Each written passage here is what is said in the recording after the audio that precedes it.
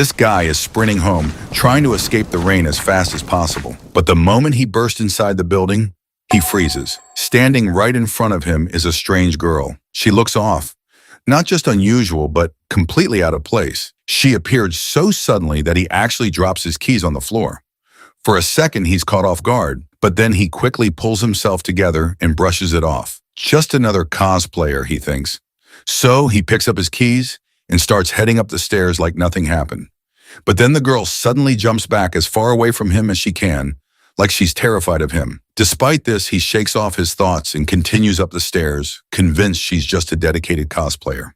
Before he can step into his room, the woman calls out to him from behind, telling him to hold up. Juing pauses, turns back, and casually mentions that this is where he lives. The girl looks a bit spooked and quickly steps back, keeping a cautious distance. Seeing her reaction, he starts feeling a tad embarrassed, wondering if he looks so rough that even a girl finds him a random street molester. Anyway, he heads into his room.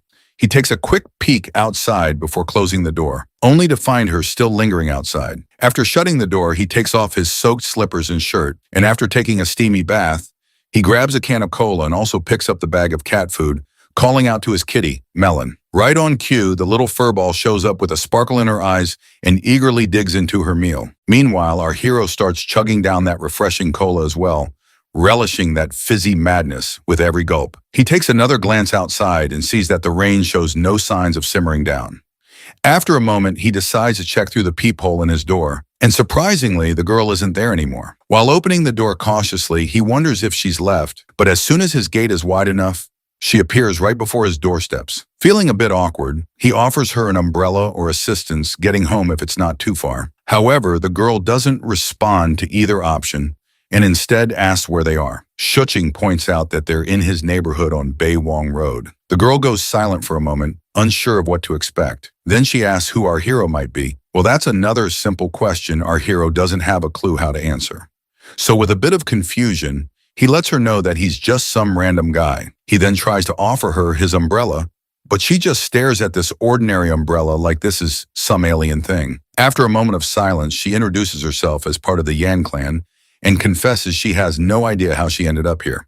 Her admission leaves our hero scratching his head, wondering if she's just a girl caught up in some cosplay fantasy. He sighs out of exhaustion and motions for her to come inside while he tries to call for help. As he dials Guardo's number, the woman's eyes lock onto the TV. An ad starts playing, and without hesitation, she slices the TV with her blade. Her face goes white as if she's seen some kind of dark magic that needs immediate vanquishing. The boy stands there stunned while the guard asks about the weird noises in the background. The girl turns to him with her bloodshot eyes, giving him an intense glare. Once our clueless hero is not in the position to utter a single word, the guard abruptly hangs up, thinking maybe our hero is tied up with something urgent. Shuing scratches his head, looking puzzled, and asks her where she came from. Meanwhile, the lady wants to know if the people inside the weird glass thing are dead, and she's curious about the folks he was chatting with on his brick. Seeing her those straw sandals she is wearing, the boy wonders if this quirky lady could even afford to replace the fancy TV she just sliced. Finally, he raises his hand in a calming gesture,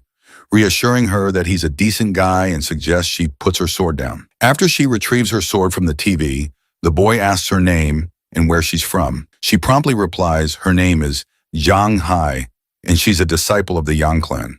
He compliments her for coming up with such a cool name and jokes if her Yang clan is loaded enough with cash to compensate him for his broken TV. The lady gets confused and asks how he doesn't know someone as prestigious as the Guyan clan. The boy simply shakes his head, admitting he's never heard of them. Her silence speaks volumes, as if she's offended by this guy who doesn't even recognize her clan.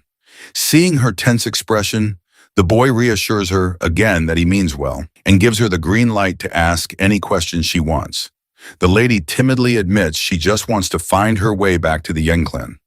Our hero, still clueless about where this Yang clan might be, reminds her that they're in the city of Jiangcheng and asks if she knows it. The woman stays silent, and now our clueless hero is starting to rub his head in frustration because he really doesn't want to entertain the idea that she might actually be from ancient times. So he asks her, who is her emperor? But the puzzled lady insists that her emperor is one everyone should know about, which leaves our hero scratching his head at her cryptic response. She stares at him in confusion, wondering why he doesn't know about the emperor. She then asks our hero if it's the 16th year of Kaiwan. Her answer shocks him, prompting him to pause and immediately start scrolling through his phone for information. He's amazed to find out that in the 16th year of Kaiwan, it was during the reign of the 7th emperor of the Tang dynasty, known for the longest reign in the dynasty's history. To confirm if she's truly from the past, he asks if she knows Liangji and mentions other famous figures from that era.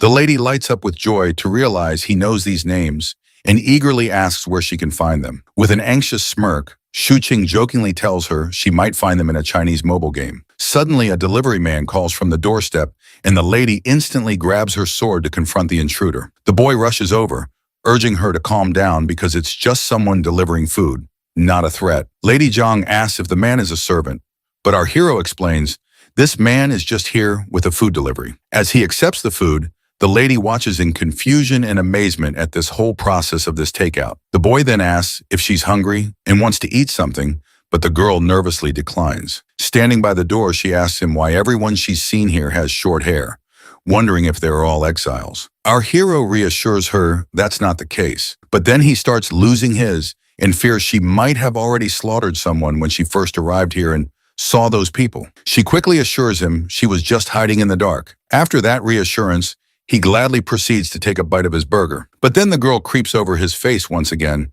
asking about the short hair once more. With a mouthful, he explains it's just a local style, nothing special. Her eyes fixate on the juicy wrap filled with meat and veggies. She can hardly resist the temptation, but she snaps herself out of it and declines eating again. He suggests she quench her thirst with the soda if she does not want to eat anything, telling her it's super sweet and probably unlike anything she's ever had before. Lady John gets angry, feeling insulted by his comment, and accuses him of looking down on her. Our hero quickly clarifies that he was just trying to offer her something to eat. As their argument heats up, they start bickering like an old married couple. In the midst of their squabble, our hero accidentally knocks over his can of Coke, spilling it all over the place. The fizzy drink starts bubbling on the floor. Seeing the strange liquid spread, the girl stares at him in disbelief, thinking he was trying to force her to consume this weird, black, and disgusting substance.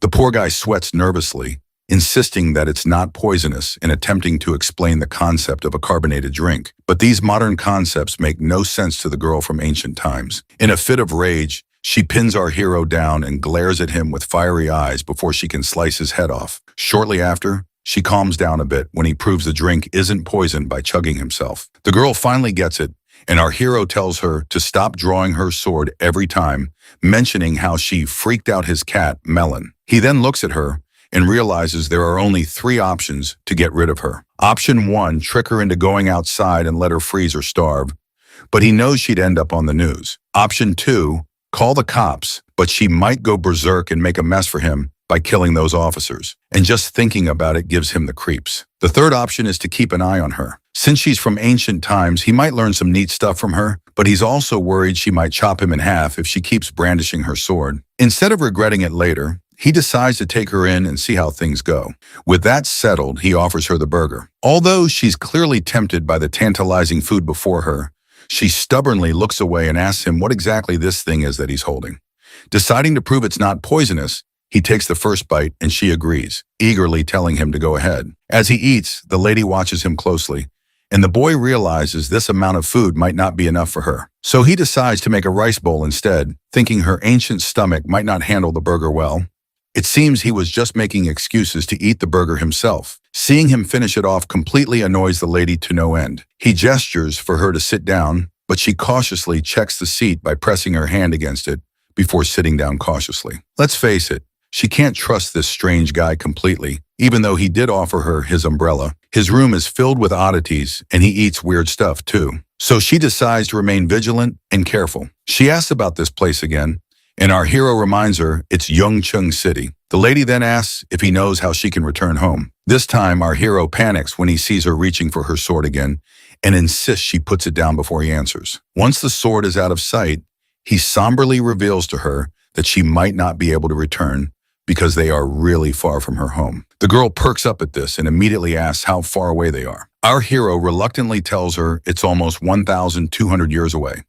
The girl asks what he means by 1200 years. So he explains that it's been that long since she came from her time. Famous folks like Li, Yang Yu Huan, and Lu Shan, all ancient history now, dead and gone for over 1,000 years. She's totally shocked by this news and straight up calls him a liar. But the boy tells her to just look around. Nothing's the same. This world runs on its own rules now. It could be cool if you get the hang of it, but also risky. She's still not buying it and raises her sword to his face. He calmly reminds her that waving swords around is against the law, and she better learn the rules fast. The woman asks why he's bothering to help her out. The boy explains it's kind of like how he rescued his fat cat, Melon, from the tough outside world. He just felt like he had to help. But our hero needs to pick his words better because she gets ticked off again, thinking he's comparing her to a cat. After a bit of thinking, she figures he's not such a bad guy since he let her in and offered food. So she asks him again why he bothered helping her. Our hero says meeting a quirky ancient girl like her isn't something he encounters every day, and he's genuinely curious about her. He adds that she'd probably be curious too if their roles were reversed. The lady quickly shuts that down, saying if someone as weird as our hero showed up in her era, the chief would have chopped him down right away. The guy reminds her that this era is all about peace and love. He tells her that as long as she's living here, she better learn to follow the law, never hurt people, and not destroy anyone's belongings. With that clear, he lets her choose whether she wants his help or prefers to wander outside. Before turning away, he reminds her one last time not to hurt civilians or she'll get arrested. The lady finds herself in a tight spot, not knowing what to do since she can't even leave this place. The boy then says if she wants to stay, he can order her some food, but she has to give up her sword because he doesn't want to get arrested either. With no other options, she reluctantly throws her sword down. With that settled, he starts brainstorming what to order for her that won't be too foreign for her. He briefly considers ordering some mooncakes, but then decides to get her some rice and buns instead. He tells her to take a shower while they wait for her food to arrive. The woman, clueless, asks where she's supposed to bathe. Our hero leads her into the bathroom, which leaves her amazed at the sight. He tells her not to be too surprised because there are many more surprises to come and reassures her not to be afraid as everything here is harmless. For instance, he shows her the shower and she looks at it curiously like a puppy. She tries it out herself and our hero can't resist capturing her curiosity on his phone. He then introduces her to bath shampoo and the concept of toilet. Afterwards, he waits outside while she showers. He rummages through his stuff, trying to find something suitable for her to wear. Inadvertently, he opens the bath door while attempting to knock, realizing she doesn't even know how to lock it. Nevertheless, he informs her he doesn't have any women's clothes, so she'll have to wait for proper clothing. He decides to teach her how to lock the door in the meantime. Shortly after, he is kicked outside, but the lady is now enjoying her first shower in this new world. She even tries tasting the shampoo bubbles, but ends up spitting it away. Meanwhile, our hero is questioning if all of this is actually real. He picks up her sword and closely examines the gleaming blade, deciding to have an expert check if it's authentic or not. The girl emerges from her bath in her new outfit, and while our hero is busy with something else, she asks what he's writing. He doesn't respond immediately, but eventually hands her the paper. It lists out current issues that need addressing, and she starts staring at it intently. There are everyday products written down which she is supposed to utilize in her daily life. She then complains about her current clothes, to which the boy says she looks pretty, and clarifies that he's not hitting on her. He's just giving a compliment like people usually do when someone looks good. But still, she sternly tells him to lay off any flirtatious remarks. Suddenly, he notices her straw slippers and tells her to put them away, promising to get her new ones tomorrow. While he's admiring her cuteness, a sudden knock on the door scares the lady, but Shuching reassures her it's just a delivery boy with food.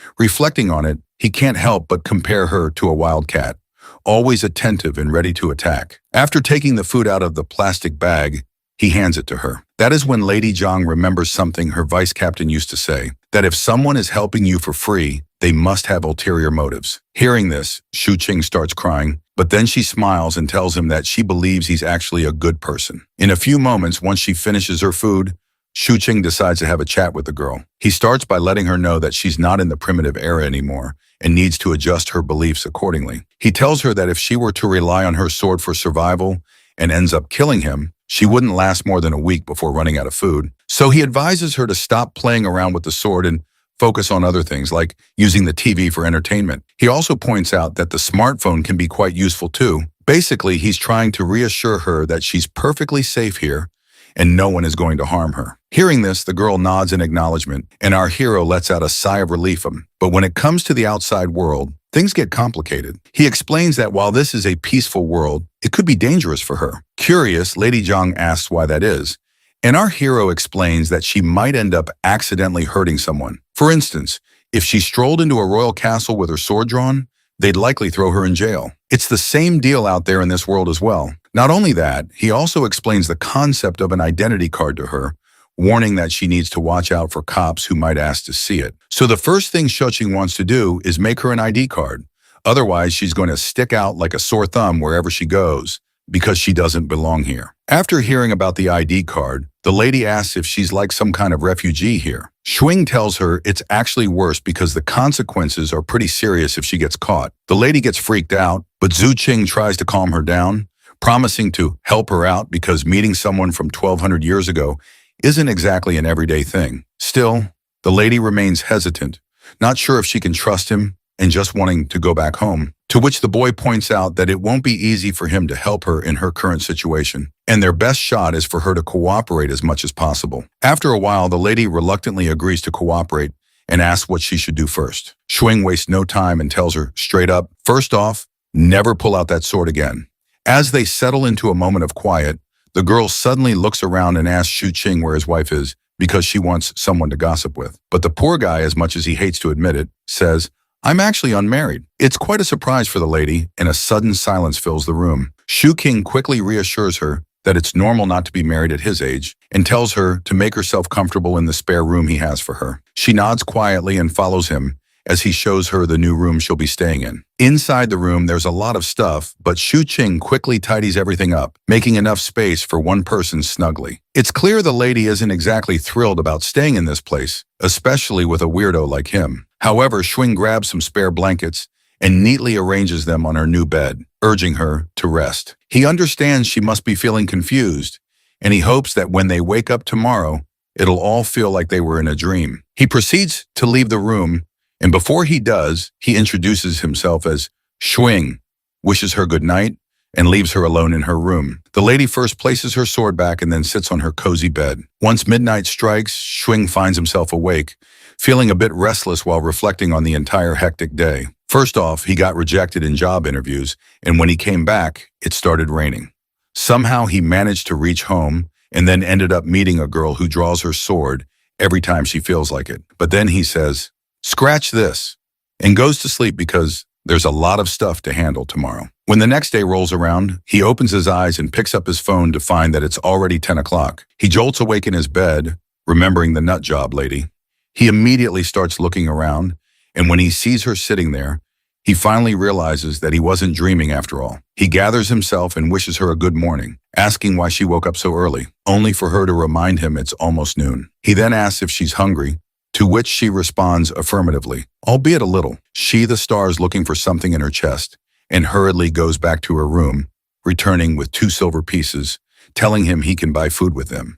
Shu Qing is amazed to see the silver in his hands, though he knows silver doesn't fetch much. However, he thinks if she has any gold, he could use that to get cash and possibly help her obtain an ID card. The girl shows another piece of stone, but Shu Qing quickly tells her to keep it because she can't go outside yet. He looks at her closely, estimating her height and width, and promises to buy her some clothes later, along with bringing back some food. Afterwards, he heads to the bathroom, brushes his teeth, and freshens up. Then he heads to the shopping center to pick out some suitable clothes for her. After looking at several options, his eyes settle on a particular dress and tells the attendant that he'll take that one as well. It seems like he spotted some bras in the distance, but couldn't bring himself to enter that section alone. After an hour of shopping, he finally finishes and looks at the stuff he bought, feeling embarrassed about holding women's cosmetics. He then heads to the bookstore, grabs some books, and makes his way back to his apartment through the bustling city. Upon reaching the building entrance, the guard asks him about his shopping trip, and our guy tries to hide all the feminine stuff he's carrying. The guard also asks about the phone call from yesterday, and he makes up an excuse,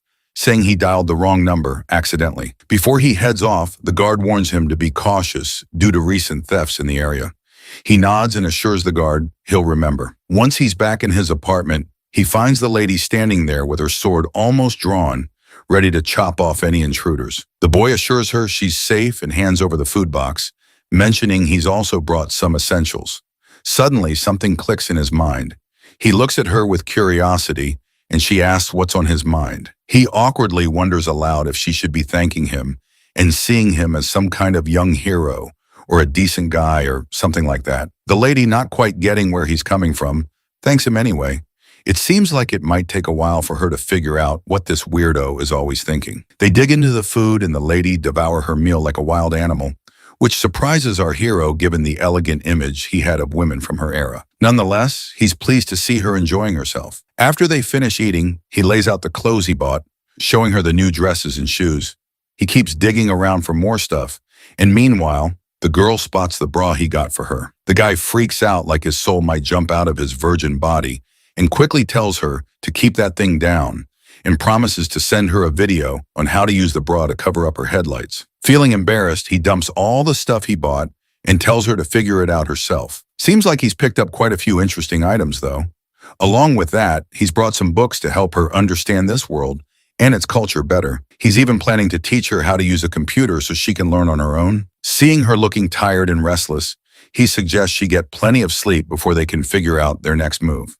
But then she asks about his status in this world. Hearing this, he rethinks things and admits he's a graduate student still on the job hunt. It's funny how, despite being unemployed, he still manages to splash out on fancy clothes and cosmetics. So even the lady starts to think he's some rich kid, but our hero quickly shuts that down, saying he's from a poor background. Then she starts wondering if he might be a landlord or something. Nonetheless, she dives into her books. But when she sees those old pictures from her era, tears well up in her eyes as she thinks about how she can get back home. The boy reminds her he has no clue how to get her there, but asks her how she ended up here.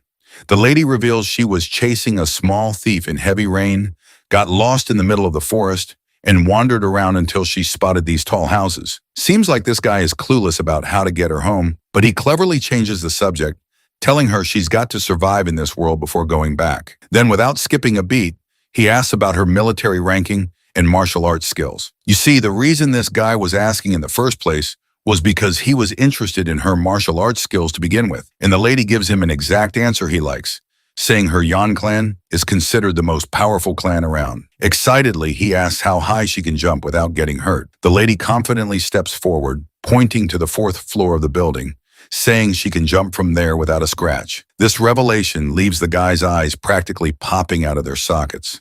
He then gets even more excited, eager to see all the fancy moves she's got under her belt. He starts spouting off a bunch of martial arts skill names he's probably picked up from video games, but it's all gibberish to her. He even asks if she knows Kung Fu and offers to learn from her eagerly. But the lady tells this enthusiastic guy to simmer down because he's past the age for learning, and even with perseverance and determination, he won't achieve much. The boy calms down and asks if these moves are like super strict or something. Lady Zhang shakes her head, saying, "It's not about being a master, just a few basic moves without all the strict rules." She then gets into position and shows him the first simple martial arts move, focusing on the waist and how to ground yourself. She explains that martial arts training takes time, building up bit by bit, day by day. He then asks if he can practice stakes and literally begs for it. She reminds him that it will take 3 years for him to learn stakes. The guy thinks that in that amount of time he could become a full-fledged army soldier, so he gives up on martial arts and asks her to teach him sword techniques instead. The lady brings him back to reality once again, saying he's also past the time to perfect his reflexes because his eyes can't keep up with his hands right now. Finally, he throws his idea of becoming a warrior into the dustbin and simply tells her to try on the clothes. Once she's in the bathroom, he wastes no time taking advantage of the moment. He grabs her sword and starts swinging it like he's the second coming of the ninja itself. But this loser can't keep up because the sword is way too heavy for his puny muscles. The lady finally comes out of the bathroom, and when the idiot looks at her, she's looking smoking hot in her new getup. Her clothes fit like they were made for her, and she even walks around to check if they're tight anywhere. That's when Mr. Forgetful perks up. Noticing her hair is all over the place and realizing he forgot to buy her a hairband, he tells her to tie her hair back with a band. And once she does, bam, she looks even hotter. A perfect wife material. Overcome with emotion, he starts crying, feeling bad for underestimating her intelligence just because she's from ancient times. He decides to take her for a walk tonight and promises to buy her a proper hair tie while back at home. As dusk arrives, the girl takes a peek outside her room and sees the boy sitting at the desk. She comes out and asks what he's doing. He tries to explain computers to her, like how you can trash talk everyone in the crazy lobbies of Call of Duty, and warns her to steer clear of 4chan if she wants to keep her sanity intact.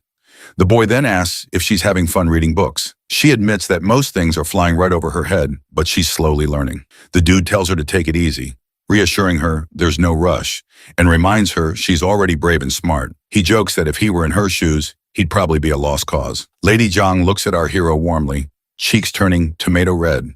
While he's chilling at his desk, the lady sneaks up behind him again and asks if he doesn't have to work. He shrugs, saying he's already hustling to make money in this world. But when she imagines someone making money, she doesn't picture a schlub staring at a giant screen. Our hero explains he's trying to make some quick cash online.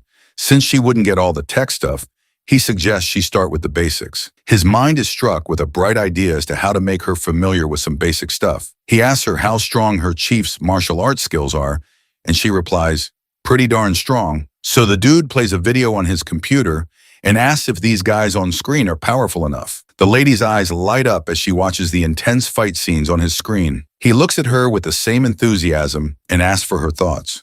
With a timid voice, she admits these moves are something she has not seen in her life before, and just imagining fighting these characters makes her nervous enough to pray. He then pulls up another ridiculous video where a guy smashes through an entire wall with just the palm of his hand. When she sees this, she's absolutely terrified out of her mind, trembling as our idiotic hero eagerly asks what she thinks of the video. With a pale face and a voice tinged with fear, she asks if everyone here possesses that kind of magnificent power. Quick to correct her, he reassures her it's all fictional and none of it is real. This just makes the lady angrier, demanding to know if he's telling the truth. The dude confirms, saying once again that the kung fu she just saw was all bullcrap. He then explains to her that in this world, people create things based on their imaginations. For example, the martial arts he showed her is what people here believe it to be, even though everything is blown out of proportion. Looks like Lady Zhang is starting to grasp all these concepts. He reassures her that with time, she'll totally understand about arts and movies. Shuing then finally asks his original question if her chief's kung fu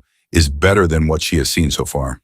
Well, she reluctantly admits it's not. He then asks about flying techniques. She confirms they exist, but most folks specialize in just one. She points out how unrealistic those movie stunts are because physical strength only goes so far. The boy thinks for a moment, pulls up another video, and asks if she can do that move. She mulls it over for a moment, stands up from her seat, and starts swinging her hands super fast, moving like a blur. Shu Qing is totally thrilled to see her nail the technique and excitedly tells her she's got it.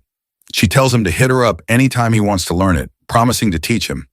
With those words, she heads out, leaving my guy doing a little happy dance, probably dreaming of becoming a warrior someday. As she walks to her room, she notices a fat cat in her way, but she ignores the little furball and simply shuts the door in the poor cat's face. Once inside her room, she lets out a sigh in fear, realizing there's actually no one in this world without ulterior motives after all. And the reason our hero is helping her is to learn some martial arts. This new world is really scaring her. All these weird things do not make any sense. But then she glances up at the wide ceiling, grabs her sword, and starts practicing. The noise from her room makes our hero curious if she's not going to take a nap. Feeling tired, he also drops down on his bed, finding it unbelievable that there's a woman right next to his room. The thought makes him really happy though, and he falls asleep with those sweet thoughts lingering in his mind. Suddenly, he is jolted awake by heavy voices. He looks outside to see dusk arriving, checks his phone, and realizes he spent the entire day sleeping. He immediately gets up and decides to take Lady Zhang with him to show her the real world outside.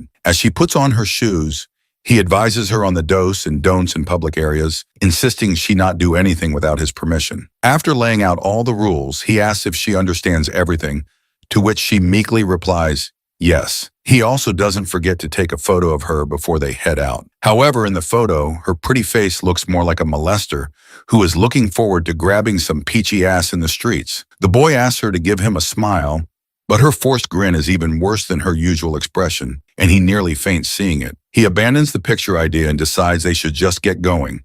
But before they head out, he tells her to leave her sword behind because he doesn't want any trouble. Lady Zhang immediately refuses, but the boy reassures her that the people on the streets are as weak as he is, so she doesn't need to worry about anyone. The lady reluctantly gives up her sword. While she's standing there, he tries to snap another picture of her. This time, he manages to get a really good shot and cheerfully says, "Let's get going." Once they step out of the apartment building, the girl starts looking around anxiously. Our hero explains that this is a neighborhood where families live. He points out the main entrance and the road outside and mentions the stores on both sides where people can buy food, clothes, or whatever they need. Lady Zhang gets intimidated seeing a guy on a scooter, probably thinking it's some kind of magical ride. As they walk on, they notice some people. A fat woman immediately recognizes Lady Zhang for some reason. The girl hides behind the guy while the woman insists she's seen her before. Meanwhile, a guard asks if our hero has snagged a girlfriend for himself, but the boy just laughs it off and says she's just a friend. But it seems this fat lady isn't letting up. She immediately recognizes Lady Zhang as the sword-wielding woman from yesterday. The guard and the woman start discussing the sword she had, and the fat lady explains everything in detail. Our hero quickly jumps in, yelling that it was just cosplay where people pretend to be fictional or historical characters. Luckily, the fat lady buys the cosplay story, and our hero seizes the chance, grabbing Zhang's hand and walking away swiftly. Seeing them walking side by side reminds the old man of his own past. Once they're out of sight, Lady Zhang pulls her hand away and starts feeling grumpy. He asks if that woman saw her yesterday. The girl remains silent to this query, and the boy is now sure Zhang must have met that woman on the stairs. Nevertheless, they continue their journey together. The lady is quite shocked to see cars moving so fast. The boy then gives a brief description of cars and how they evolved from horse carriages to these robust, speedy machines. Since she can't understand how these things work, she assumes there must be a horse stuck inside, providing the much-needed horsepower to run the car. The boy then introduces her to the concept of cameras and explains how the movies they watched were filmed with these devices. He points out that if he were to misbehave with her here, people from far away would still be watching from that CCTV and could get them arrested. So he reassures her that as long as she behaves herself, she isn't their target. Lady Zhang picks up a few pebbles from the ground, and our hero quickly tells her not to even think about knocking out any cameras. She stops immediately, and he tells her to just put the stones away. He then explains traffic lights and how they work, pointing out that red means stop and green means you can cross the road. I'm narrating this because I want my friends and fellow viewers to learn too. Once they cross the road, Zhang's attention is caught by the bright street lights in the grocery stores. The high-speed cars are fascinating to her as well. As they walk, the boy picks out a hair ribbon for the lady, but when he imagines her with those cute fur balls on her head, he realizes it might not be suitable for her after all. He starts thinking while looking at all the cute, sparkly things laid out before them. Lady Zhang perks up at the sight, and when our hero asks if she likes a particular ribbon, she immediately says yes. Once she has the ribbon in her hands, she starts stretching it vigorously, but then she uses it correctly and puts it on her head, looking all cute and beautiful once again. Even our hero can't help but admire her beauty. As the sun sets and the city lights up, our duo heads into a restaurant. Our hero orders 2 fried rice cakes with extra spices and a plate of sliced cucumber as a side dish. As they look for a place to sit, the boy reveals to Zhang that this is the same place where all their food comes from. He relies on this restaurant because they serve the best food, and he's been enjoying it since he was a kid. Suddenly, Zhang's mind is totally captivated by the vibrant lights dancing before her eyes. She's so lost in the moment that she finds herself startled when the waiter arrives with their food. The boy decides to start eating and offers her a pair of chopsticks. She looks really nervous, and while he chugs down his lemon juice, he realizes he probably made the right choice by not letting her wander off by herself. She clearly needs more guidance than he thought, but he's confident he can teach her everything step by step. After they finish eating and pay the bill, they leave the restaurant feeling satisfied, especially our hero. They head back home, and once they're there, he asks if she's starting to feel more comfortable. She doesn't respond and just sits quietly on the couch. He tries to reassure her, saying that living in this world isn't so bad, especially with all the delicious food and junk food to match on. He tells her that once she has her own ID card, she'll be able to enjoy it even more. Despite his reassurances, she still doesn't seem too thrilled about staying, and quietly says she wants to go home. But then again, he reminds her that she can't go back home since it's already been 1,200 years. It looks like she has to accept reality. She asks how they're going to solve the identity problem. The dude explains he's no government guy to handle this stuff, but there's always a way, and reassure her that he'll help her. The girl gets flustered and feels grateful for his kind gesture. This time, she thanks him properly by calling him a young warrior. The boy responds with the same brotherly energy, emphasizing that identity is crucial in this world, and without it, it's difficult to navigate. He then asks her where the list he gave her yesterday is. The girl points to the dustbin. The boy is disappointed by her action and tells her to retrieve it right away. Once she gets the paper out of the bin, the lady asks what they'll do if the ID card issue isn't resolved. Our hero points out that she'll be a criminal and there's nothing he can do. Without an ID, she can't get a job, buy property, or even use public transport, and emphasizes that an ID card is the holy grail in this world. The lady gets a bright idea and asks if by making money and finding a place to live, the ID would become less important. The boy explains there are still many things she can't do without an ID, like having a bank account, a phone, online accounts, online shopping. The list goes on. He then opens his laptop, searches for unregistered resident certificate, while also telling the lady to approach the authorities directly for help with her ID card. He reassures her that the worst-case scenario is they might confiscate her, but he's sure they'll treat her nicely. Lady Zhang immediately reaches for her sword, asking if he's thinking about turning her into the authorities. The boy tells her to forget it and just focus on studying first. He suggests she look at history or something, and once she has a basic knowledge of modern society, she can decide for herself. The woman gets silent and seems visibly anxious and sad. She asks if it's a problem for him if she stays here. Our hero reassures her that she can crash here as long as she wants, but insists she shouldn't fight or kill with her sword. He promises everything will be fine. Just then the cat comes over, and the boy realizes he nearly forgot to feed this furball in all the madness. He plays around a bit with the cat and tells Lady Zhang that if she has nothing else to do, she can do some studying. The girl bows her head and decides to do just that. Looks like the dude found nothing worthwhile on the internet. So he checks his phone and decides to call someone he knows. He's about to call his best friend Shin Hao, who is now a good police officer, though he's not sure if his internship period is passed, and Shin Hao is now a full-blown officer. While texting Shin Hao, he wonders if he should mention that he's met a girl from 1,200 years ago, but he decides against it and sets up a meeting with his friend without revealing anything about their meeting. Feeling happy, the boy decides to take a shower to freshen up. After the steamy bath, he feels really satisfied. It then occurs to him that the girl hasn't showered yet, but he decides not to dwell on it. Suddenly, he remembers he's sharing space with someone of the opposite gender, and he knows he'd be in hot water if she caught him wandering around naked. Thankfully, no one sees him, and he hurries into his room. A while later, Lady Zhang cautiously emerges from her room, darts to the bathroom with clothes in hand, and immediately shuts the door for a much-needed bath, just like she used to do in ancient times regularly. Since it's the weekend, the boy grabs a digital writing pad and starts teaching her how to write. She's already good at reading traditional Chinese characters and nailing their pronunciation, so now she tries her hand at writing a few words. Suddenly, Melon pops up, grabbing both their attention. The cat looks hungry, so the boy decides to feed her, while Lady Zhang keeps practicing her writing. Watching him dish out cat food, Lady Zhang gets curious and asks what it actually is, to which Shuing explains it's food made just for cats to eat. Lady Zhang quickly imagines how they might produce such cat food, picturing pouches hanging from tall trees in her mind. Suddenly, there's a knock on the door, and the boy rushes to receive the food delivery. He hands it to the lady, telling her it's her dinner for tonight as he's going to meet his friend later to ask about her identity card. The girl immediately starts digging into the food, and our hero assures her he'll teach her how to use a phone and computer so they can stay in touch.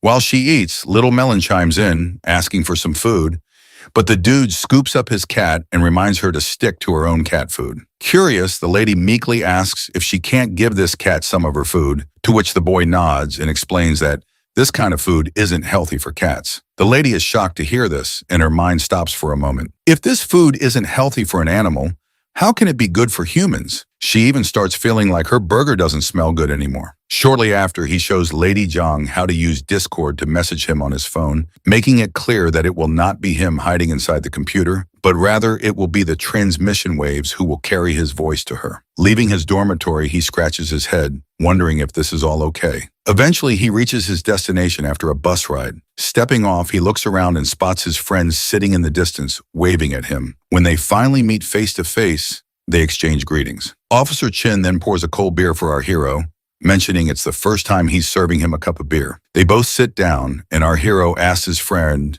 how he can drink as a police officer. Chin Hao explains that he's off duty and dressed casually, just here as an ordinary person. The boy then places his order, carefully, noting all the delicious items he's about to enjoy. They clink glasses and toast each other. Shuing asks his friend how his job is going and what it's like being an outstanding officer. Chin Hao bluntly describes it as terrible, and all the talk about heroes saving the day is nonsense. He shares how he's often pulled into trivial disputes between couples and ends up resolving conflicts with old ladies in the neighborhood. He hardly ever encounters thieves. Instead, he deals with daily disputes and nonsense. But our hero, Shu Qing, points out the brighter side, mentioning how people are generally living and working happily, which is a good thing. As much as Chin Hao hates his job now, he always dreamed of becoming a police officer when he was a kid. However, he stopped growing after hitting 1.6 m. Knowing that the minimum height requirement was 1.7 m, he cried a lot in our hero's arms. Fortunately, when the height requirement was replaced by the high jump, he was excited to start practicing every day, eventually achieving his dream. But after dealing with just trivial disputes, the officer is so worn out that he jokes he'd even fight a woman with a sword if he has to, just to make a big show.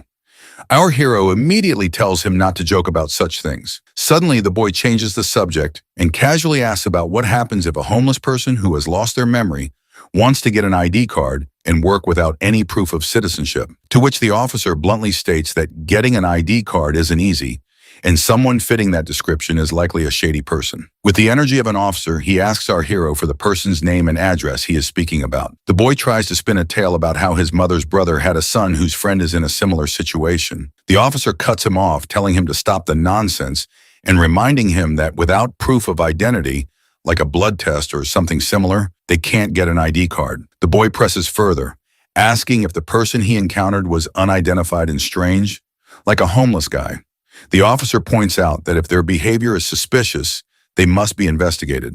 Seeing his friend's suspicious gaze, the boy quickly tells him to stop looking at him as if he's harboring a fugitive. He insists he's not here to discuss how to cover up anyone's identity. His friend agrees, reassuring him that he trusts him. He suggests asking for basic information from the stranger. They could also use a person's directory or DNA information to verify details. His friend suddenly grows irritated, telling our hero to drop the conversation and starts downing his beer.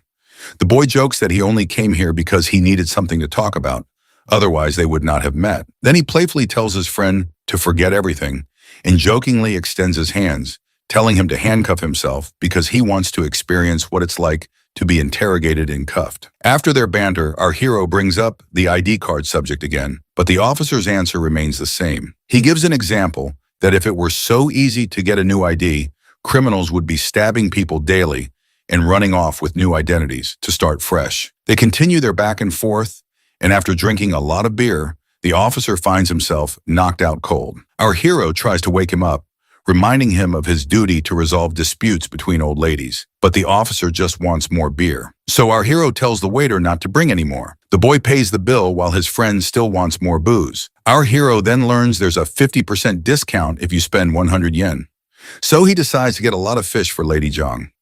After saying goodbye to his hiccuping friend, he grabs his takeout and heads back home. Though he is a bit let down that he got no lead, but he is not sweating it. Once he's back home, he finds the girl fast asleep, and he can't help but admire her beauty. His heart and brain seem to short-circuit as he gazes at her, unsure of the feelings stirring inside him. The girl wakes up abruptly, feeling a bit startled to see him back. He shows her the food he brought, and she quietly says thanks. Not satisfied with just a simple thank you, the boy playfully insists she say it loud and clear. Blushing, the girl says, "Thank you, young warrior," which prompts an exaggerated reaction from the boy, claiming it was an easy task and a small contribution. As he unpacks the food, the girl asks if he drank a lot. He says no and shows her a yogurt pack, telling her to lick it before drinking. He starts rubbing his tongue against the sweet and sour yogurt, and she follows suit, surprisingly enjoying it and diving right in. The boy tells her to eat up and not let the food get cold. As he heads into the bathroom to take a bath,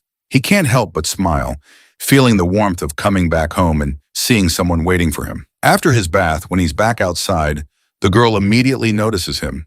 He asks if she checked her clothes, which confuses her at first. Then she remembers the bra he brought for her and feels super embarrassed just thinking about it. Apparently trying to figure it out with YouTube tutorials didn't go so well. Later, she heads to the bathroom to change. She's nervous about trying on the fancy dress since she's used to plain outfits that match her mood. She wonders what kind of prickly princess she'll look like in this new dress. She lays out the bra and dress on the bed, takes a bath, and dries her hair with a blow dryer. She's really grateful for the kind young man helping her adjust to everything, but she knows relying on him isn't a long-term solution, and she can only get so far with her limited knowledge. The sunshine of the next day leaks through the window, and the girl comes out of her room while rubbing her tired, sleep-deprived eyes. It looks like our hero woke up early this time. Lady Jong asks him if he's working early in the morning, to which he replies that he's just watching some news. The girl immediately exudes a gloomy aura, asking if he is a government official. The boy reassures her that he's not, reminding her that if he were, she would already have her much-desired ID card. He then asks if she's hungry and offers to buy breakfast, asking if she'd like to come along. The girl declines and heads to the bathroom, so the boy decides to go by himself, telling her she can Netflix and chill in the meantime. Humming a tune, the boy strolls outside. The old guard calls him over, and the boy reluctantly approaches, noticing two more people present. One of the ladies asks if he's heard any creepy, weird noises lately. And the way she is looking at our hero, it's clear she suspects him of being the source of these sounds. It seems like the boy is completely clueless about what the lady is talking about, and he tells them that he didn't hear anything and slept soundly last night. He wonders if there was a theft, but the old man suggests that they might be haunted because his dog was terrified by something the other night, so much so that it didn't even bark. When the boy asks the old guard if he noticed anything else, the old man takes a puff of his cigarette, exhales the smoke, and confesses that he didn't see anything, but he caught something on video footage. They all gather in the surveillance room where the old man plays the video. In the footage, they see something moving so fast that it appears as just a blur, and everyone is visibly terrified by this mysterious creature. And the reason our hero is also feeling terrified is that he's pretty sure it's Lady Jong. He face palms himself, unsure why she's doing that, and decides to go back to the apartments to ask her himself. Well, it looks like now we know why Lady Jang was feeling tired a while ago. She was probably trying to explore this world by herself in the night to learn new things. The boy then asks the old man if the same had happened yesterday as well, to which the guard says no, noting that nothing unusual happened last night. He awkwardly laughs and decides to entertain the idea that maybe there's a ghost around. The bald guy over there and the chubby lady get curious, wondering why a ghost would be playing around in the dead of night, especially in their place. The old man decides to keep an eye out to see if there's some guy lurking around looking for a chance to steal. The boy finally gets back home and wastes no time yelling at her, asking why she snuck out in the middle of the night before. He stares at her with a mix of disappointment and concern. The girl meekly asks how he knew it was her wandering, which just infuriates the boy more. He face palms in frustration, reminding her about the CCTV cameras everywhere that caught her. The girl looks a bit scared and worried about him, so she quickly explains she was wearing a mask. Relieved, the boy sighs and figures, as long as she keeps her face hidden, they're probably safe. He tells her from now on if she wants to go out, she has to take him along.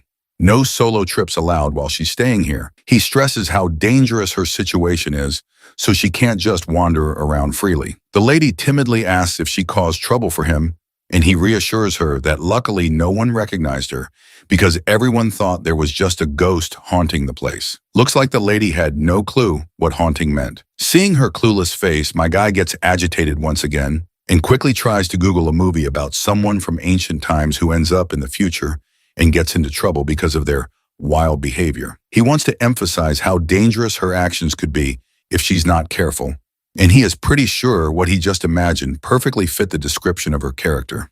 The girl looks timid and promises to quit causing trouble if it's a bother to him. The boy then tells her to calm down and suggests ordering takeout later, asking what she'd like, whether hamburgers, chicken rolls, or anything else. The lady responds with a charming smile and thanks him for the healthy food he is ordering for her. But the boy teases her by reminding her that if she wants to eat even healthier, she could try the cat food. After their playful banter, the boy takes the laundry and puts the clothes into the washing machine. He also takes the opportunity to educate her about how the washing machine works. Upon seeing this, the girl quickly rushes to her room, retrieves her clothes, and returns to the laundry room to add them to the washing machine.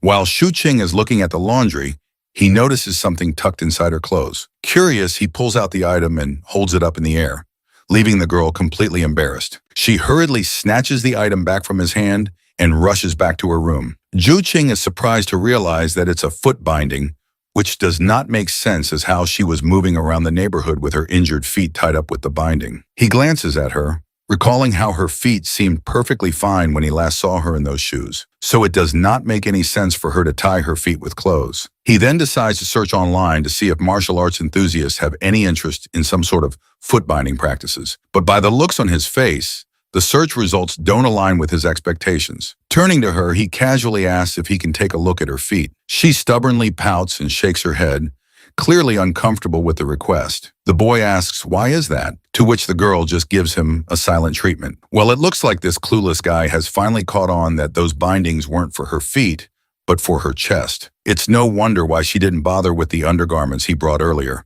and he thought maybe her hooters were big enough already to fit anything. His soul nearly jumps out of his body as he realizes his foolish mistake. She shoots him an angry look, sword drawn and eyes blazing, seemingly ready to chop off his head. However, she manages to take control back to her nerves and turns around, leaving this weakling utterly terrified after getting scared to death. But since she's already mad at him, he tries to lighten the mood by calling her out and singing in his terrible voice. The lyrics are all about Lady Zhang, describing her modest stature, natural beauty without makeup, and how beautiful she is from head to toe. He even sings a song about a man who loved an ugly woman but had 5 children with her. He claims that only a Giga Chad with a Sigma male mentality could do such a thing, and he desperately wants to become one of them. Despite his attempts at banter, he ends up getting yelled at by the girl once again. Afterwards, he gets back to the main business and tells her to watch some tutorials on how to wear these undergarments, and he will be back in 5 minutes, hopefully with fewer jokes this time. Exactly 5 minutes later, he returns and checks on her progress. But to his surprise, she looks utterly spooked and asks if this is how everyone lives here. With a trembling voice, she mentions that while these undergarments might seem comfortable, they make her feel like a harlot. The boy tries to reassure her that there's nothing wrong with feeling comfortable, but she persists, calling it shameless. He challenges her perspective, asking what there is to be ashamed about. After a moment of contemplation, she falls silent. He launches into a humorous tirade about how she's stuck in the past, while modern women flaunt their assets in anything they like. He even throws in a jab, saying, if a man can wear half underwear, so can a woman as well. But she sticks to her guns, immediately rejecting what she calls immoral thinking. Seeing he couldn't reason with her, the dude decided to switch gears and calm her down. He revealed that besides studying and working, computers are also great for gaming. He warned her about the toxic fan base in games like Apex Legends, and instead introduced her to a game suspiciously similar to Super Mario. After seeing it for the first time, she became engrossed in the cartoonish world of jumping plumbers. While the lady was busy beating Nipsky's speedrun record, our hero quietly slipped away, thinking it's best to keep her occupied indoors. Later on, when he returned home, he interrupted her game to teach her how to defeat the final boss. After their gaming session, he felt exhausted and decided to take a nap while she continued playing on his laptop. Once he settled into his room, he reflects on how lucky he was not to land a job on that rainy day. Otherwise, even if the interview had gone well, managing a 200-year-old ancient girl would have likely forced him to quit. As dusk casts its yellow hue across the room, our hero returns to find the lady. He suggests they eat out and tells her to dress nicely this time instead of looking like a slob.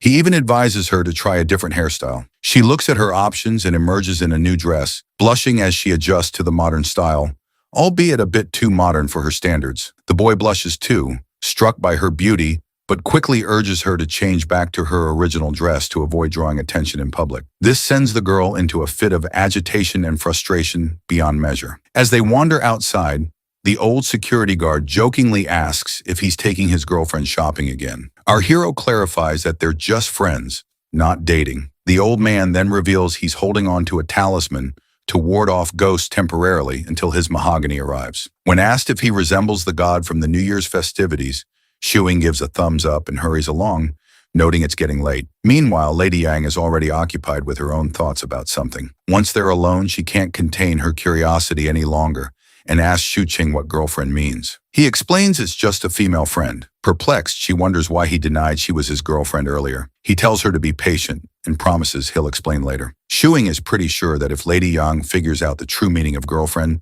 she might just pack her bag and bolt away from his place. As they start walking once again, the boy suggests she watch videos about her kingdom's history, but she expresses reluctance, noting that revisiting her past is painful. As they walk, Lady Yang notices the absence of curfews, street vendors, and muddy potholes in this peaceful environment. Everything feels surreal and dreamlike to her in this prosperous world. Their stroll halts at a tea stall, where Shuking orders bubble milk, tea, and other treats, and urges her to try it. She observes curiously but hesitates to drink. Looking around, she asks if people make money this way in this world, and if she could learn to do such work. Zhuing bursts her bubble gently, explaining she can learn the skills but can't earn money without an ID card.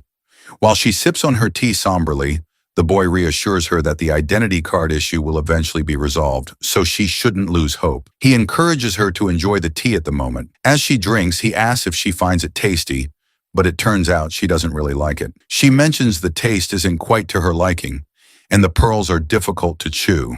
The boy readily agrees, stating he feels the same and doesn't understand how people enjoy drinking this piss-like stuff. The girl gives him a cold stare, likely not appreciating being the subject of his taste critique. He quickly reassures her that he thought girls liked sweet things, which is why he ordered it for her. While his own drink is a bit sour, he invites her to try his drink instead. She cautiously sips his drink through the straw, and as the delicious flavor hits her palate, her face lights up with joy. So the boy exchanges his drink with Lady Zhang's pearl tea and gives her a gentle smile, genuinely pleased that she enjoys it. As they continue their outing, Lady Yang starts to feel that something isn't quite right, but decides not to dwell on it, focusing instead on sipping her drink once again. After finishing their meal, the boy shamelessly burps, indicating his full stomach. He suggests taking a quick tour before heading home, and they stroll through the vibrant city in the middle of the night. Suddenly, the boy decides to stop at a bus station and suggests taking her somewhere good. Since this is her first time hopping onto the bus,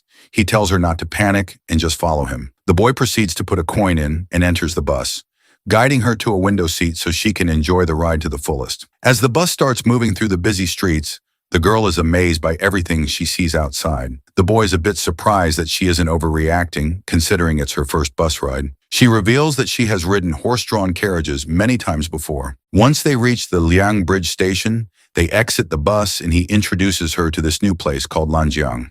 He eagerly and proudly tells her that in her era, this place might have been desolate, but now it's the heart of the city's nightlife. As she takes in the sight before her eyes, she wonders if this is even possible.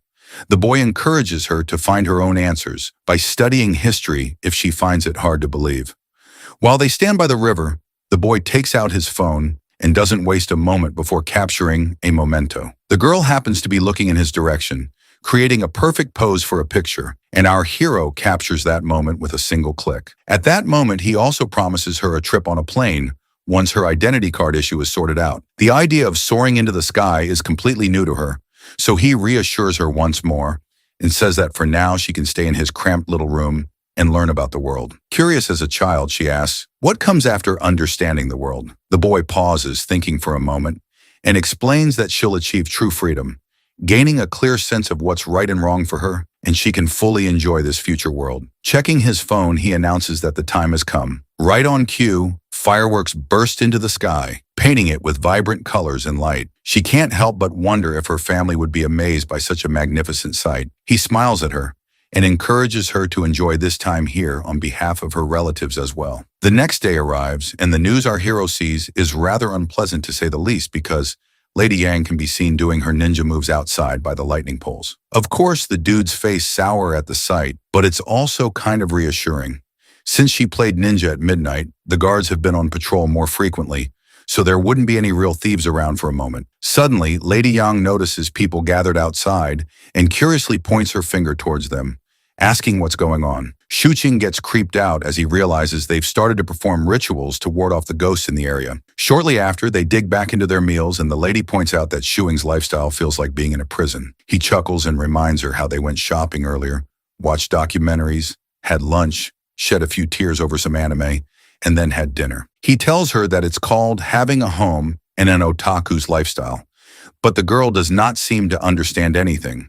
So Shuing explains that staying at home means having the freedom to choose what to do and where to go. He compares it to an ancient landlord who spends his days in the mansion with his family and a cat. The lady then decides to go for a little walk, and Shuqing asks if she wants to go out on her own. She stays silent, which is all the confirmation he needs. So he goes on a tirade listing all the dangers and her shortcomings she has, effectively shutting down the idea and telling her to just stay here for now until she is not fully aware of the world. He tells her that even if he gave her money to eat at restaurants, she still has to figure out how to earn money. Otherwise, she'll just be on a spending spree. He reminds her that she can either commit crimes to get some quick cash or do some hunting. But since there are no hunting forests around, she'll end up going through garbage. Finally, the girl gets silent and just eats her burger, thinking that without that single ID card, she can't even go out for walks on her own. Seeing her sad face, Shuqing then puts his hand into his pocket and offers her 2 coins, reminding her that she's at least learned how to take the bus so she can experience it by herself, which will be her first step forward. But the girl refuses to take the coins, saying she hasn't learned anything. Shuqing, however, forcibly gives her the coins, telling her to spend some time outside and assuring her that she's learned a lot in the first month she's been here. Curious, the girl asks if there are really ghosts out there, so he points at the people outside doing their ghost-busting routine. He assures her that once she starts making money, she can pay him back. When she wonders aloud what happens if she doesn't earn anything, he assures her they'll figure it out. Once again, she thanks him, calling him Young Warrior. The boy then runs a game on his computer where she can play a character, explore, and learn how to make some cash. He suggests she give it a try to see if she gets the hang of it. When she asks why she can't just do what he does and work online for money, he explains it's pretty complex and she should start with the basics. Suddenly, the doorbell rings and the boy freaks out, telling her to hide in her room. But the person at the gate gets all antsy and yells at the boy to open up. When he hears that voice, Shuing gets even more jittery and hurriedly guides her into a room and locks the door before finally facing his father. There's this grumpy old man staring him down. The boy nervously says hi, but the old man adjusts his glasses and insists the boy call him landlord for now. The old man then looks around, demanding to know if his son has found a job yet. The boy, addressing his father as landlord, assures him that he will pay the rent on time and defends himself, stating that since he can afford the rent and his current lifestyle, he does not feel the need to have a job. When the old man spots some RPG game running on the computer, he gets even more annoyed and makes it clear that if his son doesn't find a job by next month, he's hiking up the rent, no questions asked. His dad scolds him that he's not had a stable job ever, and he's always playing with weird things. God forbid if a man has a hobby or OnlyFans. Shuqing gets annoyed and tells him that he's sending his money to him right now, or if the landlord just came to see if he's going to work on the National Day holiday. These millennials and boomers hate seeing Jensen's knowing their rights.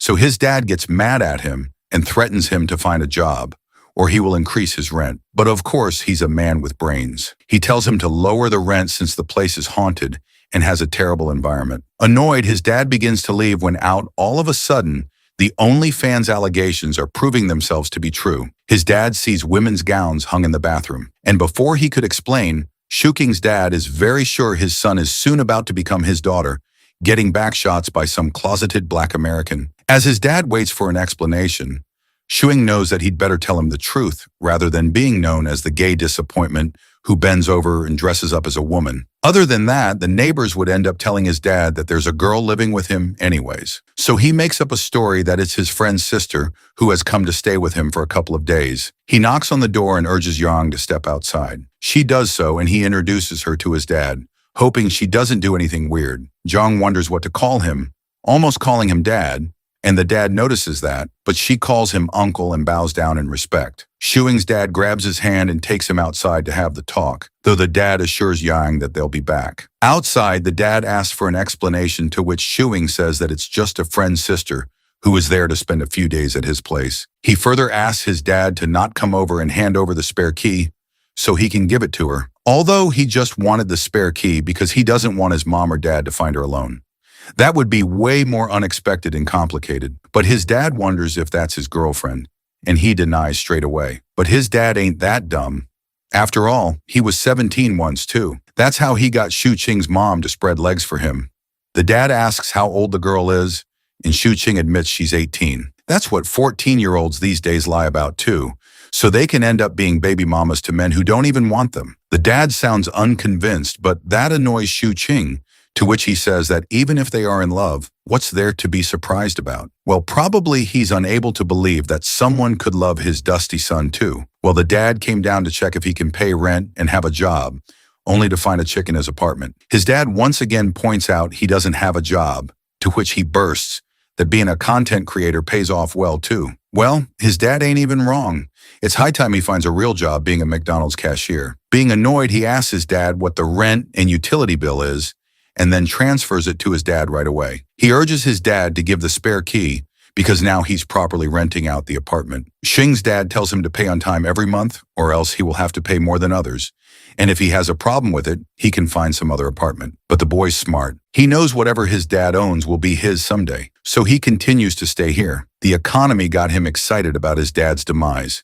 It's really that bad. Anyhow, before he leaves, he tells him that he has to be back for dinner and looks at Zhang. Annoyed, he yells that she isn't his girlfriend, but the dad's really not a fool. Of course, being his dad, he guides him that starting a relationship that early could lead to problems, and he should also find a job. He begins to leave, but he turns back to Shuing and tells him to take all the safety measures, and Qing gets embarrassed. Suddenly, Qing stops his dad to have a look at Zhang's sandals. He asks him the value of it since it's from the Tang dynasty. Hero knows that his dad has been studying archaeology for almost half his life, and he is an expert in this field. He also elaborates that these sandals are from the time of Liangji. His dad thinks he's crazy and suggests a mental health institution to attend, which all the kids in this generation need though. His dad is about to test out his skills to have another kid. It's never too late and leaves pretty quick. The wife better be in an apron. As Shuing's dad leaves, he thinks to himself that he made a son who is nothing more than who is stuck to his computer all day long. He sigh with no hope of becoming Elon Musk overnight. He knows that these shoes are said to be from Kalyuan period,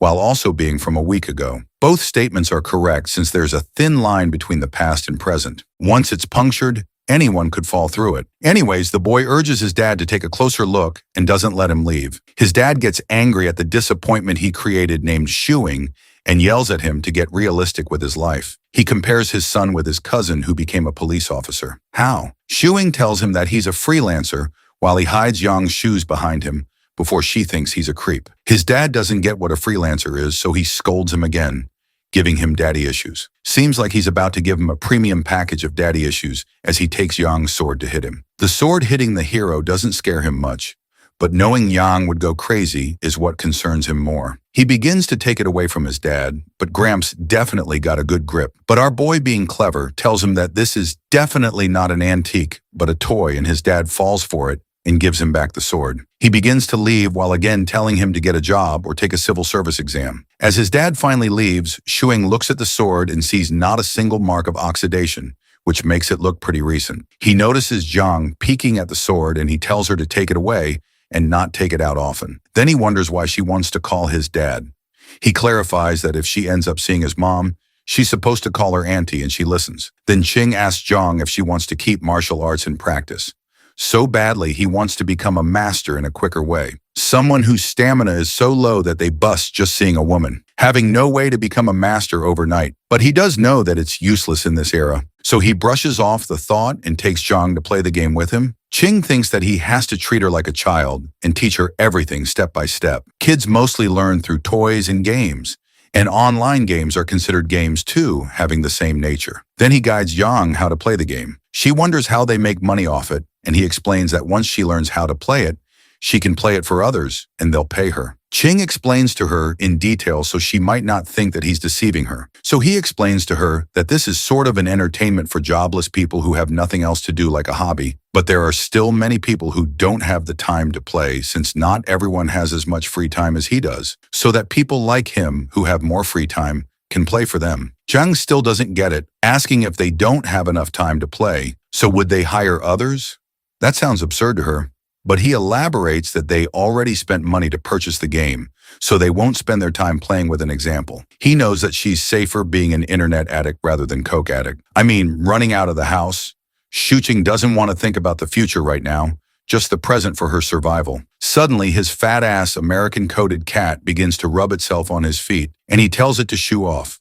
So the cat goes and jumps on the computer table and then sits on Yang's lap, making her blush. In the police station, one of the police officers wants to order a meal together, and they ask Hao as well, but the soft boy politely declines. He sighs and says they have nothing to do today, which is boring him, suffering from success. As soon as Hao says that, all of the police officers look at him, confusing him. One of them asks if his master didn't teach him not to say that. Suddenly, the phone begins to ring, and it's a work call, and now they got to work all night long. Later on, Hao is taught to never say by the old police officer in the car, "We have nothing to do today." As soon as anyone says that, they get tons of work for the whole night. It's something metaphysical, and they don't have any explanation. Hao thinks if this is the same thing mentioned, speak of the devil. Then they both reach their destination, and they headed towards the 6th floor of building number 14. It was late at night in the residential compound, and suddenly they spotted an old alcoholic man. They ask him what he's doing there. Definitely not rehab. The old man yells, "What took them so long to reach?" Because he wants to go inside to his wife. He's smelling so strongly of alcohol, like the way a ran-through smells like a can of sardines, which makes Howell nauseous. The police officer knocks at the door, and the wife opens up. She wonders what the police are doing here since she didn't call the police on her husband. It was the husband himself who wanted to go inside since she locked him out. She apologizes to the police for inconvenience and promises to teach him a lesson. Lucky old man is about to get some spanking tonight, but it seems like the old man doesn't like the idea of getting a lesson, so he screams at her that she'll be the one getting the lesson. Would love to see what happens between them. As soon as the police see the man angry, they threaten to arrest him so they can sober him up by locking him up. The old man gets sobered up by the thought of it, and hence another case gets solved. Then as they are leaving, they get another case. The curse that Hao is putting the rest of his co-workers would have had us bawling. In the middle of the night, Ching wakes up and goes to fetch a glass of water. Suddenly, he sees Yang trying to sneak out to scare off people again, but his vision is sort of blurry. As soon as he realizes it's someone else, he screams, and Zhang was behind Ching this whole time. It was a thief who sneaked in, and he began to run away from the scene. Well, we got a little Bruce Lee from the Tang Dynasty here. Zhang slams the thief's head on the floor and begins to press it as hard as she could. Shuing quickly realizes that if she doesn't let go of his head, his skull will crack open like a coconut. He urges her to stop, and she does. Then Ching takes off the veil, and the thief has a North Korean haircut. He sits nervously and embarrassed that he got undertakered by a girl. Meanwhile, Shu Ching slaps his head, wondering what just happened. The protagonist realizes how powerful her grip must be because the thief almost got choked to death. Personally, I think that's an honorable way to die. Getting choked to death by a hot chick. There's literally a mark on his hand. Anyways, Ching goes to make a call to Hao. Since he's also a policeman, the thief begs him not to call him and spare him, and he's already gotten beaten up, so he promises to learn from his mistake. Coldly, Ching says that he deserves to be beaten up because people's hard-earned money isn't his, and he should instead find a job. Yeah, projecting his daddy issues on the thief. But the thief admits it was his first time stealing. He explains that he knew the building was haunted, so he tried to take advantage of it, but he got beaten up to death instead. Not just that, he's hella scared of Zhang. Her aura is something to be scared of. Ching asks for an apology, and the thief apologizes right away. However, Shu Ching thinks that the apology is not sincere enough, so he turns back to call the police again, and the thief begins to cry to let him go. Ching notices how scared the thief is and realizes this actually is his first time. Well, there's certainly a first time for everything. Ching, being kind, lets him go from the same way he came inside. The thief runs as quickly as an American man runs out to get the milk. As the thief runs out, Shu Ching is hoping that the neighbors didn't hear the screams of the thief, or else the gay allegations would have come true. But Young wonders why he let the thief go like that, to which he explains that they can call the police because they will hold her accountable for hitting him. Further, he says that if the police follow the process and find her suspicious, they will have to investigate her, and if they find out that she is an unregistered person, she'll be in trouble. That leaves Zhang confused, wondering why she'd be in trouble when she's not the thief. Ching explains that's because she also hit him. Suddenly, he sees and wonders why she's wearing an outfit which she's supposed to wear outside, and she answers that she heard some noise, so she got out to see what he was trying to do. Ching mocks her by saying that not everyone likes to go out in the middle of the night like her. Then he goes off to sleep, knowing he'll get someone to fix the window tomorrow. The next morning when he wakes up, he sees Yang all sweaty as she practiced all night long. God knows what kind of practice. She opens her hair and he's mesmerized and begs her to keep the door open so he can see her practice. He should have reported himself to the police for the creepiness. She agrees to it. While some women charge $5.99 monthly for it, he's surprised to see her agree with him so quickly, but she tells him that whether she agrees or not, he'll still be unhappy. That pisses him off, but he chooses not to have an argument. Then Shu Qing suggests they go out for breakfast while someone fixes the window. The night before, he thought about how it's not enough to stay at home and live without seeing anything. So he steps out to have some personal experiences too. As they walk outside, Qing guides Jung how to learn from the life all around them. She wonders how that could be, and he explains that she must abandon all her past thoughts and beliefs and start a brand new life and make new experiences. While mansplaining, Qing tells her to not be too harsh to people, like the way she was to the thief the night before. Because the way she was holding him down, it looked like she wanted to snap his neck. But she denies because she reduced the amount of force. Further, he elaborates that hurting someone in this era could bring upon trouble on them. So he guides her to not kill anyone. That leaves her confused. To what extent can she beat up someone? Well, I'd say if it's a man, better not hold back. But Qing guides that it depends on different factors. Jen follows up with a second question. If he sneaks into her room at night, how hard should she beat him up? Hopefully he's not into that. He yells that she can't just beat him up because he's not some creep. But Zhang tells him he is the spitting image of a creep. Posing, he stands and defends himself, calling himself a hero of high moral standards. She's still unsure, to which he wonders why'd she even think he'll sneak into her room. He has picked up her shoes from the trash bin, but that's literally it. But he remembers that she's called him a douchebag before. Further, he defends himself that even if he sneaks into her room, she quite literally will end him and his bloodline. Still, he's curious what she would do if he does that. A man of culture, she asks if she could punch him, but surely that's enough to send him back to his mama's womb. In a bit, they reach their destination and they sit inside while Shu Qing orders breakfast for them. He tells her to remember this day and experience life from now. She looks at her hands while thinking that this is a world where no one needs to kill anyone. A while later, their breakfast is served.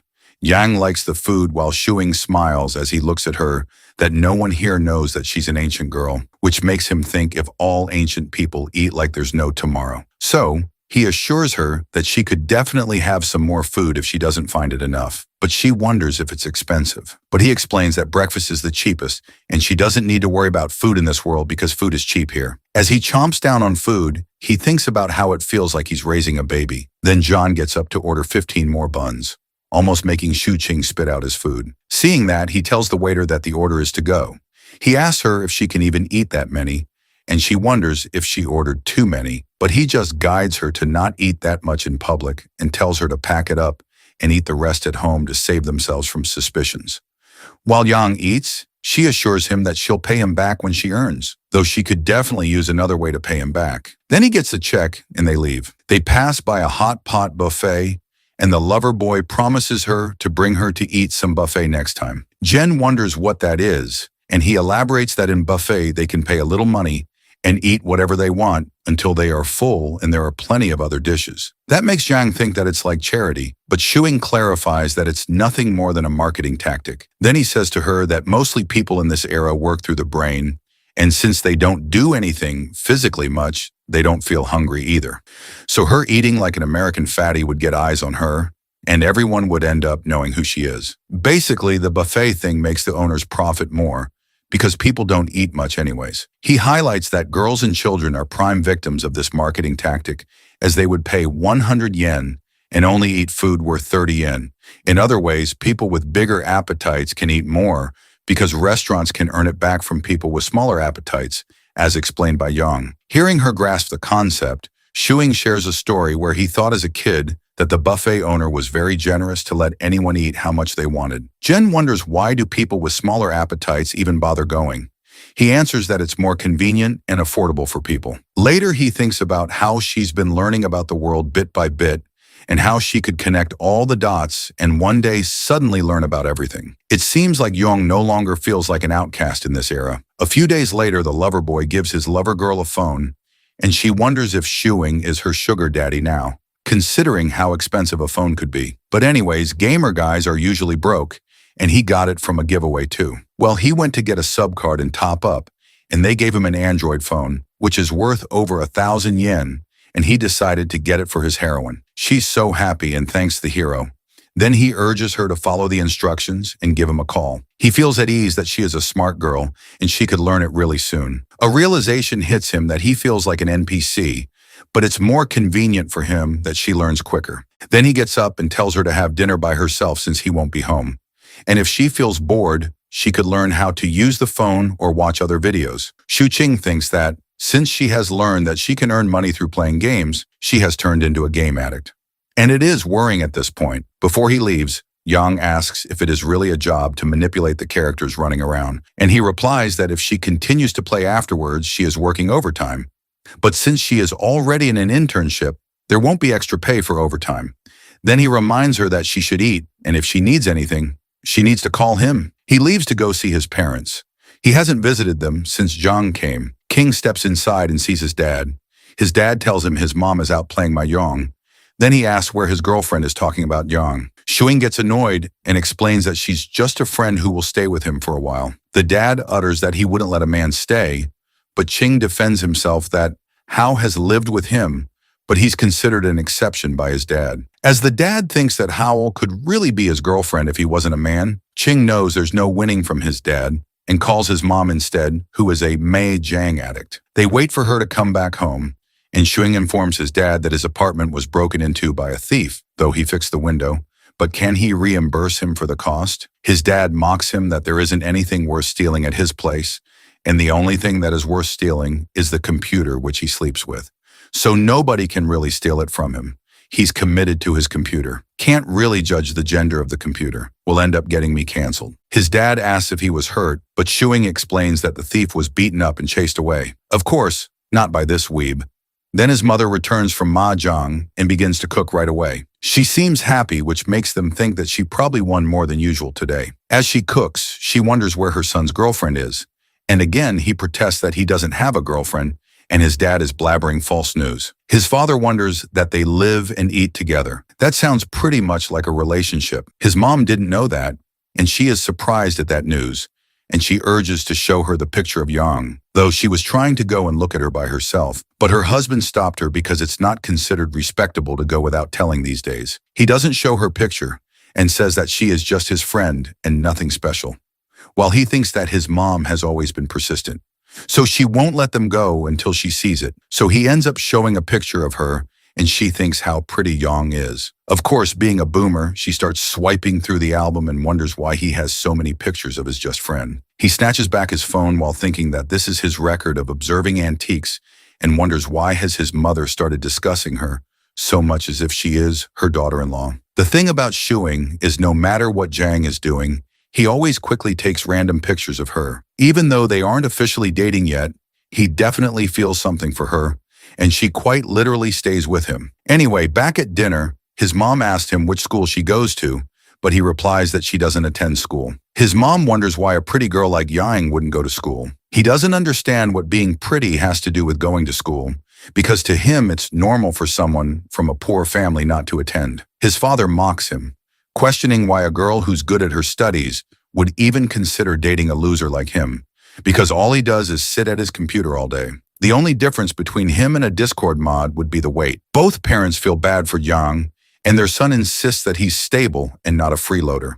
His mother then wonders how they even met and if Jiang isn't a local of Yangchang. He dodges the question again and redirects the conversation to his joblessness. Meanwhile, he reflects on how Yang hasn't even figured out how to survive in this world yet, and his parents are already trying to ship them together. Later on, after the dinner, he gets up to leave and tells them to rest.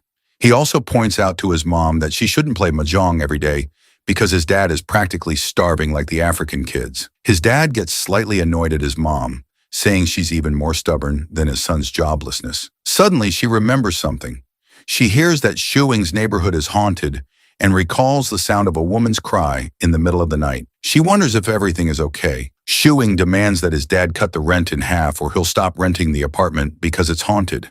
His mom agrees and says the rent should be reduced now that he has a girlfriend and more things to spend money on. His dad reminds her that Yang isn't actually his girlfriend, but the deal sounds so solid that he ends up agreeing Yang is his girlfriend anyway. Later that night, when he returns home, he sees Jiang holding her sword. He wonders if she was practicing, but she runs off to take a shower, and he's confused about why she would take her sword with her. He asks if something happened while he was gone, but she denies it. He's left wondering who exactly she feels the need to defend herself from. But then again, as long as it's not him, he figures it's fine. He sits on the sofa, and his imagination runs wild thinking about her. Of course, she probably does need protection from him, but he brushes off the thought. Then he notices his computer had been on standby the whole time and decides he'll start working tomorrow. Meanwhile, she comes out of the shower shining like Aphrodite. Looking at her, Shuing wonders if practicing martial arts makes her prettier. Back in the day, she would have been exposed to extreme temperatures, but her skin is still smooth. She reminds him that she once asked him to learn martial arts, and he refused. He yells back that he can't learn just by standing in a stance. An idea pops into his head. She could start a beauty class through martial arts practice, but that would probably flop since people these days don't even exercise to lose weight, let alone take up martial arts. Jen sits down and while trying to use the hair dryer,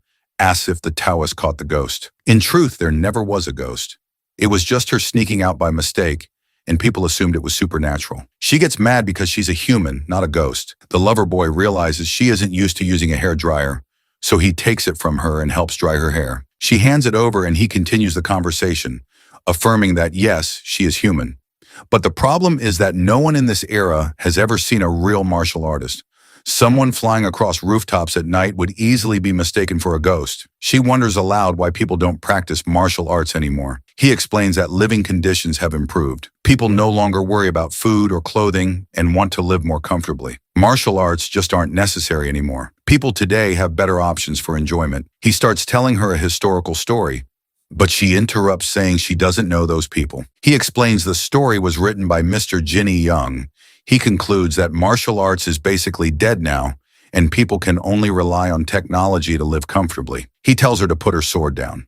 There's no one to defend against anymore, but she screams that there is a ghost and she has to protect herself. He tries to dismiss it, but she shivers and finally admits when he was away, she actually saw a ghost herself, with terror in her eyes as if she's seen Elon Musk without a shirt on. She informs him that when he went out, she saw a ghost. He starts to sweat as he hears her words.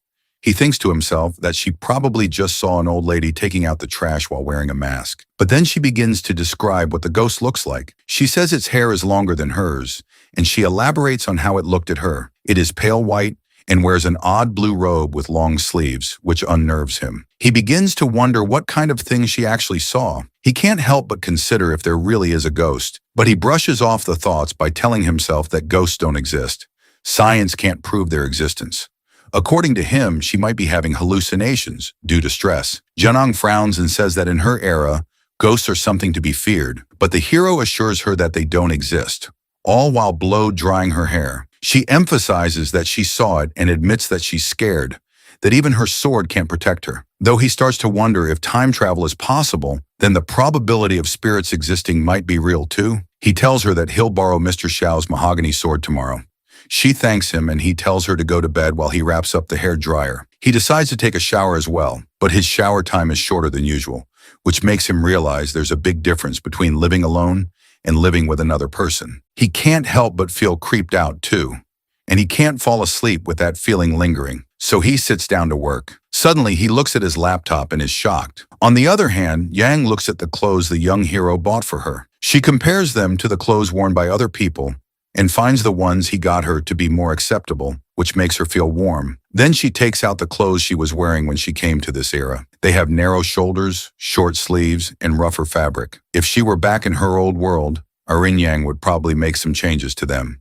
That takes her back to old memories where the chief teaches her martial arts to make her stronger. But Yang urges her to act a little more girly so someone can marry her in the future. She thinks about that, begins to cry, and resolves to practice martial arts enough to fight the ghost she saw. Suddenly, there's a knock on the door. When she opens it, it's Shu Qing with his laptop open, asking if that is the ghost she saw. She pulls out her sword, yelling that that's what scared her. It turns out it's just a horror movie playing halfway through, and that was the ghost she saw. He tells her to go back to sleep and that they'll talk about it tomorrow, but she's still really scared. So he shuts the laptop and shows her the baby girl sealed inside the laptop, assuring her that she can go to sleep peacefully. The next morning when Yang wakes up, she realizes that the ghost really doesn't appear anymore. Then she gets up to practice her martial arts and leaves the door open so he can watch her. Even though he hasn't woken up, she still continues to practice. She knows that in this era, she can only protect herself by practicing martial arts. Crawling out of his pit hole, Shuing wakes up and goes to see Zhang. She is feeding the cat while he thinks that everything is going well, and that if there's a street check, she will be able to hide her ancient personality as long as she doesn't go crazy. Not just that, she is a woman with women's privileges. If someone who time-raveled were a chief with a bearded face, or tall or muscular, the neighbors would probably report him to the police right away. While he brushes his teeth, he wonders what the chief looks like, and she explains that the chief is a little taller than him and has a beard, which makes her wonder why Zhuing doesn't have a beard, to which he replies that he's one of the literati and not a roughneck. She holds her face in shock, saying that even the literati in her world also have beards. His male ego is hurt, and he says that they use razors now, which is why he doesn't keep a beard. Then he angrily tells her that they have to go out for breakfast. She keeps her voice down while she tells him that the cell phone he gave her yesterday hasn't been working since morning. He realizes that the phone is probably not charged, and after that, they go out. As they're outside, he tells her that she doesn't need to work today because it's the weekend, and she should focus on learning how to use a phone. He explains to her the concept of Wei Chun, which she can use to make and spend money. He opens the bank app and shows her that her balance is 0, and he transfers 100 to her so she can spend it however she wants to, and she can pay him back later. It makes him think that he has never lent anyone money, and the ones who usually need to borrow money have never borrowed from him. So this is the first time in his life that he is ever lending money to someone. On the other hand, Hao reaches back home and asks his dad if there's anything to eat since he's as hungry as an African child. Later on, while he's eating, his dad wonders how many thieves he caught last night, to which he responds that they live in a peaceful time and there aren't many thieves around. Even beggars earn more than thieves now. Side hustle. His dad gets annoyed that Ching isn't even in the police yet. He caught a thief. And Hao exclaims, "When did that even happen?" His dad responds that Uncle Shu said Shu Qing's apartment was broken into and he beat the crap out of the thief and then let him go. Hao is mad and wonders why he let the thief go. What pisses him off is that he becomes a police officer just to do something good for society. But instead, Shu Qing, just by staying at home, catches a thief. His dad taunts him that the thief is already on the loose so he doesn't have to waste time asking about him. He tells him that apparently the lover boy also has a girlfriend who is living with him. Hao doesn't find that surprising because Shu Qing is conventionally attractive, and his dad gives him a death stare because his own son doesn't have a girlfriend. But Hao makes an excuse that he's not in a hurry and doesn't even have time for that. He would rather get married directly so he won't have to break up like Qing and his ex-girlfriend did. That's one more point for his dad to taunt him that his cousin already had 2 girlfriends, but he doesn't even have one yet. Hao tries to defend himself, saying that he's just trying to catch thieves right now, but still he's unsuccessful in both things. Finding a girlfriend and finding a thief. At least what he says is that he wants to find a girlfriend when he becomes a detective, but his dad knows he really can't find a girlfriend. Hao takes that as an insult, as if his dad is looking down on him, and he assures him that one day he'll bring the most beautiful girlfriend to him. When his dad hears him boasting in front of him, he picks up his sandal and gets ready to give him the Asian treatment, telling him that he has to get a girlfriend no matter what. With the rice cake in his mouth, Hao says that he can't start a family without first making a career, but his dad is not willing to understand and runs after him with his sandal. Hao wonders after getting spanked by his daddy, what did he even say wrong? Surely his dad wants more from him rather than rotting away his life alone, living with an anime pillow as his wife. As Hai gobbles down his food, he gets a call to hang out later on, but he denies as he has to be at his job. He feels sleepy after the night shift and goes to sleep while he asks his dad to wake him up at 400 p.m. Coming back to Qing, he gets a call for a party too, and he knows Hao must be busy later at night. Definitely not banging chicks. Qing and Zhang enter the apartment while he's still on the call, confirming the dinner and wondering if he could bring Zhang with him too. After the call ends, he informs her that he'll be taking her to a party tonight. He asks her not to mess around and just listen to what he says. She agrees and then questions him if he meant that all the ghosts and martial arts are fake because that's strange for her. Patiently, he explains to her that it's not strange since all the basic survival needs are met. Humans develop a spiritual need. It could be anything from pets to games or movies. He wonders if she doesn't have novels in her world, but she isn't aware. Ching gives her an example of tea houses having storytellers who tell interesting stories. What he's trying to explain is where there's demand, there'll be supply. People solve each other's problems in return for some money, and hence a workflow is created. Giving another example, he explains that when everyone is seeking solutions from others, they are also helping others solve their problems, and that's how they earn. Realization hits Zhang, and now she understands how Ching can live like a landlord without having to go outside to work. She gets the concept of it, the concept of watching movies in leisure time, and he approves of her smartness. He tossed her a can of soft drink as a reward, but she wonders why he took her in. Was it for his spiritual need? He thinks and smiles at her and says he did what he wanted to. As he continues to play with the truck of a cat, she thinks that the young hero is really just a person with a big heart. She opens the can, and the entire soft drink fizzes up and spills on her. He hands her over a tissue to clean up herself. The world would become a boring place if everything was to be done with a purpose. Later at night, as they're making their way to the party, he guides her that she can eat and drink whatever she wants except for the alcohol, and there might be a lot of people coming to the party later on. They reach the place.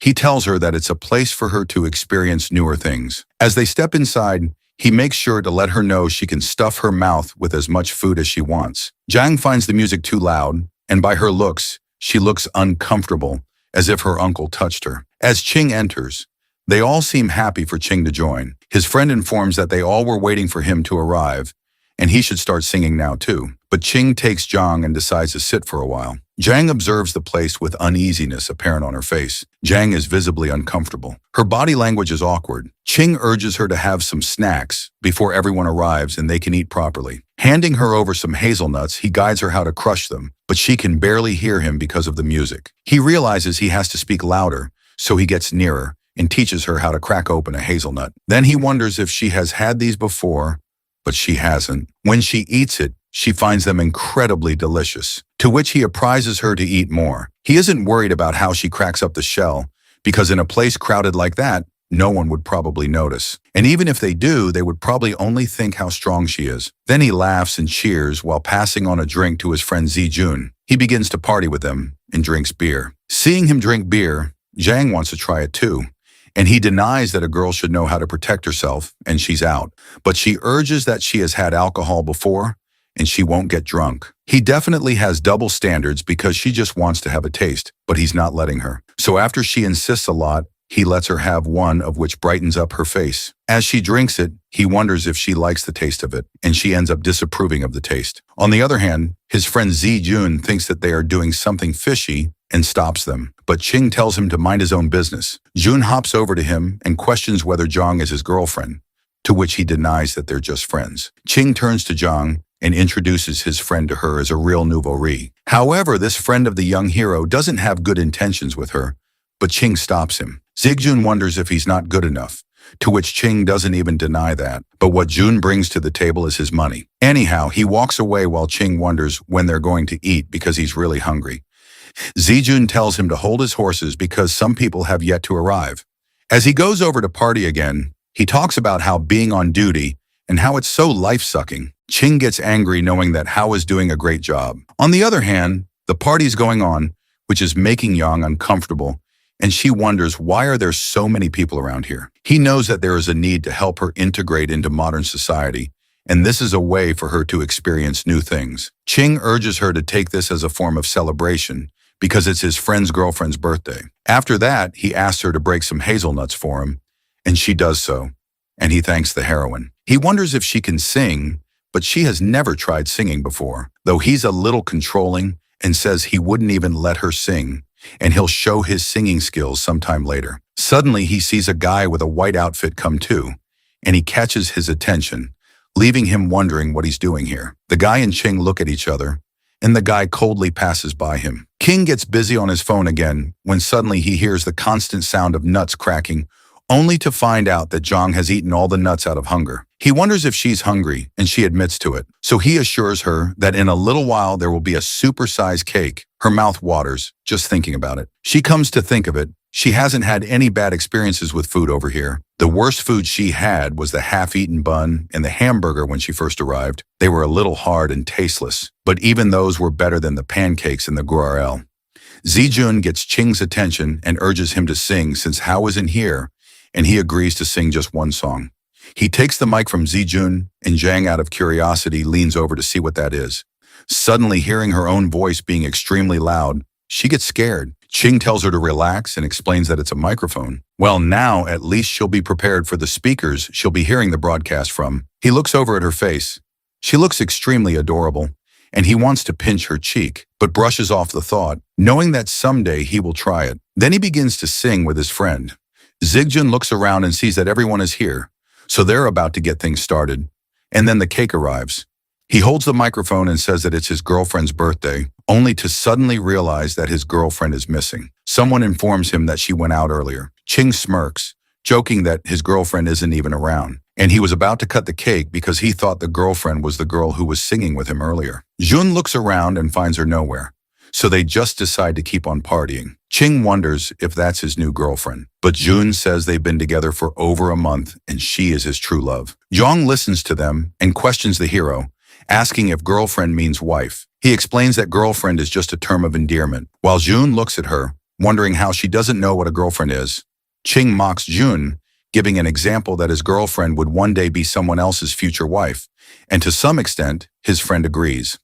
Zhang then wonders who Ching's wife is, giving him a deadly look. He explains that he's an otaku, and for him a girlfriend can be everything, which makes his friend laugh. Although Jun wonders if the two of them are really just friends, Ching quickly changes the topic, saying they haven't talked like this in such a long time and that they should have a few more drinks, mainly because he has to hide the fact that he was just explaining the concept of a girlfriend to an ancient person. Suddenly, Zun looks at his watch and realizes how late it is, so he goes off to find his girlfriend. Ching and Zhang sit down, and suddenly Ching hears a voice he was expecting, asking him if Zhang is his girlfriend. He tells him to mind his own business.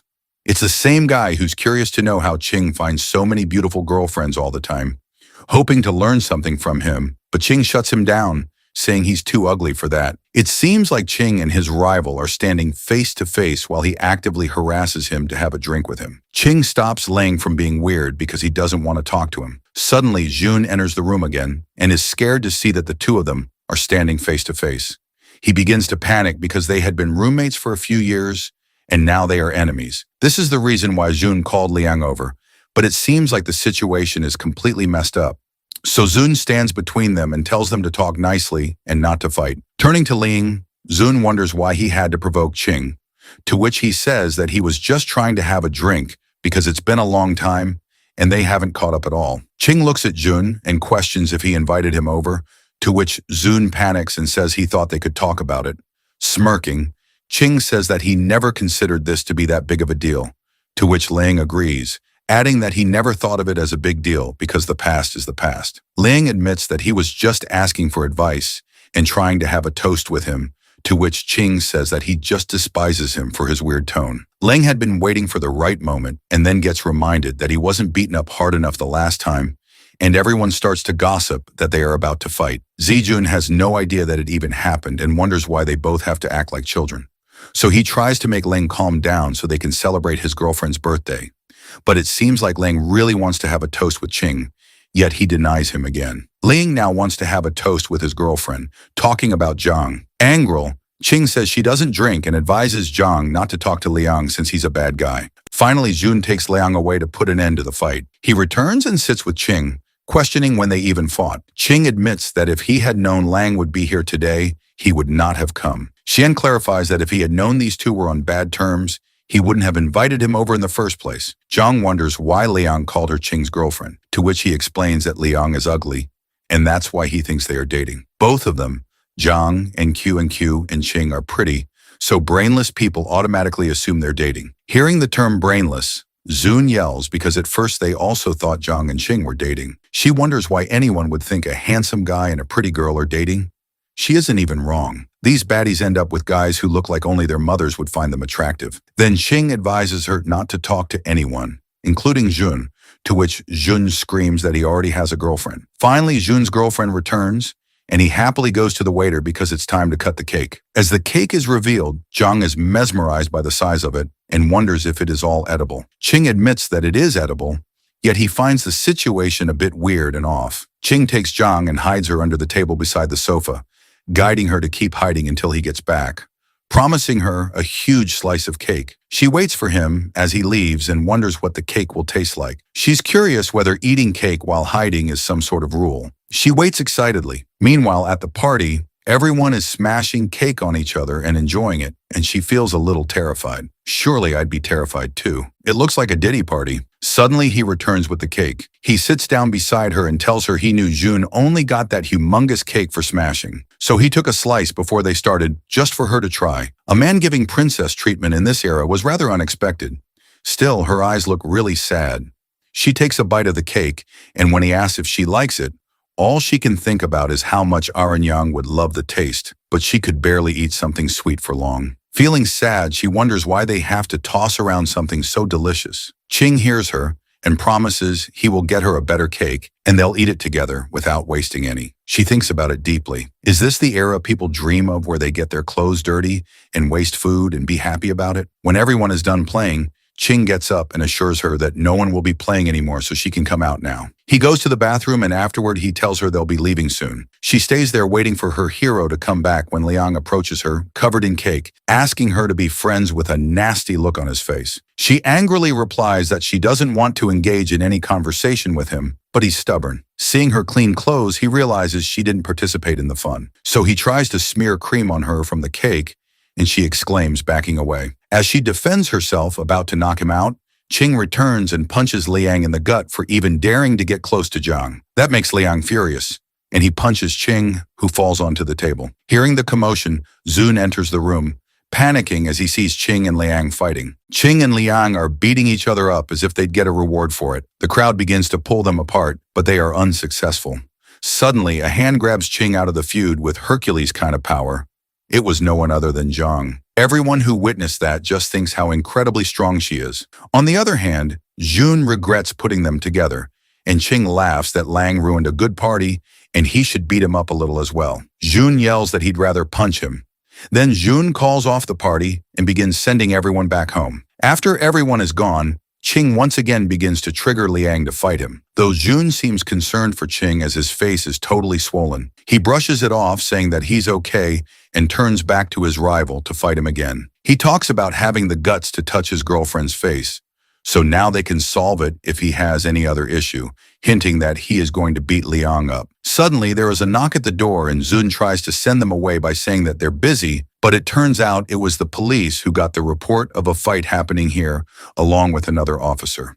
It was Hao. Hao feels a little nervous knowing them too well. As the police officer steps inside, they see Lang on the floor while Ching clearly shows the signs of being beaten up. Zijun tries to explain that there is a misunderstanding and there wasn't a fight. Lang and Ching only fell while singing. On the other hand, Zun makes sure to tell Hao that he looks super smashed in the uniform. Getting back to the police officer, he asks Ching about the situation, and he lies that they just fell while being drunk. The police officer asks him for his ID number, but Ching doesn't have his card. The police officer confirms once again if they didn't fight at all, and Ching tries to assure him that there wasn't a fight. They were just messing around. But Liang decides to back off from the plan that he hit him, and they did fight indeed. Hao asks if they really fought or not to, which Ching admits that they did fight. Nervously, Zun still tries to cover up the situation by saying that they're drunk, but the police officer shuts him up, saying that they all are going to the police station to settle it. Ching asks Zun to help him send his sister back home, and he will go to the station. He was only talking about Zhang, which leaves Zun confused whether she is his girlfriend or his sister. The police officer wants all of them to go there, as they all are the witnesses of the situation. That really sounds like bad news for Ching and Zhang.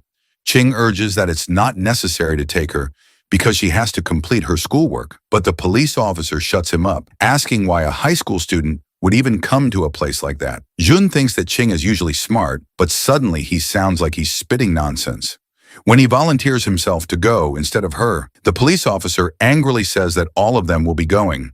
They all look at Hao, and he slips off, saying that he can't do anything because he's just a rookie right now. He explains that his cousin just moved out of the village. She hasn't been to a place like that, and she'll be scared. Hao is sure that they're just going to be asked some questions, and that's it. Meanwhile, he wonders if the officer thinks this girl is Ching's girlfriend, as he heard from his father. On the way to the station, Hao asks Ching how he suddenly has a cousin, because that would make Hao her brother. Hao inquires about her name, but Ching says that she is in high school, doesn't have an ID card yet, and is just here to stay with him for a few days. Hao looks at her and introduces himself as her brother. Meanwhile, Jun complains that Hao didn't come to the party when he invited him, but now he's here after everything is already done. As they reach the station, Ching feels a little nervous and wonders if this is what people call a guilty conscience. However, Jang is preparing herself for the questions she's about to be asked. She cheers herself up, and seeing her motivation, Ching becomes a little less nervous because they would eventually have to face these problems. So now they're just becoming familiar with it. Ching and Liang sit together in a room with the police, and Ching begins telling the story of how the fight emerged. Liang knows he won't get any benefit out of it, but makes sure not to let Ching get out of the situation easily. So he starts to play the victim, saying he was just trying to make a harmless joke when he suddenly got punched in the guts. The police officer asks what kind of joke it was and says he needs to know every detail, urging Ching to go first, but Liang snatches that chance away from him and begins ranting. On the other hand, Ching is worried about Zhang being interrogated in the other room because it's still too early for her to deal with situations in a modern way. After Liang is done telling his story, Ching emphasizes that he left out one important detail. Liang started insulting Ching first. He adds that it was his rival who provoked him in the first place, to which Liang defends himself by saying it was just a joke, but the police officer doesn't fall for it, so he gets straight to the point. How are they going to solve this? Liang wants Ching to be detained and arrested for the incident, but the police officer says it was mutual combat. If one person falls for it, the other can't get away either. It's not like Ling got beaten up too badly. There's just a red mark, and that's it. All they can offer is going through a medical examination and then considering detention and compensation accordingly. Ching smirks, knowing that either they can shake hands, both get detained, or go through a medical examination. Liang really thought he could have gotten Ching arrested after getting beaten up. The police officer tells them that Ching will be fined 500 and detained for 8 days, and Liang will be fined 200 and detained for 5 days. Or they can simply choose to reconcile or go for a medical examination. Liang's plan really went down the drain. The officer notices the injuries and mentions they'll take time to heal. Since it's getting late, he offers to drop them home, but Ching hesitates, unsure if the officer should leave his post during duty hours. He points out that nothing usually happens this late. Still, the officer warns Ching to watch his words, hinting that there are strange forces moving quietly through the night, ones that shouldn't be taken lightly. Moreover, the officer still insists on giving them a ride, though Ching prefers to take a cab and asks where his cousin is, to which the officer replies that they're waiting outside. He also mentions that he had asked his cousin to wait inside, but she didn't want to. While heading out, the officer remarks that his cousin Yang seems a bit slow, but Ching quickly defends her, saying she's actually smart. As the night calms down, Ching decides to go home and reminds the officer that they can meet again later. It's getting close to 1 a.m. and Liang has already left, but Ching is still not done, and Zijun and Zhang are waiting outside in the cold. After some time, Ching comes out of the police station and wonders why they didn't wait inside. Shun explains that staying in made him too sleepy. Besides, the night has clearly been exhausting.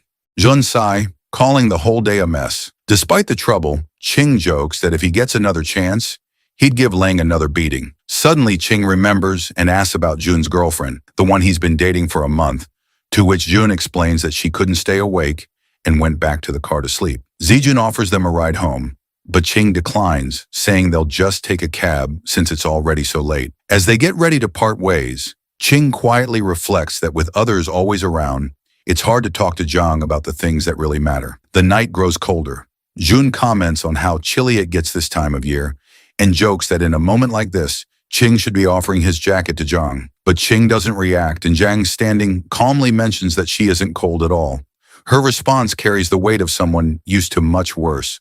While Ching looks like a delicate modern guy, Zhang comes across as someone much stronger, almost like someone from another time. Moving forward, there's a moment of silence when Jun tries to figure out the connection between Ching and Zhang, but the answer isn't clear.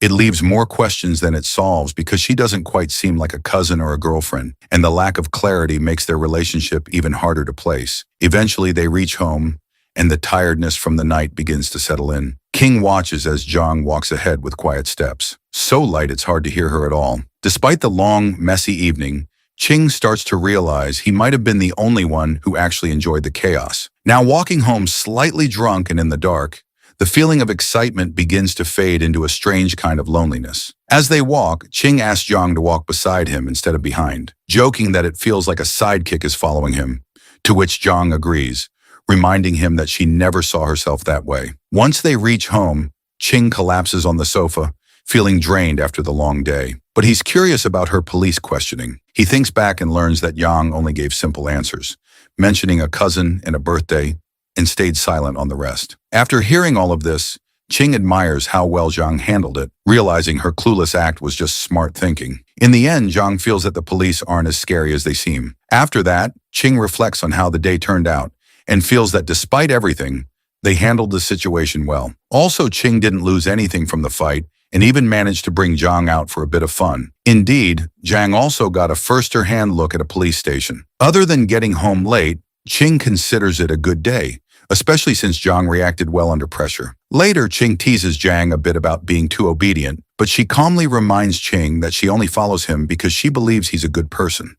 Additionally, Zhang admits she's been relying on Ching because she doesn't fully understand the world yet. Also, Zhang trusts Ching because he's been kind, giving her food, shelter, and support. Moreover, Zhang believes that if she couldn't trust Ching after all that, she might as well be wandering the streets to Zhang. Ching is the only one who has truly helped since she arrived. After the serious conversations, they also joke about the fight earlier, agreeing that if Liang had actually touched Zhang's face, the outcome would have been much worse. Following that, Ching wonders if their fight seems childish from an outside view, to which Zhang, unimpressed, doesn't even consider it a real fight. Janung asked our boy why he had hit that guy. Xuan replied that the man had deserved it and that punches were meant for people like him. He explained to Zhang Ha that if someone ever annoyed her that she couldn't hold back, she can't use her full strength, just enough to make the person feel some pain without actually injuring them. Otherwise, she could end up in jail. He went on to explain that there were many kinds of people in the world. Some wished to wear bougie things but couldn't afford them. The hero told Zhang Hai that such people might give her a nasty look if they saw her wearing these things, but they would only act this way toward people they were familiar with, especially those who were out of their league. Shuing said that these people found it natural for others to be wealthier or more capable, but they couldn't stand seeing someone they actually knew doing better than them. Zhang Hu asked if that really happened. Our guy replied that he looked down on people who behaved that way and on bootlickers in general. Jen Hu asked what a bootlicker was. Our boy explained that it was a very common type of person and jokingly someone who deserved to die. He reassured her that she would understand in due time. John Hu didn't understand much of what he said. Seeing her confused expression, Shu King suggested she take a shower.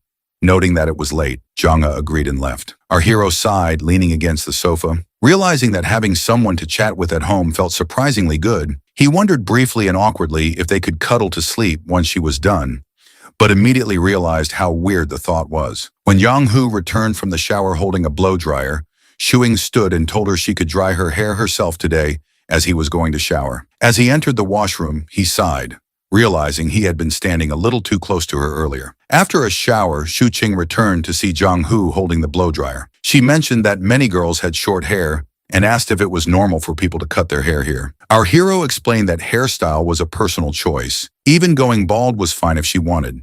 He asked if she wanted to cut her hair. Jenga said she wanted to trim it a little. Our boy advised against cutting it, saying that long hair was beautiful. He took the blow dryer from her and declared that he would dry her hair from now on, asking her not to consider cutting it short just for convenience.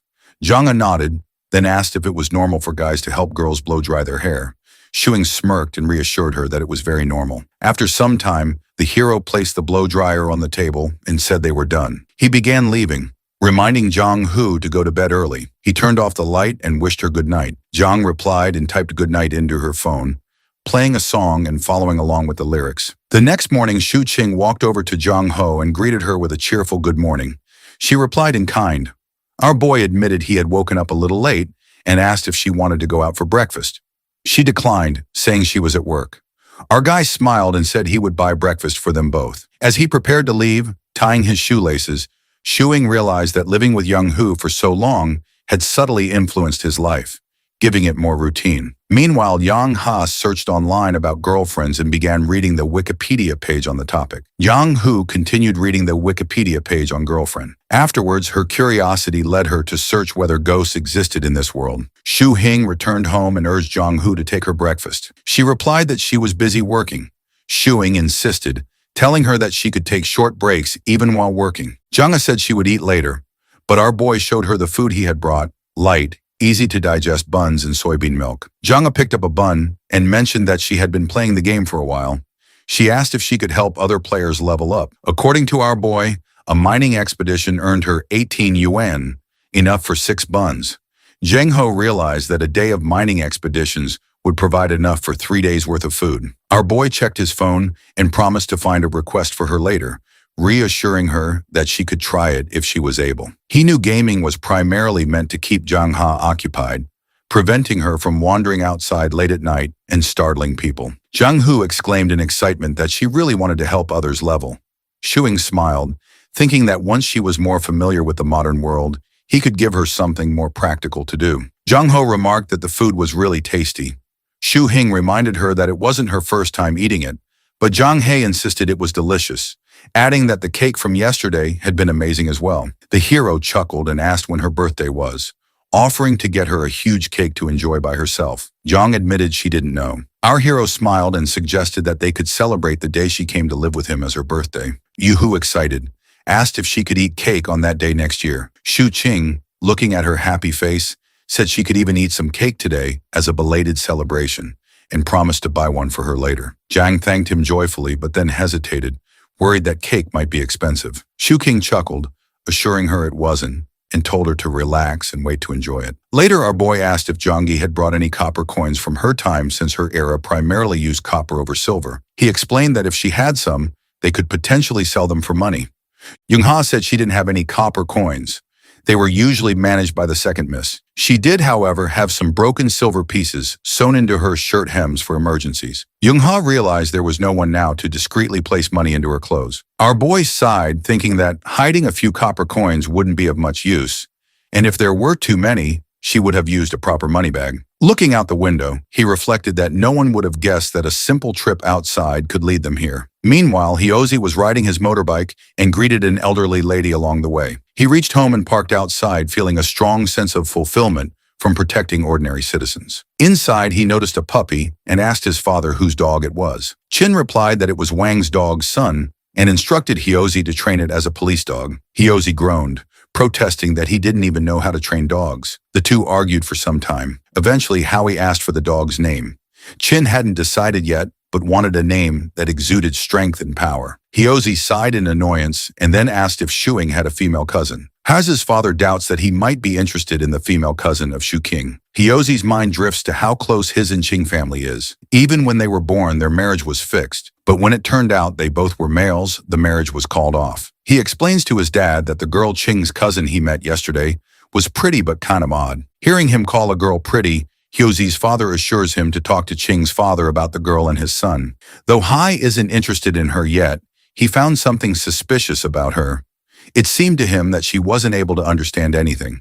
And the way our boy acted at the KTV, it wouldn't be okay to call it weird, but seemed a little deliberate. On the other hand, outside his apartment, our boy greets Uncle Zhao playfully, asking if he saw any ghosts lately. But Uncle Zhao didn't get the sarcasm and is really satisfied with the exorcist who came earlier, and according to him and the people of the building, made that spirit leave. Hearing this, the hero laughs nervously, thinking that when this old lad retires in the future, he will definitely have tons of rumored stories for his grandchildren, and those will definitely go viral if made into a book. As the hero and Yang, who stroll down the street, he playfully teases Zhang Hai, reminding her of how scared the old man was. Jen frowns, assuring not to do that stunt again, and is upset that they think of her as his girlfriend. Seeing her upset, he assures her that he has clarified to everyone that she is not his girlfriend, but it is on them to assume whatever they want and to change her mood. He decides to take her for drinking some kumquat lemon. Even though he changed the subject, still Zhang,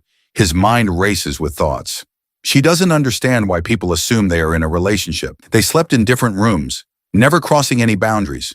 Though she knows they ate together and he helped her with a few things, it doesn't mean they can assume stuff. She tries to ignore all this by reminding herself that as long as her conscience is clear, everything is okay.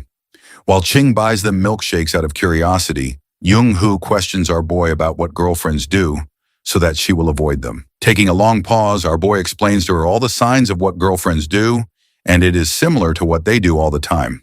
This freaks her out. Noticing her uneasiness, our guy assures her that with her, there is an exception as the situation is different for them. It doesn't really give her that much assurance, but she tries to forget it. While they are drinking milkshakes, Chung picks up the cake from the nearby shop he ordered. As soon as she sees the cake, she realizes that the debt is increasing for her.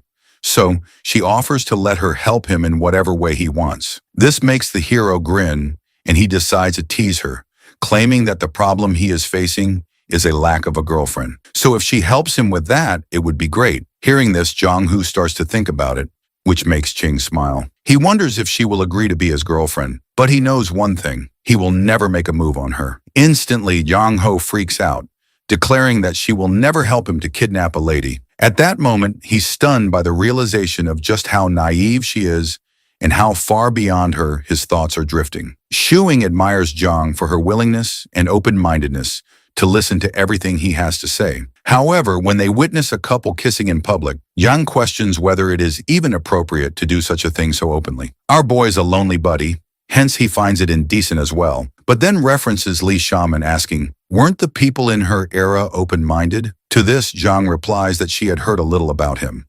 While talking to Jang, our boy thinks about his father, who had dedicated his entire life to historical research. He worries that if Yang's information doesn't match the historical records, it would mean that all his father's work was of no use. Our boy wants to inquire more if she has seen anything like that before, but she wasn't bothered much by what the emperor did in his life. Shushing agrees with her answer, thinking that historical records often show powerful people like emperors and officials engaged in questionable behaviors, and she may not have been aware of it. Our boy then imagines the tales of conquering the world with a sword, feasting on meat and wine, just a part of his vivid imagination. He exclaims that he wants to know about Zhang's life, which sounds fascinating to him. Jen pauses for a moment, recalling a gory scene, and responds that our boy wouldn't love to hear it all. Shu King insists, saying he would love to hear it as a story tale. Later, our boy opens up a cake box and shows Zhang the birthday candles. He explains that he didn't know her exact age, so he asks the shop assistant for candles for an 18-year-old. Zhang is surprised and is told she can place the candles wherever she wants on the cake.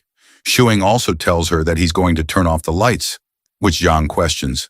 Our boy explains that it's part of the birthday celebration. After switching off the lights, our guy excitedly praises Zhang, calling her the birthday star of the Night Warrior, and tells her to close her eyes and wish for her heart's deepest desire, then blow out the candles in one breath. He tells her that since it's her first birthday in this era, whatever she wishes will surely come true. Zhang closes her eyes and takes a long time wishing, which makes Shu Qing impatient. He asks if she's done so, she can blow out the candles. Yang finds the entire ceremony weird. The hero explains that this is a Western tradition, and with time, it will get normal for her. Zhang then wants to use her phone to take a picture of the birthday cake as a memory. Su Qing helps her take the pictures and tells her that once she's done, she can cut the cake. Since Zhang is new to all this, he politely helps and guides her in cutting the cake. Jen wants Juking to have the first slice of cake, but he tells her she can have the entire cake. Yang gets excited, and upon being asked by the hero whether she didn't like the cake, she takes a bite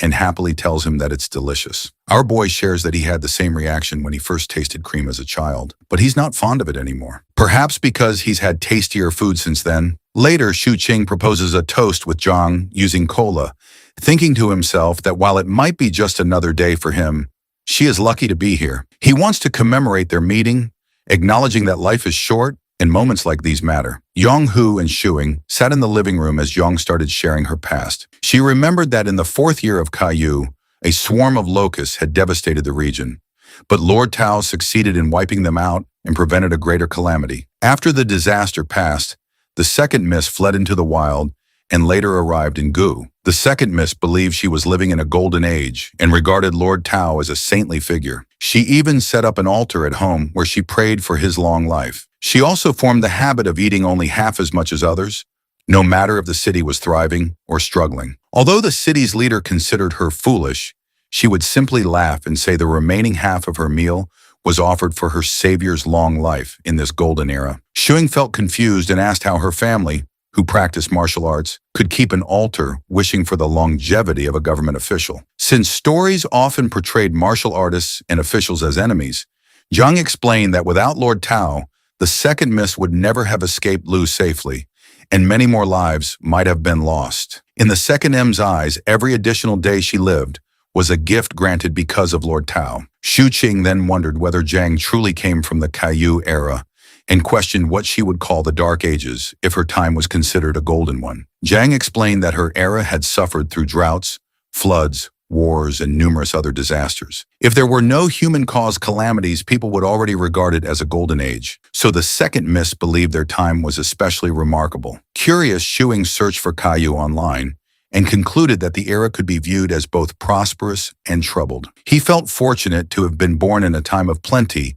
and realized how lucky he was compared to living in Yen's world. He told her not to dwell on it too much and simply enjoy her cake. Janang thanked him and asked if she could eat the remaining cake from the previous day. Holding a birthday card, she quietly admired the modern world. Food could be wasted just for amusement. People could dress boldly, and couples could even act affectionately in public. Thinking about the second miss, she came to understand that compared to her own time, this era truly deserved to be called a golden age. A few days later, while Shuing was working on his computer, he noticed Zhang peering shilly from behind the door. He soon realized she had run out of sanitary pads, but was too embarrassed to ask. Without hesitation, our boy ordered a box online.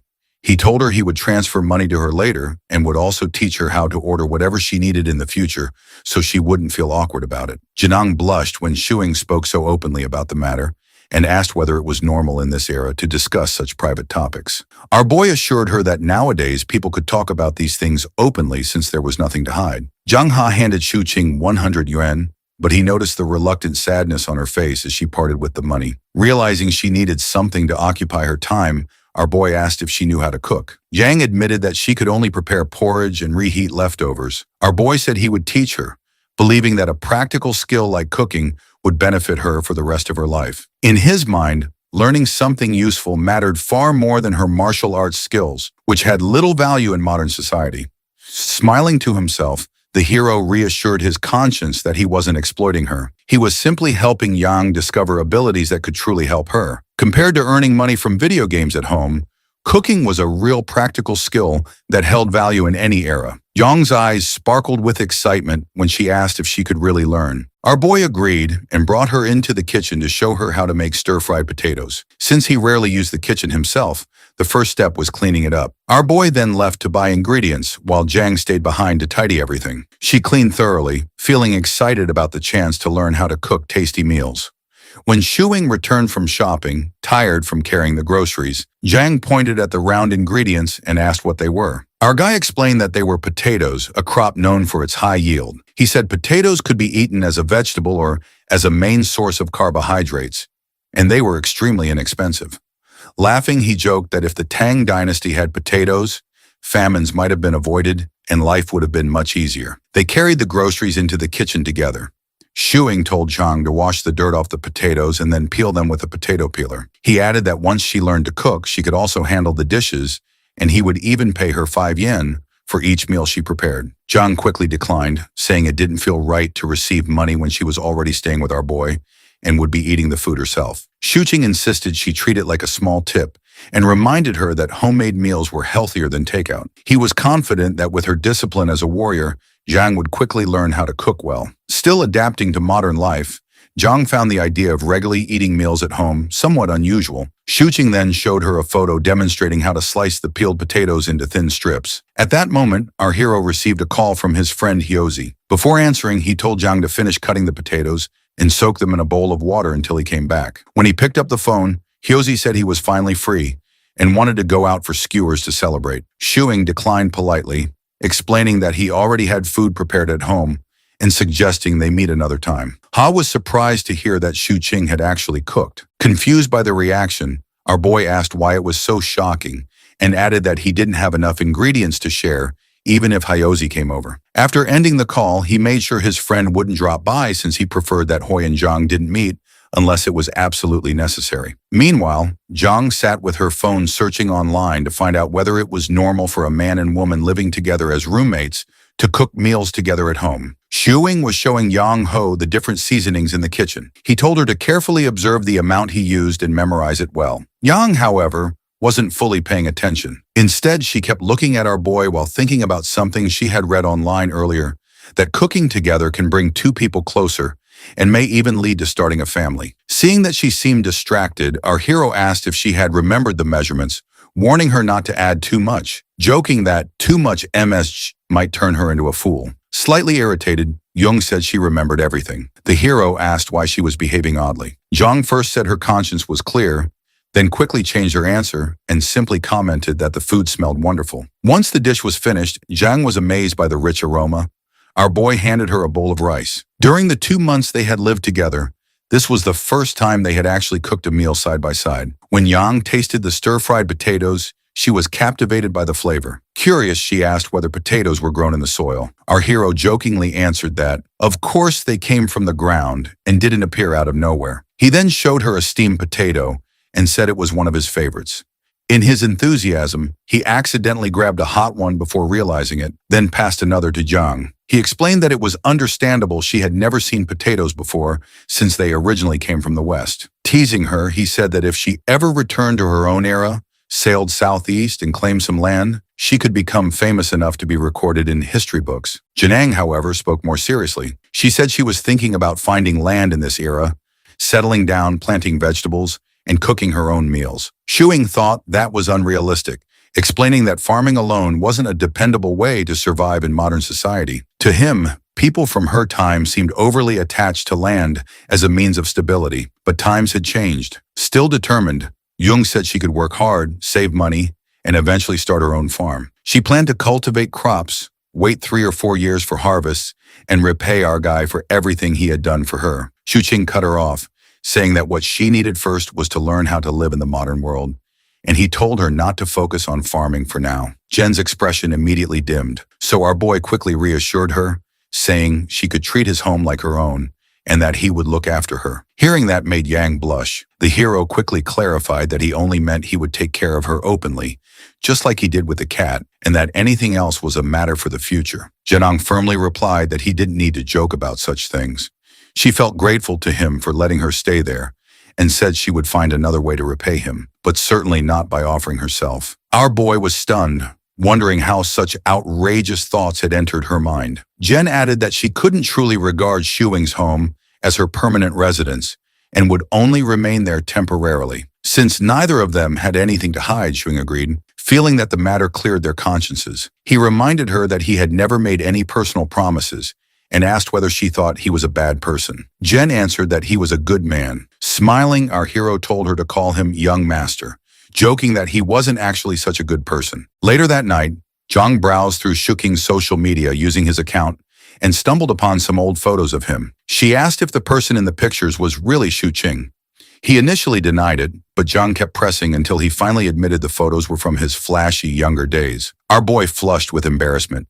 He had hidden those pictures in a private folder, so he wouldn't be reminded of that past, but somehow Zhang had managed to find them anyway. Zhang asked Shu Qing if he had ever had long hair. Shu Qing replied that his long hair had been for his funeral love phase, something Zhang likely wouldn't understand. He explained that he and his friends had been trendsetters back then. Our boy thought to himself that if he hadn't looked like a bum in the past, his father wouldn't nag him every other day like he did now. Paying rent for a home owned by his family still made no sense to him. Our boy then helped Zhang create her own social media account where she could post and store pictures as long as nothing went wrong. He helped her set a password using her name in English and created an internet handle, Fly Dancer, reflecting her martial arts background. Shuing also joined her in online gaming communities and showed her how to use them. Exhausted, he collapsed on the couch and noticed a friend request notification for Yang. He wondered if she would become an internet addict at this rate, but he decided it was far better than her ending up as a miner or a vigilante. After just 2 months, the boy realized he had grown used to having Yang around. He also saw that she was adapting to modern life, slowly becoming a city girl. In her own time, she had been just a grain of sand, but in this era, she was becoming a brick, solid, and capable, which made our guy happy to help her. Later, Yang got up to take a shower. Our boy told her he had bought a high-absorbent towel so she could dry her hair easily. While in the bathroom, Zhang reflected on how Shuing had been right. In this era, many things existed for enjoyment, not for mere survival, as in her own time. After 2 months, she could feel how much she had changed since arriving. When Yang came out of the shower, Shuing offered to blow dry her hair before taking his own shower. He thought that helping her would prevent her from getting annoyed and cutting her hair short impulsively. Yang suggested that Shuing could consider growing his hair long, too, as long as he didn't dye it red, so she could return the favor by blow-drying his hair. Our boy was happy with his current hairstyle and told her that helping her was no trouble at all. Blow-drying was a daily task at hair salons. He even added that he would take her to get a haircut so she could look her best, making Yang smile in gratitude. Janang wondered if the roles were reversed if Shuing had come to her time, whether he would have survived without modern skills with her protecting him instead. She thought it would have been a piece of cake. She hoped Shuing would never have to experience her era, as things were already good for them in the present. The next day, Shuing took pictures of Yang dressed in winter clothes. Realizing that she was becoming a dress-up darling, he wondered whether her martial arts could help her tolerate the cold. Jang confidently replied that she would manage better than the hero. The hero teased her, saying her toes would freeze in her straw shoes, which made Yang scowl in anger. Later, Shuing left the house, telling Yang to cook for herself since he would be eating out. As he walked out, he thought about how it was already late November and he still hadn't paid his rent. He considered transferring the money to his father, but decided it would be better to visit in person. Since his father had lowered the rent, Shuing wanted to prevent any misunderstandings. He didn't want his parents arriving unannounced and assuming there was a romantic relationship between him and Yang. Shu King sends his mother a message before going to visit her. When he arrives, she immediately asks if he has come alone. Our boy casually asks who else he could have brought. His mother looks around and asks where his girlfriend is. He replies that he left Yang at home. His mother asks why he did not bring her along. Our boy tells her not to glare at him. Zhang is only his girlfriend, so there is no need to bring her every time. Besides, he jokes that his father would probably complain again about him freeloading off them. His mother then wonders how he and Yang ended up living together and suspiciously asks if he picked her up off the street. Shuing explains that Yang came to the city alone to search for work and does not know anyone in this unfamiliar place. At first, he treats her like a younger sister, but gradually their relationship changes. When asked where Zhang is from, our boy says she comes from the mountains. He tells his mother that when he first meets her, her shoes are torn, and she even refuses to accept a new pair. Her clothes are full of patches, and she is often hungry. His mother finds it difficult to believe and assumes he is exaggerating, since Yang does not seem as miserable as he describes. Shu Sing insists that Zhang is not like other carefree girls who have everything provided for them. She has supported her family since she was young. In truth, he prepares these stories beforehand to mislead his mother. The topic then turns to their future since they are living together. The hero becomes nervous and quickly explains that nothing inappropriate is happening. Yang sleeps in the storage room instead of sharing his bed. His mother still warns them to be cautious. Shuku King replies that Zhang is only staying there temporarily. His mother tells him to bring Zhang along next time and advises that if they are not compatible, they should separate early. Our hero jokes that if they do get along, maybe his father will stop charging him rent. She then asks whether he has found a job yet, and Xing admits that he is still looking. When his father returns home at 7 o'clock, the first thing he asks is whether his son has brought the rent. Our hero smirks and says he only came for dinner. His mother calls everyone to wash their hands. During the meal, Shu Qing keeps thinking about what Zhang might be doing at home, which makes his father notice that he is behaving oddly. Later, while helping his mother wash the dishes, the boy sees that she is growing ginger sprouts. When he reaches for one, she lightly slaps his hand away. After he says he wants to plant one himself, she finally lets him take a single sprout. He plans to give it to Yang, knowing she will enjoy taking care of it. As he prepares to leave, his mother tells him to go home since it is getting late. Our guy hesitates for a moment, then admits with a red face that he thinks he has fallen in love. On the way back, he keeps turning the thought over in his mind. He truly has fallen for Zhang, a girl who comes from 1,000 years in the past. Shuking enters the house and asks Zhang what she is doing. She panics a bit, but explains that she is about to play some games. Instead, our guy hands her a small plant. Yang studies it curiously, confused. Our hero explains that it is a sprouting ginger plant. He tells her she can keep it in her room or place it in the kitchen. After a moment of consideration, Yang decides to put it in the kitchen. Shuing then asks if she still wants to play games, but Yang feels tired and plans to go to bed instead. He reminds her to stay warm in the cold weather, assuring her that the weather will get better in a couple of weeks. Before Yang leaves, our boy calls her over and asks her to sit beside him. After hesitating for a moment, he asks if he can hold her hand. Jen refuses right away. Our boy says he only wants to check whether her hands are cold. She still declines, but he gently reaches out and briefly takes her hand anyway. As he holds it, he studies it carefully, which makes Yang feel a little uneasy. When she asks what he is doing, he casually says he is curious whether martial arts training makes a person's hands rough or unattractive, adding that he is thinking of learning martial arts himself. In reality, he is already considering buying her hand warmers for the cold weather. Feeling embarrassed under his scrutiny, Zhang quickly escapes to take a shower. As soon as she disappears, Shuqing rushes to the computer to check what she had been doing earlier, suspicious about her strange behavior. Looking through the browser history, he discovers a series of unusual searches that leave him puzzled about what she has been thinking. When Yang returns from the shower, our boy offers to help blow dry her hair again. She notices the strange expression in his eyes and asks why he has been acting oddly all evening. While plugging in the hairdryer, our boy suddenly begins lecturing her. He explains that search engines are not always reliable because they are created and managed by people, and people can make mistakes. He also warns her that some individuals online are scammers, so she should not believe everything she reads on the internet. Jen watches him suspiciously and asks why he suddenly feels the need to say this. Shuing awkwardly answers that it simply crossed his mind and insists it has nothing to do with anything she might have searched. Later that night, lying in bed, our boy reflects that at the rate Yang is adapting, she will soon fit seamlessly into modern society. Thinking about it makes him analyze everything about her, until he finally decides he needs to find a way to officially make Yang his girlfriend. The next morning, Yang is brushing her teeth while Shu Chu-ching stands nearby, staring at her. His constant gaze starts to irritate her. Yet the longer he watches her, the more perfect she appears to him. Unable to keep it to himself any longer, our guy casually asks if she would like to visit his parents' house sometime when she is free. Shushing remembers how his father visited the previous month and questioned why he and Yang were living together. Thinking back to that suspicion, the hero now asks Yang to pretend to be his girlfriend and accompany him to a meal with his parents, hoping it will stop them from meddling in his life. When she hears the word girlfriend, Zhang looks confused and asks whether that means they would have to sleep together. The hero quickly reassures her that she does not need to do anything like that. She only has to join him for the meal. Then jokingly, he adds that he would not mind if she wanted to share a bed. Jung rejects the idea immediately. After some thought, she agrees to act as his girlfriend. Delighted, Shuing suggests they should rehearse beforehand. Janang frowns, not understanding why practice is necessary if they are simply going out to eat. Caught off guard, our boy hastily changes the subject and offers to take her to an all-you-can-eat buffet for lunch. The promise of unlimited food instantly sparks Jung's excitement. While they are outside, the hero asks if she feels cold. Jung says her clothes are warm enough.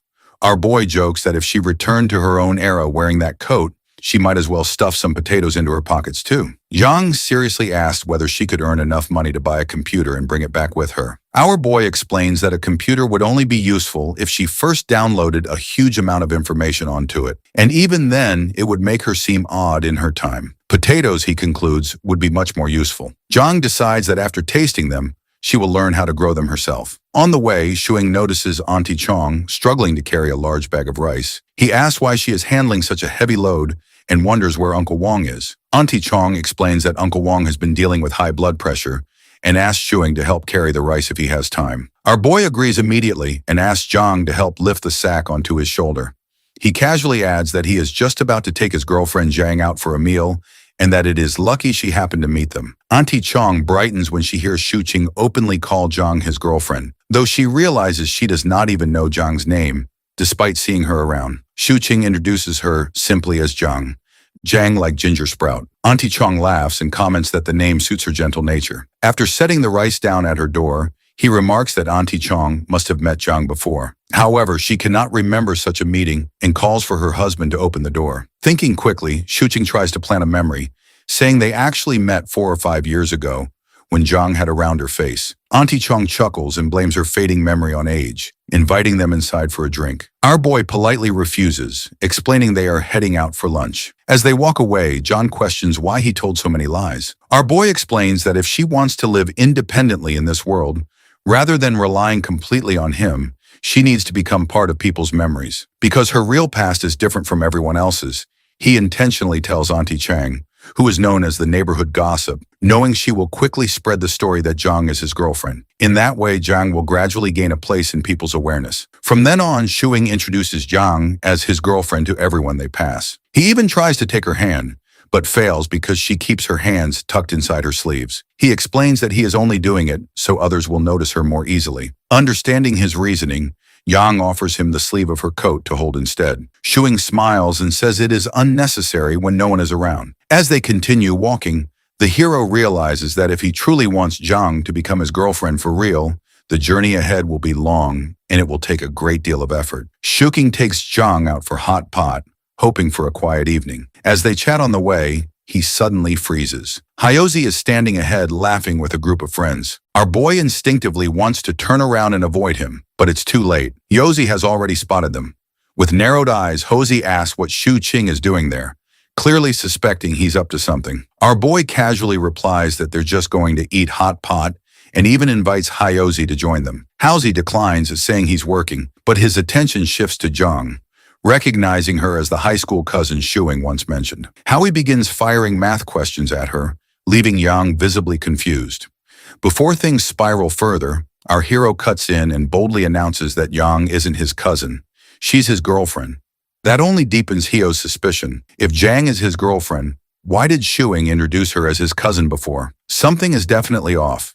Smirking, Shuing mockingly calls Hyozi Sherlock Holmes and admits there is a story behind it, but he'll explain another day because he's starving. If Hyozi insists on interrogating him now, our hero jokes that he's ready to be arrested on the spot. Hyozi finally lets them go, but not without a warning. The hero had better come clean later, or Hyozi will tell his father about his drinking and gambling habits. Shuing brushes it off and tells Zhang to ignore him. The two head into the restaurant, leaving Hyozi fuming. Inside, Zhang grows uneasy. She wonders if she shouldn't have come out at all. Our boy gently asks if she would rather stay cooped up at home all day. He explains that she can't learn about the modern world unless she experiences it herself. When Zhang nervously points out the police officers nearby, Shu Qing reassures her. As long as she doesn't reveal her true identity, no one will arrest her. And even if the police question her, she can simply say she's a wanderer. They'd probably help her find her family. Zhang hesitates, saying that's not what Shuing told her before. He smiles awkwardly and replies that times have changed. Soon the food arrives. Zhang thanks him shilly for the treat, making Shuing blush. He asks her to take off her hat and jacket so she can eat comfortably. Curious, he asks whether people in her era had hot pot. Zhang says she's never tried hot pot specifically, though they had similar communal meals. Our boy recalls a poem about such gatherings and recites it while adding more meat to her bowl. Zhang's eyes sparkle with gratitude as she tastes the food. Mesmerized by her expression and her beauty, Shuing barely touches his own meal. Zhang notices and asks why he isn't eating.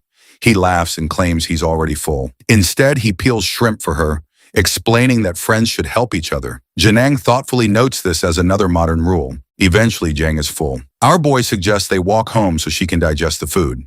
He carefully helps her put her hat back on, and together they step outside. As they stroll down the road, Shu Qing points out the surroundings, enjoying the quiet moment by her side. While walking down the road, Shuing asks Jianhu if she knows how to walk on water. He tells her that there was once a monk who could float across water using a single reed leaf. Jungho replies that she doesn't know how to do that and comments that modern people are strange. Shuing then points at a stone and asks if she can split it in half with her bare hands. Jung sigh, questioning how human flesh could possibly be stronger than rock. A moment later, our boy grabs her hand and leads her toward a nearby tree. Pointing at it, he asks if she can break it. Genha clenches her fist and punches the tree, even after receiving a warning that the attempt is dangerous. The tree snaps. Both of them stare at it in shock before he suddenly shouts that this counts as destruction of public property. He quickly grabs Zhang He's hand and starts running.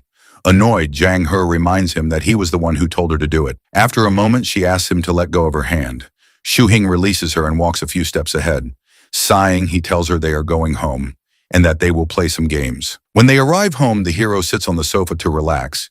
Zhang Ha calls out to him and asks what romance means. His eyes widen instantly and he jumps to his feet. Walking over to her, he looks at the computer screen. Zhang Ha shows him the message she received and the hero reads it carefully. He tells Zhang Hai to start preparing dinner and says he will handle the matter. After she leaves, Shu Qing sits at the computer and adds the person who messaged her to his revenge hit list. He whistles to himself, thinking that he hasn't even made his move yet, and someone is already thinking about Yang Hai. Soon after, someone knocks on the door. The hero opens it and sees his father, Shu Wenbin. He immediately asks if it is rent day already. Shunbin walks inside and explains that he was on his way home from work and decided to check whether the heater was functioning properly. As the landlord, he says it is his responsibility to fix any issues. However, Shu and Bin freezes when he notices Zhang He standing there. She politely greets him. Adjusting his glasses, he silently wonders what is going on, as this was not how he imagined things. On his way over, he had planned to lecture our boy and whip him into shape. Looking around, Shunbin notices that the house is spotless. Everything is neatly arranged. He remembers that the last time he visited, the place looked like a pigsty. He can't understand how it changed so drastically. He greets Jang Ho properly and repeats that he only came to check the heater. Shuing sighs and assures him that it is working perfectly fine. After a brief pause, Zhu Wenbin says he should leave before his wife starts nagging him. Before exiting, he invites Young Hu to visit sometime. Once Shu Wenbin leaves, Zhang He tells Xu Qing that she is going back to cooking. Our boy watches her with a soft smile as she continues preparing dinner. Jung Ho and Shuing begin to eat, and our boy asks if she has thought about the future. Jang Ho replies that she imagines the future will be just like this. Our boy chuckles and reassures her that it's perfectly fine if things stay this way. Jung Ho tells Shuing that she won't trouble him constantly and adds that, since they are unrelated, she feels extremely blessed to receive so much help from him. She recalls that the second miss once said, "No one owes anyone anything, and those who help do so out of kindness, they shouldn't be taken advantage of." Hearing this, our bro says that they could become related since both are unmarried, and meeting each other is fate. Jang Ho shakes her head. She reminds him that he is her benefactor, and that she cannot treat him otherwise. She insists that she needs to repay everything she owes him. Shuing imagines a moment where Zhang Hu offers herself to repay him.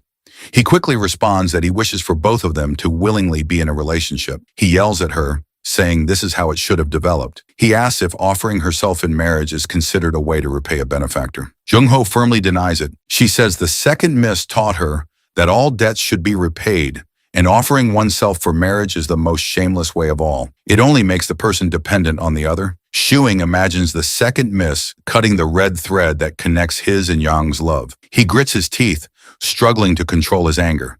He asks her not to treat him as her benefactor, but she insists that he is, and there is no need to pity her. Zhanga declares that she will work hard to earn her own living and not rely on anyone. Zhuing sigh, realizing that Zhang Ho's view of him as her benefactor is the biggest obstacle in his attempt to make her his girlfriend. He watches her play games on the computer. Based on the power leveling rates in the game, he knows it will take her years to earn enough to repay him. He considers whether he should force her, but then remembers that she could break his neck as easily as she broke the tree. Thinking practically, Shuing sends his cat into Zhang's lap, realizing that besides adjusting to modern life, she must learn to support herself. Otherwise, she will always feel insecure and never truly belong in this era. At the beginning of December, Shuqing sits in a restaurant with his friends. Hezi demands that our boy tell them where his girlfriend came from. Our hero explains that Zhangyi has no relatives nearby. Feeling pity for her, he brought her home to be his girlfriend. Another friend protests that this isn't normal procedure,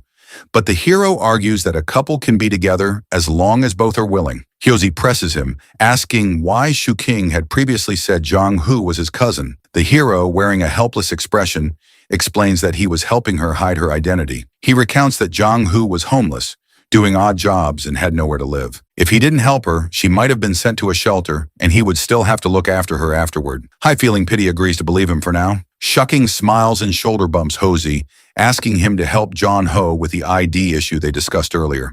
Hai gets annoyed, and another friend shouts at them to stop fooling around.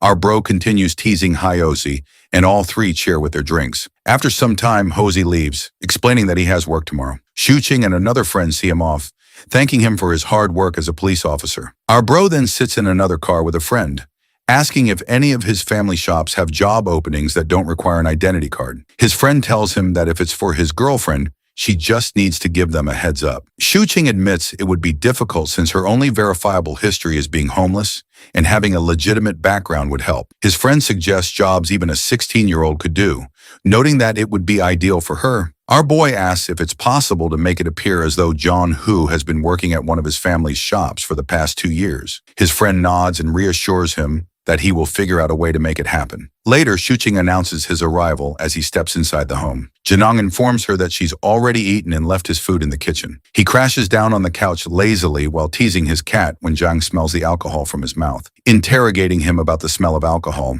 When she accuses him of visiting a brothel as well, he jumps out of shock. After he sniffs his coat, he asks her how she reached such a conclusion. So she explains that it is due to the scent coming off of him. Out of confusion, he once again smells his coat, and this time, he can also smell the floral scents coming off his coat, which makes him think that they must have gotten onto him due to sitting in the car of the playboy of all time, Zun. Shuqing quickly defends himself, claiming he's a model citizen, and tells her that brothel and prostitution are against the law, so they are almost out of existence. Therefore, she doesn't need to worry about him wandering off or selling her off to someone else. When Zhang gets surprised at the number of laws and ordinances in this world, Shuqing enlightens her about their importance by giving the example of selling off body parts in the name of legal transactions if it weren't for these laws. Shuqing cautions Zhang about not being too defenseless, since even in the peaceful times, darkness still lurks around.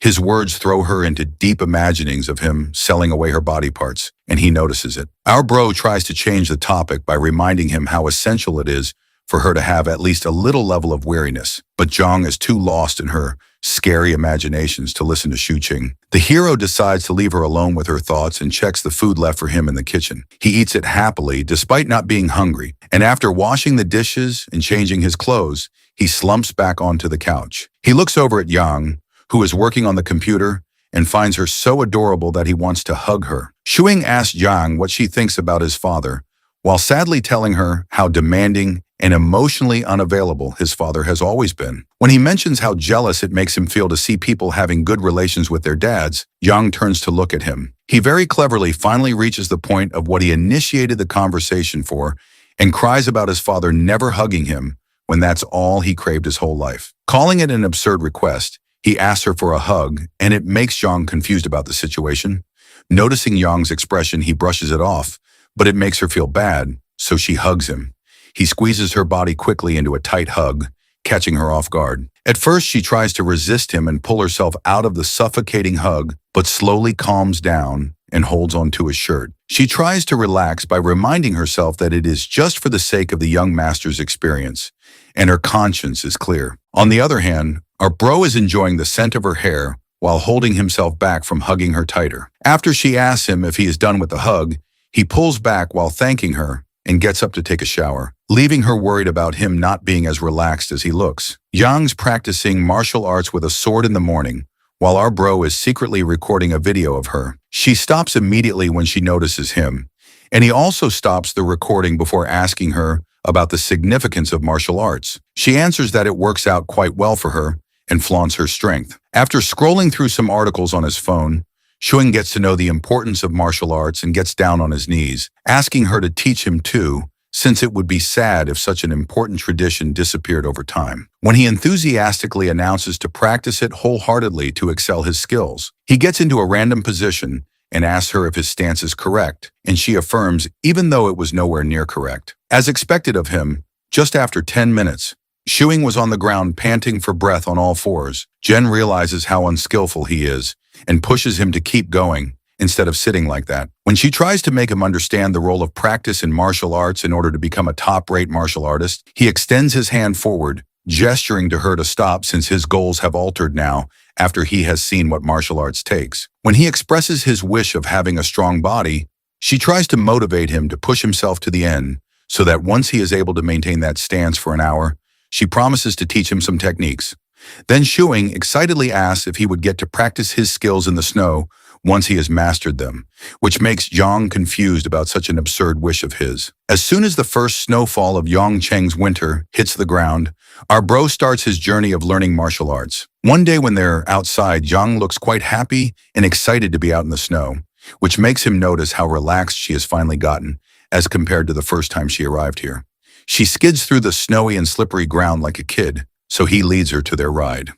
While they're sitting on the back seat of the car, Yang notices how calm and relaxed the driver is inside the car, and all he has to do is to turn the steering wheel while staying oblivious of the cold outside. Interested in the driving job, she whispers to Shu Qing about her thought of becoming a driver. Our boy is quick to dismiss her thought, saying he can't teach all the necessary things to her alone, and he can't allow her to get into road accidents voluntarily. Listening to him, she realizes that our boy knows how to drive and asks his reason for not driving one, to which he simply mentions his poverty. They arrive outside Shu Cheng's parents' house, and while assuring her to stay calm, he reminds her of the lie about coming here from the mountains of Yachen in search of a job, which she needs to tell his parents later. Suddenly, the hero notices his Uncle Chin and calls him out while telling Yang to quickly grab his hand. After she reminds herself again about her conscience being clear about holding his hand, she holds his hand. Uncle Chin notices them, and our bro quickly introduces Zhang to him, while Zhang plays with Uncle Chin's newly found puppy. Uncle Chin asks Shuing to teach Hyozi some dating tricks as well, but he says Hyozi suits arranged dates the best. While they walk to Shu Qing parents' home, he teaches her small tips on their way. He tells her how normal holding hands is, so she doesn't need to feel awkward about it, even if there's nobody. She seemed a bit perplexed over his claim, so he shifted the topic to satisfying his mother's questions. In his tips on how not to give unclear answers, he first tells her to figure out what his mother wants to hear so she can say so to make her answer sound genuine. Secondly, if she is asked about her routine, she should lie about being busy with her own things rather than mention her addiction to games. However, she gets a bit confused about what exactly it means, and he sums it up by telling her to stay in the role of his girlfriend. They enter the house, and after Shu Qing introduces the two to each other, his mother tells them to take a seat while they wait for food to be ready. Her mother secretly finds Yang beautiful, whereas the hero takes her inside and helps her take off her jacket and hat. His father comes out of his room and looks at the two of them curiously through his spectacles. So, Shuing introduces Yang to him, reminding him how he has already met him before. His father didn't look pleased to see them together and annoyedly asked the hero why he was looking so happy. After putting forward Yang as his reason for happiness, he internally laughs at his father not being able to recognize a person from ancient times, despite him being a historical researcher. Ju King tells Zhang to relax and peels an orange for her. As soon as he hands her the orange, he suddenly realizes how he has forgotten to bring something home, since it is the first time he is here with his girlfriend. However, his father rudely tells him that they already have everything, so he does not need to bring over anything. His mother calls them for food, so he guides Yang to the washroom and goes ahead to help out his mother. When the table is set, Yang comes out of the washroom hesitantly, so his mother warmly welcomes her to the table, telling her to drop her shyness. She happily runs to the table and gets herself seated while Shuing's mother serves her food. When Yang looks at the food and rice on the table, she is surprised by the variety since she has been thinking it was going to be a simple lunch. Zhang shares the tasty food his mother has cooked while his mother adores how good they look together. His father's eye on the other side twitches with annoyance at the sight of seeing them happy together. After a while, Shuing's mother's adoration and his father's annoyance both turn into extreme shock as they watch Zhang munches down a second bowl of rice, which both of them combined haven't eaten. After the lunch, when our bro is helping out with the dishes, his father demands he visit him in his study later. Shuing's mother offers some water to her, but she gets quite uncomfortable at his mother's sincere efforts to make her feel at home. She tells her not to get so formal with them and asks her to sit with her. Once the both of them have sat, his mother, while talking about their relationship, asks her where she is from. Remembering the answers our guy had taught her earlier, she quickly claims to have come from the mountains. Xing goes to talk to his father in the study where he asks our boy about his future plans, since he and Yang are cohabiting. Xing casually assures him that it's nothing more than simply sharing a space, but his father gets angry. Angrily, his father says that he knows all about what young people think these days and asks him about his future plans once again. Shu Qing thinks to himself how he and Zhang is not actually dating and asks his father not to worry about them and just forgive the rent for him. However, his father does not buy his excuses to change the topic and forces our guy to answer him. Our hero gets annoyed by his father continuously pressing him for answers, so he claims to have more expertise in this domain. This fuels the old man's anger, and he kicks Shuing out of the study. Shuing looks at his mother and Zhang. He is sitting together in the living room, and he knows better than to leave Zhang. He alone has to answer his mother's questions. He takes his parents' permission, and they both leave for their home after saying goodbye. As soon as they step outside, the protagonist's father immediately starts asking his wife about the girl. But thanks to our guy's prior lesson given to Zhang, it turns out that is all useless information the woman could get out of Zhang. As Shu Qing and Zhang walk out of the block, His father glares at them angrily from the window because they somehow manage to dodge all the questions while fully enjoying the lunch. While walking out of the block, our guy carries the bag of oranges his mother gave to them. He asks her if she wants to eat something. She refuses, reasoning that she has less hunger these days. He then tells her how normal it is to have less appetite since she isn't so active these days, but she should still take care of her diet and not overeat since it can hinder her movement abilities. Janong scaredly agrees, to which he tells her that it is fine since she loses enough calories while practicing martial arts. When he promises to buy a weighing scale for her to keep balance, she seems confused about it. He pranks her by telling her a scale is what a person is tied to and then lift it up to measure their weight. When she looks scared by the description, he chuckles and tells her that it's just a joke. Later at home, Young worries about getting a job to pay her debts quickly, so she asks our guy about it. Since he could not think of a suitable job for her, he tells her to keep playing games until she finally finds something that interests her, since the most important thing in life is to enjoy it. After some thought, she confesses to not having anything that interests her, and then asks about the reason for their cat, Winter Melon Life. After he expresses his oblivion about it, he tells how jealous he is of Winter Melon for not living under the shackles of society. When she asks the meaning of the metaphor, he teases her by saying she just would not get it and gets up to take a shower. She insists on him annoyedly, wishing to smack his face before he stops in his tracks, telling something about two types of people he hates. One he describes to be those who don't complete their sentence. And when she asks him about the second type, he walks into the washroom without answering, making her even angrier. Shuking educates Zhang about the two kinds of dealers in games, one being the wealthy ones who can have as many resources as they want, while the other being the ones who take advantage of the communication gap, which is when one knows about something that others don't. So he buys the resources in exchange for the information. To make her understand better, he gives an example of how people in her era used to monopolize by stocking resources in exchange for information, and later selling it at high prices, making the poor have to sell anything they have. To tease her, he asks her to be his slave bride while acting like a monopolizer. So she angrily refuses him. He assures her that he's just kidding and realizes how oblivious she's about everything right now. Considering this, he tells her to search about humanities and tells her this is what she needs to learn. They read through the online articles about the things included in humanities and guarantee to look for novels and movies on this topic to watch with her. She curiously asks if learning about it will finally clear the information gap between them. So he confirms and tells her to get ready for sleep. Jen is still lost in her thoughts about the information gap and asks if he wanted to take advantage of it to make her his girlfriend. The question catches our guy off guard, and despite it being the truth, he calls it an accusation since she has no evidence regarding it. He urges Zhang to take a shower and then sneaks onto his computer chair as he doubts that she is up to something. After looking through her search history, he finds out many weird, doubtful questions she had searched about him and his intentions. He wonders if it is not normal for two opposite-gendered people to develop feelings even after living together. Shuking realizes how she has been acting normal all this time while having her deep concerns. Jen comes out of the shower, and after looking at her, he looks away with a smug smile.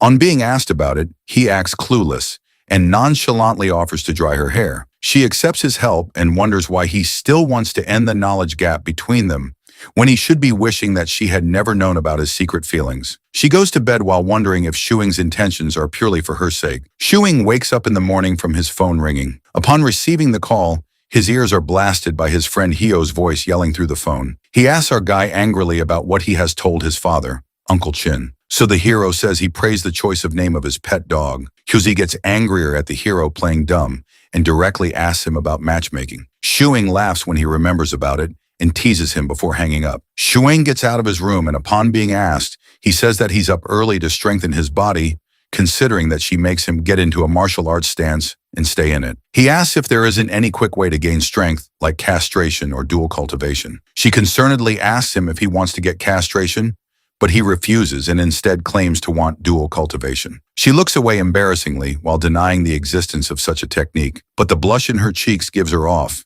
and our guy starts teasing her for that. After continuous practice, Shuing levels up somewhat in maintaining his stance, but he still could not see any difference in his body visually. According to his fantasies, having a warrior S from the Tang dynasty should have automatically gotten him loaded with ultimate techniques so they could fight off evil on their way to living in the wilderness. The thought of his parents finally bringing him back to reality from his wish to live in the wilderness. Later, when Shuqing is working on his laptop, Yang is lying down beside him on the couch while reading a book. He cautions her about the risk of becoming nearsighted due to reading a book like that and explains to her what it means since she doesn't seem to understand the word. He gets up and brings her non-prescription rectangular frame glasses and gives them to her. He reminds her that it is the same as the ones that his father was wearing when they visited his parents' house. She carefully puts them on and asks him for assurance if she has put them on correctly. He turns on the front camera in his mobile phone and shows her how she looks. Our boy finds it perfect on her, but Zhang has a hard time getting used to its existence on her nose. He looks at her focused expression closely and starts blushing because he wants to hug her once again. Reminded of the same tactic, he brings up his father again. He asks her if Second Miss ever hugged her, so she affirms and tells him about how Second Miss would actually squeeze her tightly into a hug, especially on cold days, and used to make her feel at ease a lot. Before Shuing can say anything, his mobile phone starts ringing. He looks at the contact name and announces that it is Jun who is calling him. He attends the call, and after confirming if our guy's at home, Jun tells him that he has the documents related to the employment issue that he needs to get signed by the hero.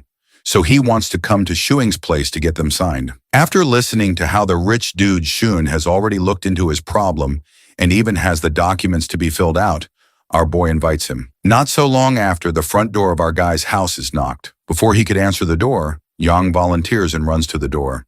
She peeps through the peephole before opening the door, and this makes Shuing confused. The reason Zhang makes sure to look through the peephole is because she finds it quite useful in case there is some kind of threat on the other side, so she can be prepared with her sword to defend herself. Jenning looks closely at the person, and when she recognizes him, she finally swings the door open. Shi Yun, who is shivering cold when he looks at Yang, quickly turns to leave, thinking he has knocked on the wrong door. Our boy drags him inside, assuring him that it is surely his house, and asks Zun the reason for him being so forgetful when he has already met his girlfriend Yang before. After the clouds of confusion have cleared, Jun slumps down on the couch beside our bro. He looks over at Zhang.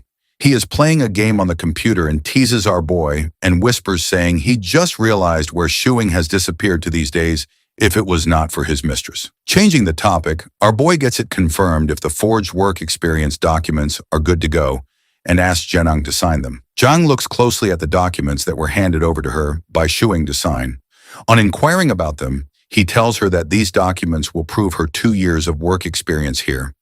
In case she does not know how to read and write, our boy writes her name on his phone and shows it to her, telling her to copy it in the places her signature is required. When Jun sees him teaching her how to do her own signatures, he asks our guy in shock if she actually is not aware of how to read and write on her own. Seeing Jun's reaction, he realizes the need for an explanation. So while Yang signs the documents, our guy lies to Jun about picking her up from the streets she has been wandering around for over 10 years. When Shuqing continues to give absurd details about Zhang's appearance when he found her, Jun refuses to believe him, whereas Zhang does her best to hold herself back from beating some sense into Shuing. Shuing offers Zijun to stay over for a meal and asks Yang to cook some more food. Ziyun seems surprised about the idea of having homemade food when he had been expecting them to go out. But our guy says he wants to benefit from a girlfriend who can cook well. While they wait for food, Jun walks over to the computer system and asks Shuqing to help him out with setting up the new PC he is about to get. After Shuqing agrees to send him help, Zijun notices the computer's default language is set to traditional Chinese. When he asks Shuing about it, he makes up an excuse about liking it better these days, and it makes Jun suspicious of his recent behaviors. Nonetheless, Jun compliments our guy for having so much knowledge. Shuing mentions to him how this is the difference between a poor person's hunger for knowledge to earn and a rich person's hunger for ease. Thus, he spends on the poor. Jun gets up from the chair in shock and asks Shuqing if he is up to some wrong medications, since it is not like him to talk like this. The protagonist also realizes that he didn't need to tell Zun in such detail as if he were young. Zhuqing makes up an excuse of going through so much since the last 6 months, so Zun asks if it is because of being jobless or if it is due to dating the girl. In response to this, the hero simply asks Wanzi if he has watched the K-drama My Love from the Star. Zijun misinterprets it and laughs at him, asking if he also has a weird professor. But Shuing refuses and says to him that based on Ziyun's IQ level, it would be useless to explain things to him. Our boy then excuses himself to check up on Yang. Seeing her focused on the work, he couldn't help but compliment her, thinking how she looks like wife material. She angrily shoos him out of the kitchen by scaring him away with a sharp knife. After he is gone, she wonders why he came to the kitchen. Zijun seems to like the food quite a lot, and when Shuing tells him to enjoy and eat as much as he wants, Yang gets the sudden feeling of a housewife who cooks meals for the guests while her husband entertains the guests. Before leaving, Zun reminds Shuing about his promise to help out in setting up Jun's PC, and our guy assures him that he will do so after he's done with his matter. When our guy sees Yang still busy at work, he tells her to rest and talks to her while doing dishes. He tells her that she needs to stop being a person from the ancient era and needs to revise her personality according to the current era. He improvises her life trajectory to be an orphan from the Yang Mountains, who later did random jobs with Yung Chang from the age of 16. Afterwards, she meets a nice kid named Shuking, and they become friends and then lovers. Shuking helped her find her parents, but when they failed, he invited her to move in at his place. After his made-up background story is over, our guy tells her that it's the only realistic story they can have. To make people understand their reason for living together, they need to tell them that they are deeply in love. When he asks her if she has understood it, she confirms in a flustered manner. Shuking then tucks a strand of hair behind her ear and informs her that they will go to the officials to resolve the matter of her identity once she has completely gotten used to the modern day in life. Jung is still stuck on the moment when he tucked her hair and angrily asks him if he was trying to flirt with him, while her heartbeat quickens, making her confused. Shuqing, however, completely denies her claim and says he was just fixing her hair, since it's normal to do so as they're dating each other. She reminds him that it's just fake dating, and he shouldn't take advantage of being her benefactor. To calm her down, he sits her down on the couch and sits beside her, regretting why he touched her. After giving it some thought, he decides to tell the truth and confesses that, just like the phrase familiarity breeds fondness, he has also started to have feelings for her after cohabiting for months. When he asks if there is something wrong with liking someone, she asks him in disbelief if that is actually the truth. So he confirms he has a crush on her. She asks him to not like her, so he asks her what's wrong with that since they both are single. He uses the word licking in the context of wanting to pursue her, and that scares her even more. Janang scoots farther from him, threatening to hit him if he licks her.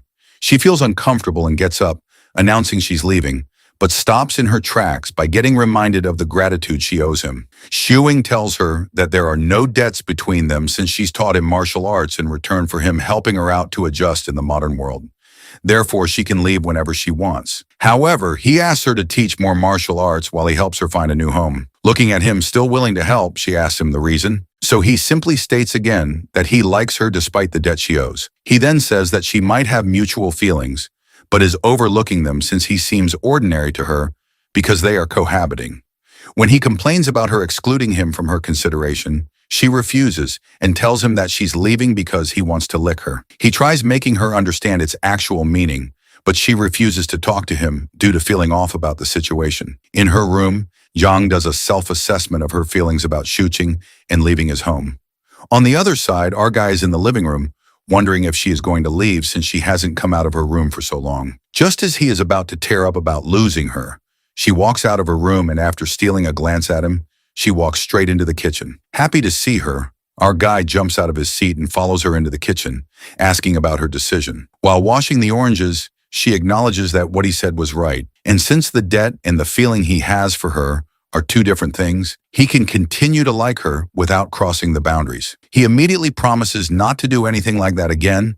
She thinks about it and mentions how it would not be so good if she ignored all the things he has done for her in the duration of half a year, which she has spent with him and just selfishly left. Thus, she shyly avoids eye contact with him while telling him to talk about their future together. After she has cleared all the debts, Shuqing is quick to hold on to her words and repeats them for confirmation, so she confirms it. Later, when she's preparing a meal, he leans at the doorframe and keeps looking at her. On being questioned about his presence there, he says that he's confused if she now knows the difference between gratitude and since it would be like deceiving him if she only feels gratitude for him and is thinking it is like. Jen quickly refuses to have any feelings for him, and our bro realizes that she is just in denial. Therefore, when she still seems to be stuck on how to differentiate the feelings, he proposes to do a test to check whether she likes him or not. After making her promise not to retaliate on the basis of the test, he pulls her into a tight hug.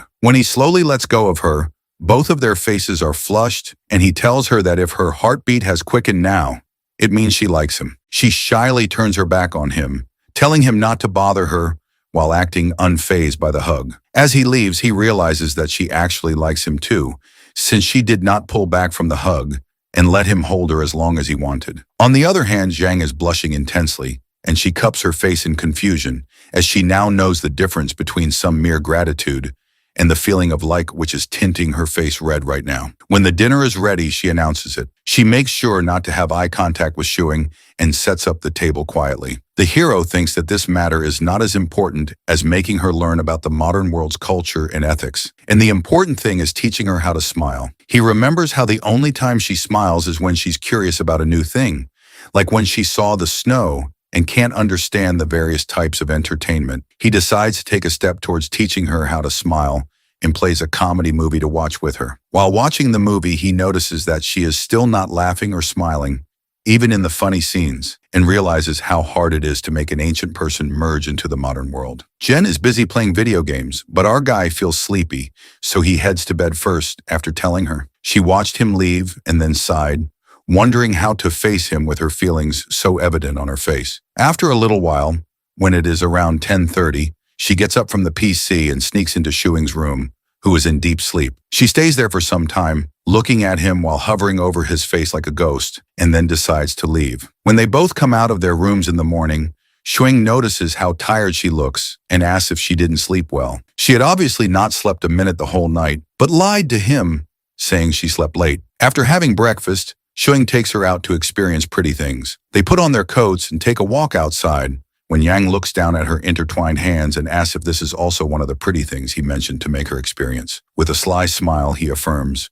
reasoning that the quickening of the heartbeat is indeed a beautiful experience. He rubs her finger on her palm to tease her and asks if she can feel anything new or different. Flustered by their proximity, she looks at him for a second before quickly pulling her hand back from his grip. He laughs and takes back her hand, saying he was only giving an example to her. In disguise of making her experience the world, Shuing was making sure he was also giving her introductory classes on dating. They take a bus from 520th Street. When she asks him about their destination, he tries cracking a joke for her to laugh by referencing a meme, but due to her lack of knowledge about this domain, she stares at him blankly in confusion. He chuckles after looking at her reaction and assures her not to worry and just to put her trust in him. As they go around on their experience, they get down from the bus and he quickly holds her hand again. The way Shuing was holding her hand and guiding her around made her feel safe and comfortable, despite getting treated this way for the first time. The two of them then walk to an electronics shop, and Yang's eyes widen with surprise and start shining as she looks around at the large number of computers there. After Shuqing tells her that it is a place to buy or sell computers, he leads her to a man named Gao Bo, who is currently working on some part of the computer. Shuing calls out his name and gets Zhang and himself seated on the chairs in front of Gao. On being asked, our guy explains to Gao that he wants a computer within the range of 20,000 yen with a flashy case. While Shuing writes down all of his requirements for the computer he wants to get assembled, Yang keeps looking around with a mix of awkwardness and curiosity. When our guy is done writing down everything, he hands it to Gao, emphasizing wanting to get the computer put together as early as possible. After our hero instructs him to deliver the computer to the person whose number he has written on the paper, he gets up to leave. Gao asks him why he's leaving so soon. So our guy replies that he is taking his girlfriend around. Shuing instructs Zhang to remember where they are right now and tells her that the place is called Zhangcheng Square. He patiently explains the directions they took to get here, pointing out a few landmarks along the way, just in case she needs to navigate back on her own. The hero also instructs her about the place where she used to work about 2 years ago, mentioning how she was selling alcohol at a small booth set up nearby during festival seasons, creating a fake story about her. It feels strange to him now seeing her like this, compared to the past he barely knows. He eventually asks if she would be able to make her way by herself now. Yang assures him with a firm nod that she knows the routes they took and won't get lost. As they are about to leave, Jen notices a small shop nearby and curiously asks if they can go inside. Juqing quickly stops her and lightly taps her forehead, telling her not to get curious about every little place since wandering around like that can easily waste time. Jung pouts in response but decides not to argue. After walking a bit farther, our bro glances at her and asks whether she's hungry. When she admits that she is, He immediately brings her to a barbecue buffet he had been considering earlier. Once they sit down, Zhang casually remarks that she actually prefers hot pot buffets since the food can be left simmering without needing constant attention, like grilled meat. Shuing laughs and agrees that her reasoning makes sense, finding her practical thinking amusing. He tells her to relax and just focus on eating until she's satisfied. Shuing carefully grills the meat, making sure every piece is cooked just right. While doing so, he tells her that sharing warm food together feels a lot like holding hands, something simple yet meaningful. He adds that a good meal isn't just about filling the stomach, but also about feeling satisfied mentally. Jen listens seriously but then mischievously asks him to bring her some cake for dessert. Shuqing agrees and soon returns with 2 small cakes, one for her and one for himself. Jang takes a bite and quietly wonders to herself, so this is what mental satisfaction feels like. She doesn't say the thought out loud, but a faint smile appears on her face. After some time, our bro tells her about a small game the restaurant is hosting. If they manage to finish all the food on their plates, they can win a prize. He asks if she wants to try, thinking that no girl, even one who lived thousands of years ago, could resist a plush toy. Shuing expects her to be excited. Yang looks over the available prizes and ends up choosing a soft bear simply because its color reminds her of the winter melons she used to eat. When they leave the restaurant, Yang asks what the point of the bear is. Our guy chuckles and says she can hug it when she sleeps, and when she does, she should think about him. Yang immediately threatens to rip the bear in half if he keeps saying such embarrassing things, which quickly shuts him up. With most of their date plan finished, food and some window shopping, only the movie remains. The boy tells her that the theater is a bit far, so they should walk there to help digest the food and save some money. Zhang agrees without any hesitation, which surprises him. He jokingly says that most girls would act shy, stomp their feet, and refuse to walk, wanting to be treated like princesses instead. When Zhang looks genuinely puzzled, Shuing exaggerates the behavior, pouting, stomping, and whining in a high-pitched voice to demonstrate. Janong stares at him blankly, completely unable to understand why anyone would act that way. Seeing her confused expression, Shuing laughs so hard that his stomach begins to hurt. Then he mischievously asks if she would like to try acting coy as well. In response, Zhang lifts the bear again and threatens to tear it apart if he keeps insisting.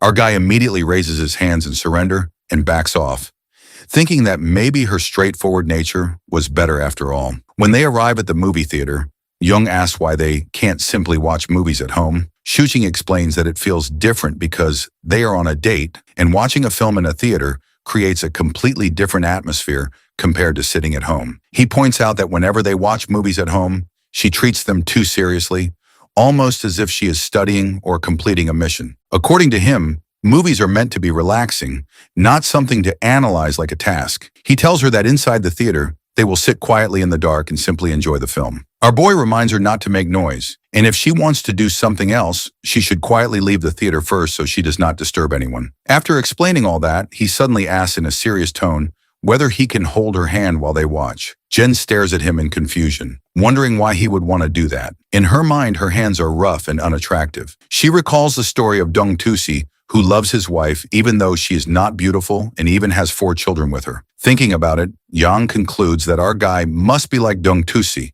She firmly warns him not to ask that question again, which startles our guy a little. He wonders how someone so young can be so fierce. Jen then suggests that he should quickly improve his martial arts so that they can properly spar with each other one day. Before she can refuse again, our guy quickly grabs her hand and pulls her toward the theater entrance. Once inside, he introduces her to popcorn and buys a large bucket for them to share. As the movie begins, Yang stares seriously at the large screen. When our guy tries to hold her hand again, she immediately pulls it away. He remembers how they have held hands before and cannot help noticing that she now seems determined to avoid it. Meanwhile, Yang is thinking about how rough her hands are and how unpleasant they must feel to touch. She glances at Shu Qing and suddenly imagines him asking her to have children with him. Embarrassed by her own strange imagination, she quickly shakes her head.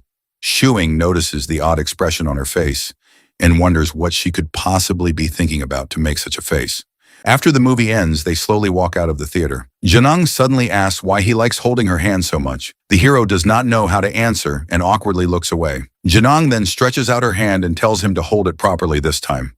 Shu King senses that she must have gone through some kind of internal struggle before saying that. He carefully takes her hand, feeling quietly thankful inside. Smiling, he calls her his little warrior S and asks if she likes the movie. Yang no Diaz and says it is good. As they walk, our guy tells her that watching movies can actually help improve her thinking. He explains that films can broaden her horizons and help her build what he calls the three modern views: her worldview, her values, and her outlook on life. He says it will be a slow process, but he will guide her step by step. Then, half joking, he admits that he might trick her a little along the way and asks her not to hit him when she eventually realizes it. Jen looks at him thoughtfully, considering his words. Unsure how to respond, she decides to remain silent for now. Shu King wonders if Jang has noticed that she has become a bit empty-headed lately. When she questions him, he explains what he means. When they first met, she was like a wild kitten with its fur standing on end, ready to draw her sword and show her fangs at the slightest provocation. In the months that followed, she began drawing her sword less often, though she still kept her guard up. On the surface, she appeared calm, but she remained cautious and would quietly verify things behind the scenes. However, recently, ever since the day he told her he liked her, she has become much more gullible, believing almost everything he says. Shuing jokes that if he really wanted to, he could easily trick her into kissing him without much effort. Jen immediately tightens her grip on his hand, wondering what exactly went wrong and why she has started acting like that. Our boy calmly explains that it is normal for girls in love to behave foolishly sometimes, especially when it is their first time experiencing those feelings. Yang shouts that she is not in love at all. She is simply enjoying the beauty of the world while simultaneously crushing his hand in her grip. She finally releases him, and our guy admits that he will not rush her to figure out her feelings. He even suggests that perhaps the reason she is acting this way is not because she likes him, but because she has grown dependent on him, much like she once depended on her second miss. Jen quietly admits that he might be right. Zhu Qing then tells her she should learn how to distinguish between gratitude and genuine feelings towards someone. Otherwise, if she keeps being so naive, he worries that he might not be able to resist taking advantage of that innocence to trick her. Janang grows flustered when he leans closer and casually admits that he is falling more and more in love with her. She thinks about how he is practically giving her advanced warning before trying to trick her. Shushing confesses again that it is simply because he likes her. Jang smiles faintly at his sincere words, and the two of them board the bus together. She asks about his hand, wondering if it still hurts. Our guy jokes that she should try using less strength next time. Hearing that, Jang quietly notes that he is already talking about it next time. When they arrive home, Shuing opens the door and is greeted by Winter Melon. He kneels down and asks if the cat is asking for food. After playing with it for a moment, he gives it something to eat while thinking about how Yang still seems completely clueless about anything related to romance. In fact, she seems to understand it about as well as he did when he was in 5th grade. Remembering the awkward times when he rejected girls in the past, he cannot help feeling slightly traumatized by those memories. He soon starts forming a plan. If Yang is going to understand romance better, he will probably need help from old romance stories. He stays up all night editing things and eventually begins thinking about dinner. Shuking knocks on Yang's door. When she opens it, she asks why he is there. The hero wonders if she has been sleeping the whole time, and she admits that she did sleep for a bit. Our boy checks her temperature and notices that she looks slightly feverish, but the thermometer shows that her temperature is normal. Yang insists that she is fine and says that she will make dinner now. The hero suddenly realizes that Zhang is a girl and that she will be sick for a few days every month. He quickly pours her a cup of water, urges her to rest, and cooks 2 packs of noodles himself. He even adds garlic, thinking happily that she is the best since she eats both garlic and onions. Our hero soon receives a call from his friend, who excitedly tells him that Shuqing's friend is amazing and that the computer is finally done. He just tried using it and says it is even better than his previous one. Smooth and incredibly fast. Meanwhile, Yang sits quietly searching on a website about the difference between the feelings of liking someone and dependency, her brows furrowed in deep confusion. After a couple of snowfalls, the coldest part of winter arrives. Shuing's dad asks his wife to carefully probe our guy and find out whether he has already run out of money. He remarks that it is still not too late for their son to find a proper job. Meanwhile, the mother is distracted by another concern entirely. She keeps thinking about the girl and how she still hasn't managed to get close to her. Later, our guy and Yang arrive at the house carrying many things with them, their hands full of groceries and gifts. His mother warmly welcomes them inside. Shuing curiously asks his mom what she is making and proudly tells her that Yang cooks amazing food and could even help her in the kitchen. However, his mother politely declines the offer. Watching his son boast like that irritates our guy's father, who feels that he is being arrogant. The hero and Yang sit down on the sofa to watch TV. Shooting's father quietly observes them for a while, before suddenly asking Yang what she does for a living. Our boy had already warned Jiang that they would not be able to avoid such questions, and told her that if his parents asked anything, she should simply repeat what he had taught her. Jiang follows his instructions perfectly. She calmly explains that through the use of integrated circuits and microprocessors, she connects to online services through a modem and performs high-speed information exchanges with other users on the online service platform. Although Shuing's father does not actually understand anything she says, he pretends that he does and compliments her anyway. Thinking that it sounds professional enough, the hero quickly agrees and adds that the work is extremely difficult and mentally exhausting. Still curious, his father continues probing and asks what she mainly does during her work. Jane calmly replies that she uses a set of number and letter keycaps to coordinate the X and Y positions of the on-screen cursor in order to initiate a sequence of interactions with other users. This explanation impresses our guy's father even more. He thinks Yang seems extremely capable and concludes that our guy must have used up all his luck in life to find such a competent girlfriend. However, he still cannot resist lecturing his son. He tells Shuing that he should join a proper company, hinting that making videos is not a reliable career. According to him, Shuing's videos might be enough to feed one person for now, but they will never be enough to sustain him for the rest of his life.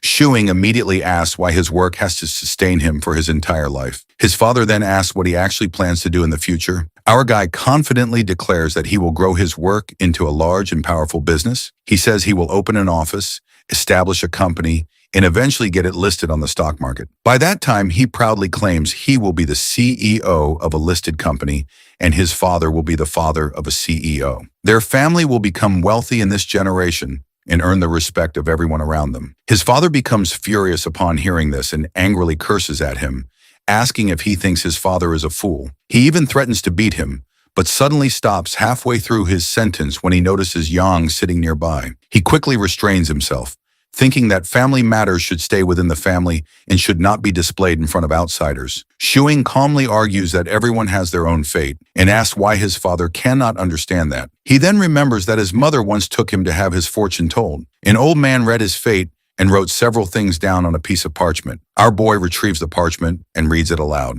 It says that he is destined to resist becoming an official, that he enjoys having fun, that he is fair-minded yet aggressive, full of energy, and compassionate toward those weaker than himself. It also says that he possesses the temperament of a tiger. After reading it, our guy firmly tells his father that this is simply his fate and that no matter what happens, he cannot work in a company. Shuqing's father questions why he even bothered taking a picture of the fortune slip. Our guy explains that he wants to keep it so he can later have his girlfriend's fortune told as well, since she believes in such things. Hearing this, his father bursts into laughter, saying that fortune-telling is something only fools believe in. Yet Shuing still takes it seriously. The hero shoots back that the fortune-teller only wrote favorable things about him because he nearly turned into a hooligan when he was younger. His father grows irritated and insists that it was only because he, as the boy's father, kept him under strict control that our guy did not go astray. He immediately argues back, saying that every teenager goes through a rebellious phase, and it was not solely because of his father's discipline. The argument escalates until the father and son stand face to face, glaring at each other intensely. Before things can get worse, Shuing's mother sharply orders them to stop fighting. She quietly pulls her husband aside and reminds him not to cause a scene in front of Yang. With an annoyed huff, the father stands up and storms out of the room. Turning back to Jiang, the mother reassures her that the two of them are simply bickering and that she should not take it seriously. She invites Zhang to sit down and get ready for dinner before leaving Shuing and Zhang alone. The moment his mother disappears, our guy turns to Zhang with a grin and suddenly pushes a peeled orange into her mouth. He praises her performance earlier, saying she handled his father's questions like a professional. Zhang Shili agrees while he continues feeding her orange slices one after another out of boredom. After a moment, Shuing grabs her hand and studies it carefully. He wonders how hands that appear so ordinary at first glance could possess such frightening strength. He cannot help but question whether that power truly comes from her own body or from something else. Zhang becomes embarrassed again when she notices his fascination with her hands and silently wonders why he finds staring at her palm so interesting. Suddenly, Jong grabs his hand in return and declares that she will examine his hands as well. She observes that his hands are noticeably larger than hers and that his fingernails are short, clean, and neatly trimmed. Zuching casually asks if she knows how to read palms. At once, Yang lets go of his hand and denies it, saying she does not know anything about palmistry and that he should not even ask such a thing. Later after dinner, our bro approaches his mother and asks whether he can bring Yang over during the New Year celebrations. His mother wonders if Jong will not be going back to her own home. The hero honestly explains that Jong has no family and would otherwise spend the New Year alone. His mother pauses briefly, making sure that he is being serious. After a short silence, she tells him that he can bring Yang over without any problem. She then teasingly asks whether he has enough money to take care of a girlfriend. The boy proudly puffs out his chest and declares that he definitely has enough. Feeling satisfied, he begins carrying the dishes to the table. When dinner is finished, Shuqing and Jang say goodbye to his parents and prepare to leave. However, just as they are about to step out, a potato suddenly drops out of Jang's pocket. His parents immediately notice it and ask why she is carrying a potato in her pocket. Thinking quickly, Shuqing makes up an excuse. He explains that Yang does not have an affinity with earth elements, so she needs to carry a potato as a kind of talisman. They chose a potato instead of dirt because it is more portable. Without hesitation, he picks the potato up and slips it back into Jang's pocket, carefully hiding the real reason that the potato was actually being used to track her. Shuing's mother laughs at the explanation and jokes that she will cook more potato dishes for Yang next time, since she must really enjoy potatoes. Hearing this, Jong politely bows and thanks her for her kindness. His mother warmly reassures her, saying that she was just as shy when she first met Shuing's grandmother, so there is no need for Jong to feel embarrassed. As Shuqing and Jong finally leave, his mother watches them walk away. In her heart, she feels that the two of them look very compatible together.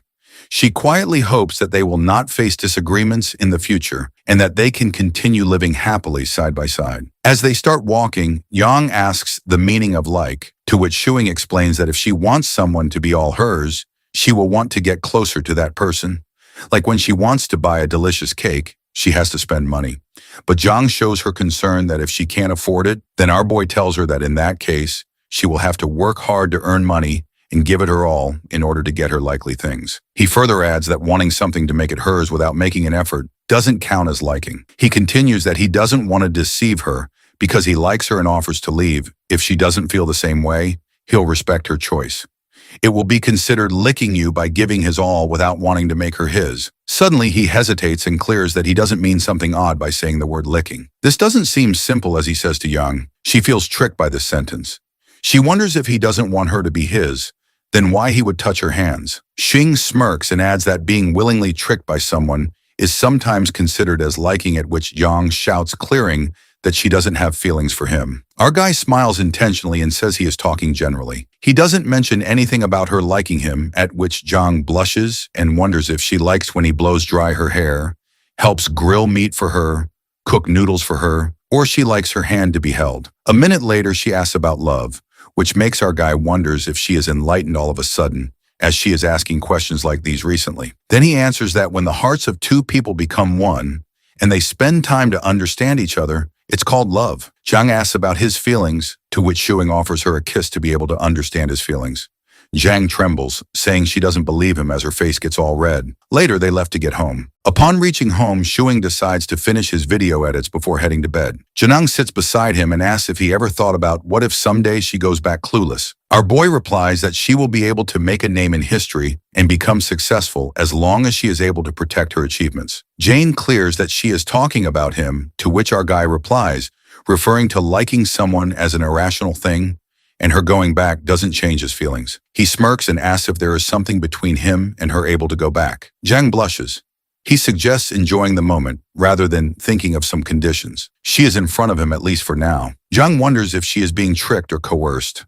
Our hero mentions they are in a state of ambiguity as long as she doesn't hit him and hands her a bear, suggesting to hit it if she wants. Jen says that she doesn't believe him and her previous self would have definitely hit him. Shuing offers that she can hit or pinch him if she doesn't like his advances. He won't do it, but Young refuses, at which our hero declares that it could be feelings of liking or else she would be sick of him. This is the part of his plan, and he accepts that he tries to get close to her because he likes her and wants to show off his good parts in order to gain her recognition, which proves that he will treat her well. Jen nervously calls him shameless and dung-tusi. Just then, she hits him in the stomach and leaves with a red face. The following day, Yang offers to teach Shuing a martial art after he mentions wanting to improve his physical strength. However, she trains him with such intensity that our boy begins to suspect she might be taking the chance to get revenge for the other day. Feeling uneasy, he tries to decline the training, but Zhang insists that once he learns the technique, he might finally be able to land a hit on her, instead of constantly being on the receiving end.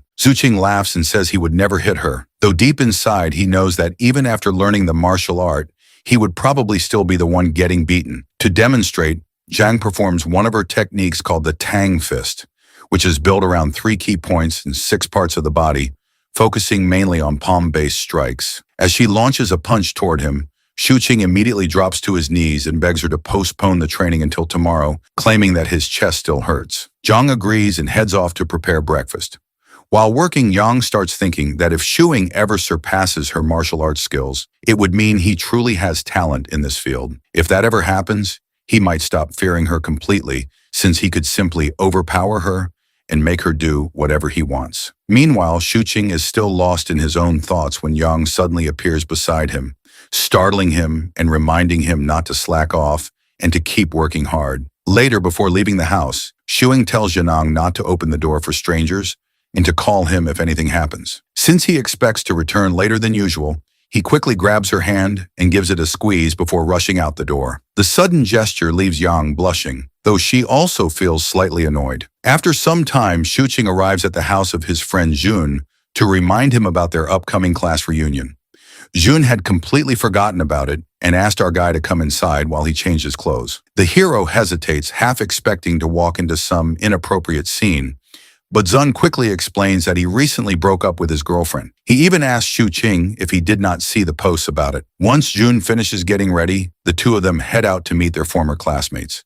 During the trip, Zun complains about how his girlfriend suddenly dumped him without any clear reason, describing the whole relationship as a complete mess. Our boy then casually asks about his car, since he came specifically hoping to get a ride. Jun awkwardly admits that he cannot afford it anymore, after getting into a fight with his father and losing financial support. Slightly annoyed, our guy suggests that they simply take the train instead. While riding the train, Jun suddenly notices a girl carrying a yellow handbag that looks strangely familiar. Moments later, the girl angrily calls out to him, confirming that she is actually one of his ex-girlfriends. Nervous, Jun tries to ease the tension by speaking sweetly to her. When he notices several paintbrushes in her bag, he recalls that she used to enjoy painting. Instead of being impressed, she responds with heavy sarcasm. Trying to avoid further awkwardness, Ziyun quickly suggests they not dwell on the past and asks how she has been lately. She calmly replies that she has been doing well, eating properly and staying healthy. She then looks at him and comments that he, on the other hand,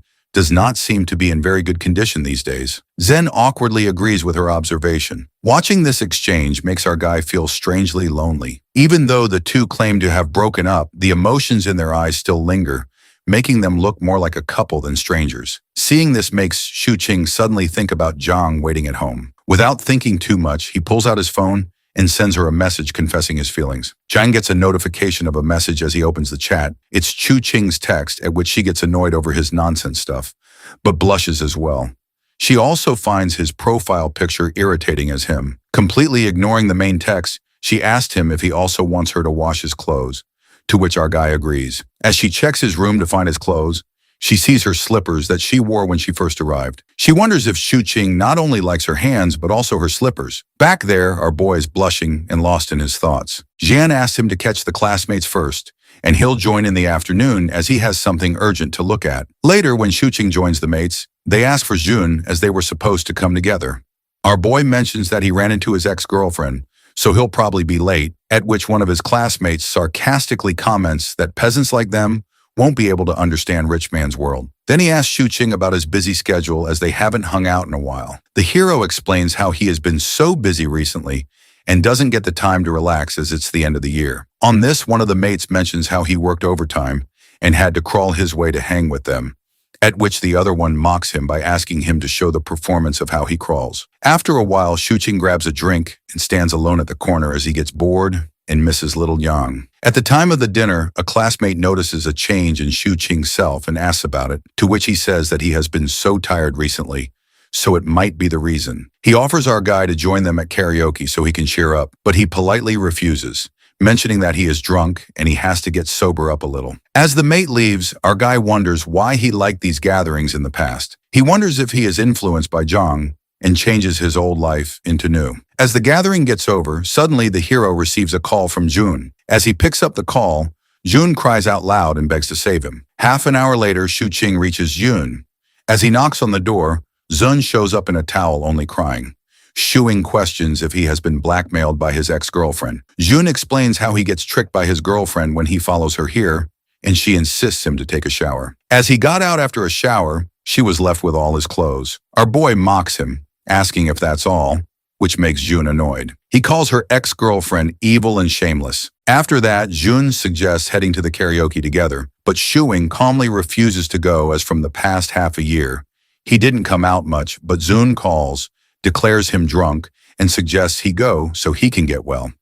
Our bro again refuses to go and asks to just have meals with the close ones occasionally. He don't feel like partying anymore and want to stay grounded. Our bro keeps lying on the hotel bed and tells Zun to go and enjoy the karaoke without him, since he wants to relax in peace. Ex-Yun informs him that he can stay in the hotel room while he recovers from the alcohol till afternoon and leaves. After Jun leaves, Shu Qing thinks about this non-partying life he has started for the person he is living together with. He thinks about how he has been planning ways to convince Yang to marry him. But he should also know that marriage is not something that simple. Our guy arrives home with his legs wobbly from being drunk and slumps his body over Yang. She manages to take him inside while he does drunk talks. By the time she realizes how drunk he is, he tilts her chin up and starts flirting with her. So she pushes him off onto the couch. She pinches her nose and asks him how drunk he is, but he refuses and says he had very little alcohol. The hero puts a bag of pork ribs, which he bought for her, and tells her it'll be tasty after stewing them. She happily picks it up, deciding to stew them the next day. When she notices him still sitting on the couch, she asks him why he isn't going to sleep in his room. So he says he will go after a while. Later, when Yang is using the computer, she comes across something named the Golden Lotus, a mature movie on the computer, and asks him about it. He lunges towards the computer from the couch and immediately deletes it. When she asks the reason for his actions, he makes up a lie, saying it's related to reincarnation, which would be so much for her to watch right now, since her knowledge is still low. Shuing can't believe how Yang learned to check the download history, and asked him why he deleted it if he could just forbid her from watching it. He replies that he has just hidden it for now, and sigh at how narrowly he dodged the bullet. After a while, Yang finds him asleep on the couch and puts a blanket over him. She looks at him closely until suddenly she is hit by the flashbacks of him getting close to her in order to flirt. She immediately pulls herself back from him and runs away to prepare dinner as a distraction from her flustered self. Quite later, Shu Qing finally wakes up from his deep sleep on the couch with a heavy head. Zhang is watching some movie on the computer while having her dinner and tells him that she has prepared porridge for him instead since she suspected he would have a hangover. He smiles to himself at the fact that she deeply cares about him in secret, like putting a blanket over him and preparing porridge for him. Shu Qing gets up from the couch and notices that Yang is watching one of the movies he had selected for her and tells him the context about it somewhat resembling her era. When he mentions things changing over time, she wonders if second Mrs. words have also become outdated over the course of time. When Yang has left the computer to take a shower before bed, Shuing sneaks up onto the chair to check out her search history once again, since he feels a bit off about her once again. However, to his surprise, when he clicks on the search engine, he finds out that her search history has been cleared. John comes out of the washroom after taking a shower with a towel over her head. Our boy can't help but have his eyes follow her as she walks from the bathroom door to the dining table across the room behind him. Intoxicated by her beauty, he tilts his head backward to look at her and says he'd be involved in a crime if he wasn't afraid of getting killed by her. Jen asks him what he'd have done to her if she was defenseless when they first met, so he answers that he'd have handed her over to the security, thinking she was a cosplaying Chunabu. She asks him if he would not have committed a crime, and it makes him shocked at the fact that she thought of him like that. While Zhang dries her hair with the help of a hair dryer, Shu Qing breaks the silence by questioning her about her feelings for him. Now she turns off the hair dryer, and after a pause, she claims not to know it. Getting a slightly different answer than he had expected, he turns around to look at her and asks if this lifestyle suits her better than the previous one. When she claims to like this lifestyle better, he tells her how he finds the world quite exciting and she will get it too when she has turned into a modern person like him. He tells her how he feels so ordinary after comparing himself to others, and this makes an awkward silence between them. When she doesn't say anything, he asks her if she doesn't have anything to say. He then tells her how basic and ordinary the life they are living together is. So if he manages to somehow pursue her and get married to her by his charms, he would be selfishly destroying the future opportunities awaiting her in the future. She looks at him and asks him why he feels so bad about being ordinary, because if it wasn't for his help, she would not even be ordinary. So when she asks him the reason for saying all this, he confesses that the thought of them being together or married frightens him and makes him confused because it feels like he should be more thoughtful of his actions instead of mindlessly following his wishes. He internally wonders if he should be slow about his advances or pursue her with all of his tricks. Thinking about it, he gets an idea to get closer to her. He tells her dramatically how his chest hurts at the place where she bumped her head, suspecting if it is some internal injury, too innocent to understand his tricks. When he asks her to rub his chest to soothe the pain, she asks him if it actually hurts that bad. He affirms over-exaggerating about her strength, so she walks over to him and rubs his chest after sitting beside him. Shuing feels so happy and talks about the saying that all encounters in life are a long overdue reunion. So if she were actually defenseless at the time when they met, the outcomes would be extremely different from how they are now. She suddenly asks if that means he'd stop tricking him, and that word annoys him.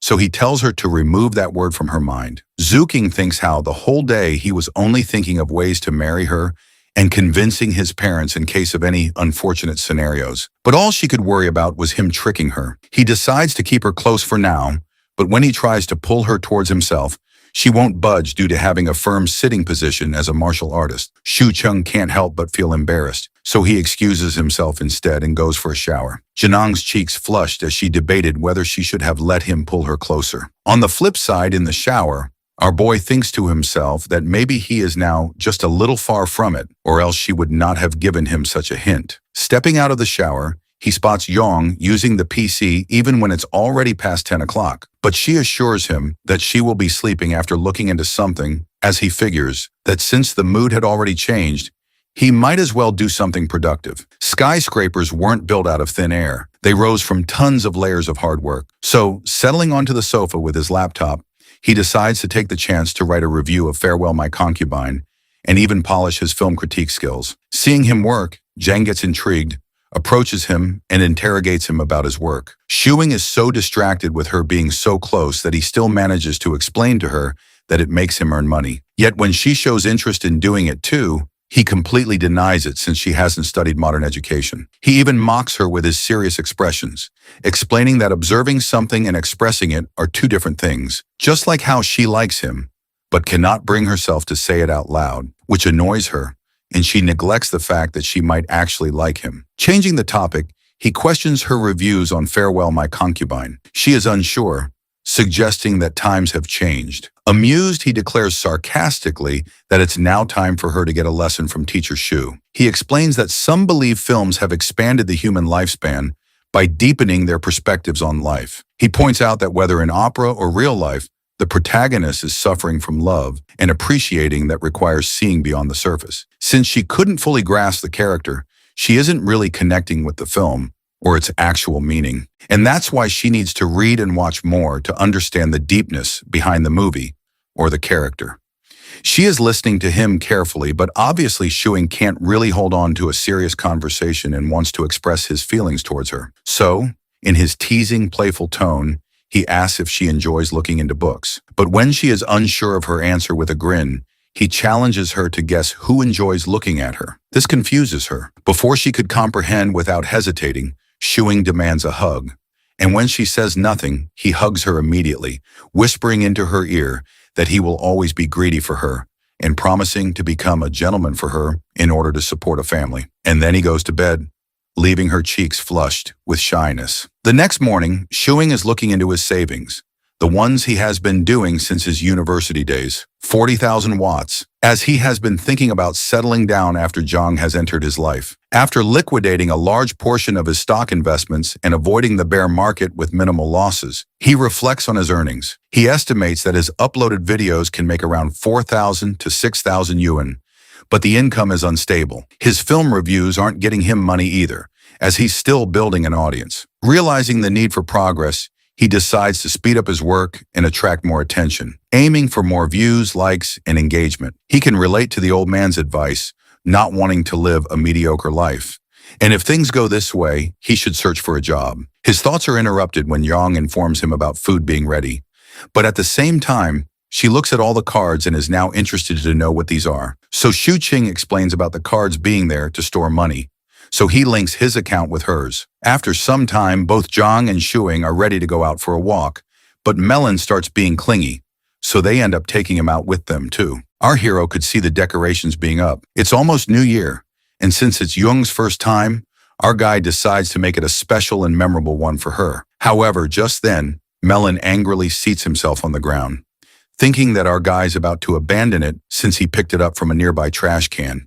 He assures him while patting him that he won't do it, and they didn't go by that lane. After that, while holding hands and talking about random stuff, they wander around, but just then, they see children playing around. Jen can't help but think how peaceful all this is, though Qing recognizes one of the kids, Auntie Chong's granddaughter, Zhen Han. As soon as Shi Han sees our boy, she quickly runs towards him and hugs him. The hero even makes her greet Zhang and Melon.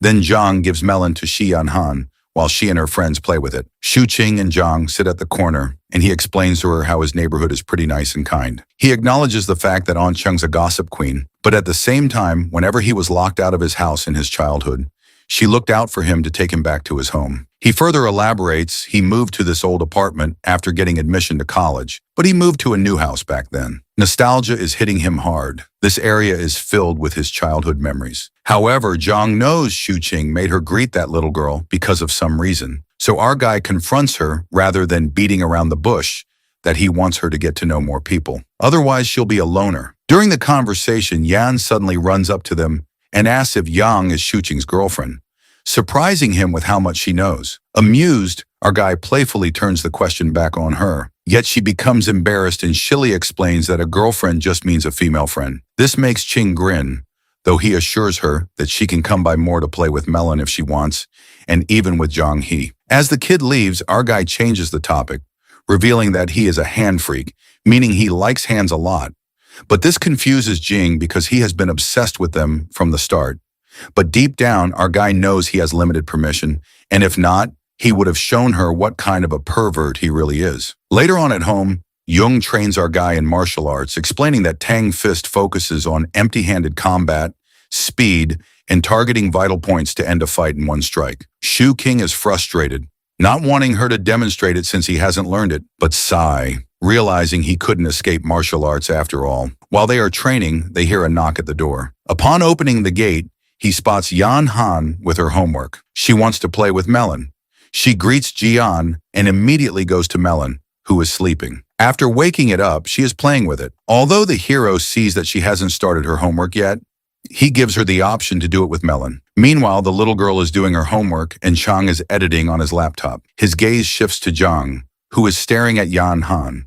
So he suggests she take a look at Yan Han's language work due to the fact that she should be able to recognize the words inside it and might even solve some questions. Yet she has already completed most of her questions, but some left are explained by Shu Chang to her. Looking at him, explaining to Yan Han, Zhang gets a reminder of the accountant in the village who taught her how to read. But obviously our bro is way more knowledgeable than that old man.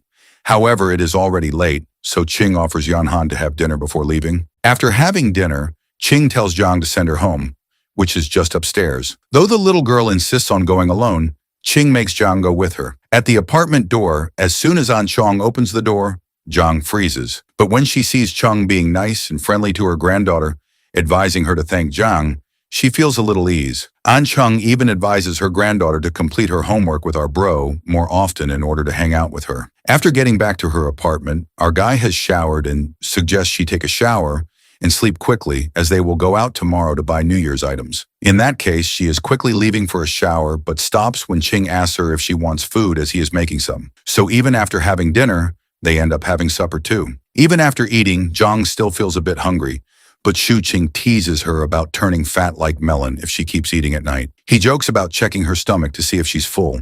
And though she pretends she isn't, her belly indicates otherwise. Qing playfully insists on checking himself and going to sleep. He reminds her not to sneak into his room to do freaky stuff to him, since a full belly leads to impulsive desires, making her cheeks heat up because of embarrassment. The next day, both Zhang and Qing go out to buy New Year's items.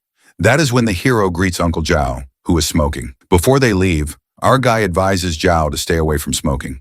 But that old man is already close to dying, and only cigarettes are keeping him alive. While hanging out, the hero glances at girls who are in skirts and glances at Yang, who is in thick leggings, so he gives her the option to try them out. But Zhang prefers these because they are warm, not understanding how these girls don't feel cold. However, taking her hand, he informs her to hurry up. They have a lot to do today. Since it's New Year's, firstly, he wants her to change her hair a bit. At the salon, he meets the barber, informing him about getting their hair done. Upon seating herself, she is nervous, not knowing what to do or say. So she shows her urgency to our boy to let her have a haircut like his mom's, but he quickly denies, guiding the barber according to himself. After her haircut, it is all thinned out, and her fringes are neat too. Qing can't help but grin while looking at her, because she looks prettier now. Now they are heading out to a mall to buy her some new clothes and shoes since he wants her to wear a new outfit from top to bottom on New Year's Day. As they head out, they run into a dog which looks pretty angry.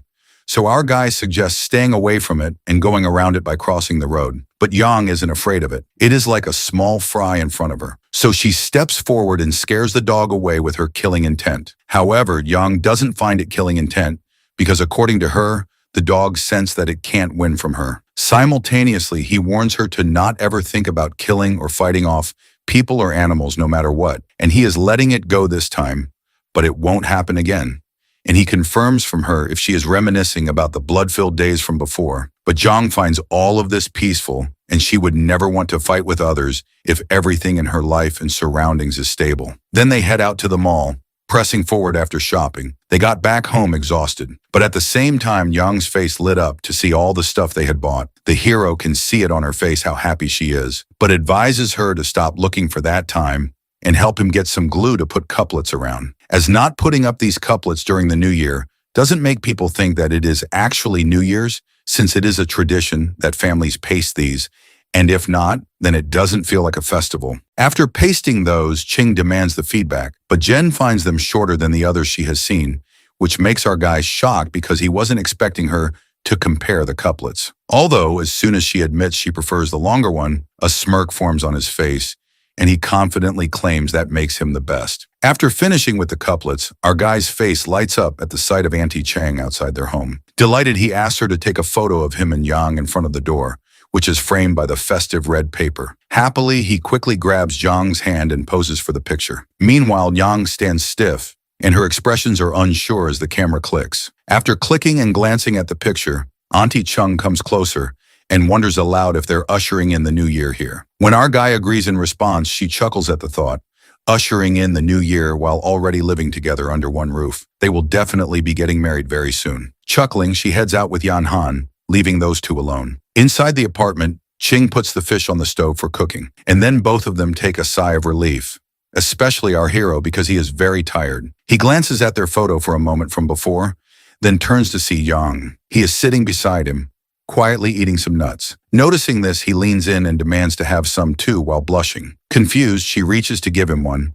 He suddenly opens his mouth, expecting her to feed him. But instead of feeding him properly, she tosses the nut straight into his mouth, shocking him. However, he shows her the picture too. John quickly notices his wicked smile in the picture, but then the hero makes her notice the seriousness on her face too, though he decides to put on some filters on the picture to make it look vintage. Not having any idea about filters, Jen looks at our guy with confused expressions. At the same time, our guy texted his family group about bringing Yang to their house and letting his mom teach how to make dumplings. Afterwards, at his parents' place, while making dumplings out of curiosity, Qing's mom interrogates her about what they generally eat at home. So Yang innocently reveals that they have porridge or noodles in the morning, while she makes some quick food for lunch and dinner. She even mentions that they have supper at times too. This shocks the hero's mother, as her son never woke up till afternoon, but now even wakes up for breakfast as well, even having 3 to 4 meals a day. But then she glances over at the beautiful girl her son has, making her realize that maybe living with a girl changes a boy. In the other room, Ching and his dad are munching on some snacks, and that is when they hear a knock. Upon opening the door, our guy spots Hyozi, who has bought some goodies for his friend's dad since at his home they couldn't finish those. Hyozi is shocked to see his friend, yet our guy acts clingy with his friend. In the meantime, his dad is frustrated to see his son's friend getting benefits from working while his son doesn't even work. So ignoring them, he walks away to sit on his sofa. The hero brings up the girl Hyozi met through matchmaking, curious about how things are with her. But it probably didn't go well since Howie brushes it off quickly, telling him to change the subject for now and assuring him to explain everything later. Their conversation is interrupted when Ching's mom thanks him for bringing all the stuff and offers him to stay for dinner as she made dumplings. Hyozi begins to deny, but as soon as he notices Jong making dumplings, he grabs our guy, annoyed by the fact that he is way too capable since Hyozi's girl wasn't even genuine, and they force things out. But at the same time, his friend's girlfriend is making food at his parents' place, though he then begins to leave, which makes our guy shocked because he expected his friend to investigate more. But what is there to even investigate when a girl is making dumplings in his home? However, before leaving, he instructs our guy to spend some time with his dad. Hyozi won't be home at New Year's because of his assigned duty somewhere else. Later on at night, at first, Jong is a little hesitant to eat. It is her first time trying out dumplings, but when Ching's mom assures her to eat up, she starts eating instantly. She finds the girl pretty pitiful, but at the same time genuine too. She is quite happy that she ate so much food. But at the same time, the dad's reaction is quite the opposite. He frowns, thinking if his son actually brought his girl to their house so that she could have that much food for free. After arriving back at their apartment, our guy is happy that Yang has finally learned how to make dumplings, though Jong needs a little more practice to be perfect at making it evenly. Sitting on the sofa being relaxed, he explains to her that in the north eating dumplings on New Year's is a must, just like sticking couplets on the walls. He explains it's like how people eat mooncakes during the Mid-Autumn Festival and rice dumplings during the Dragon Boat Festival. If they don't have dumplings for the New Year, it just feels weird.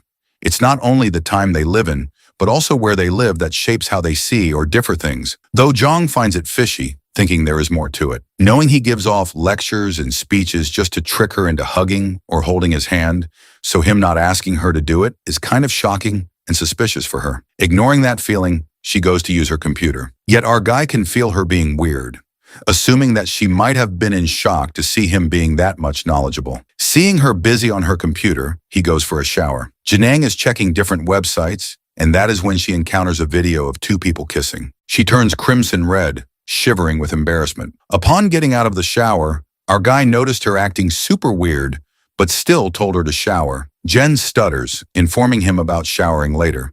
The hero could see the tint of red on her cheeks but doesn't understand what is wrong. He looks into her computer and finds her looking at the new, confused if that made her blush or something. Not digging deeper into it, he works for some time and then heads to his room to sleep. As he slams his door shut, Jen can't help but feel this void inside her. He didn't even touch her hands before going to sleep. Instantly, the door of his room opens again, and he wants to know if she won't shower at this time too, since it is too late. After he gets to know that she will wash her hair, he waits for her so that he can blow dry it like always. As soon as she gets out of the shower, he blow dries her hair. Noticing her being quieter than usual, he interrogates the reason behind it, assuming that she might have been upset about him not blow drying her hair earlier, assuring her to just say it without hesitating, because if she won't let him, then obviously he will not get the hint. She can't help but think of beating that teddy bear because she is so pissed at him. Yet it is obviously not the reason.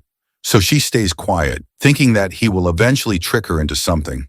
So there is no need to make all that happen right now or to confront the reason. The next morning, Young is making fish while looking at its recipe on her phone. When our guy walks to her, she expresses how modern she feels about herself and is quite impressed about hiding her true self. Even his family yesterday didn't get the hint about her difference. This statement makes Ching a little suspicious because hiding her true self, what is that supposed to mean? He wonders if she is still planning to run away. Although his thoughts are interrupted when he sees her being all red, while blushing and revealing that she likes being with his family and loves when the four of them are together. Ching has literally removed all the old stuff and replaced it with the new things they both bought earlier.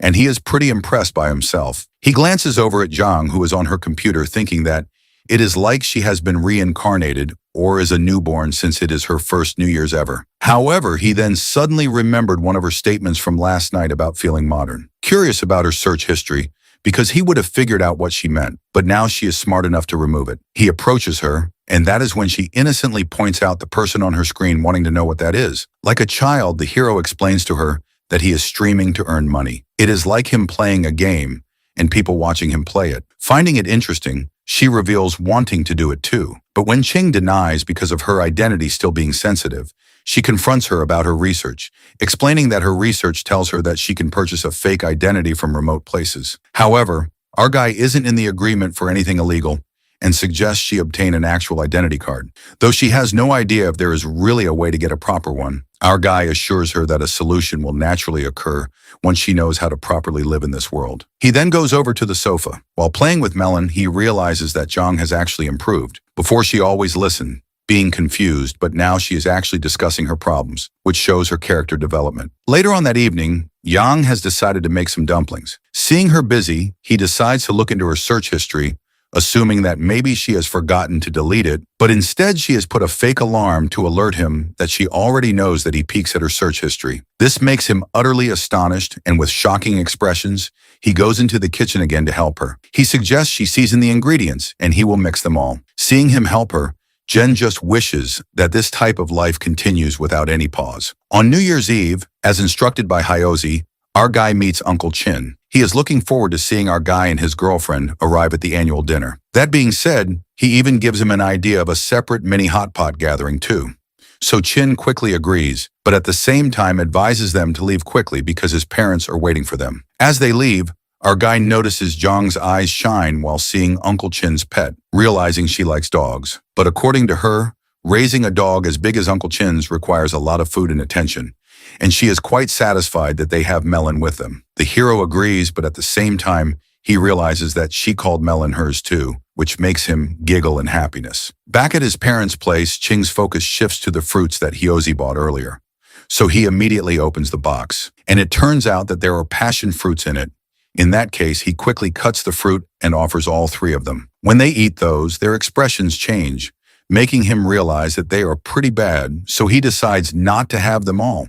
But when he offers them more, they look at him angrily, and now he has to finish those off on his own, as they can go to waste. Regret washes over his face, and he curses himself for opening that box in the first place. At his parents' place, both Ching and Zhang have New Year's Eve dinner with his parents. His father makes prayers for a new and better year, since a lot changed this year, and even our guy grew up a lot.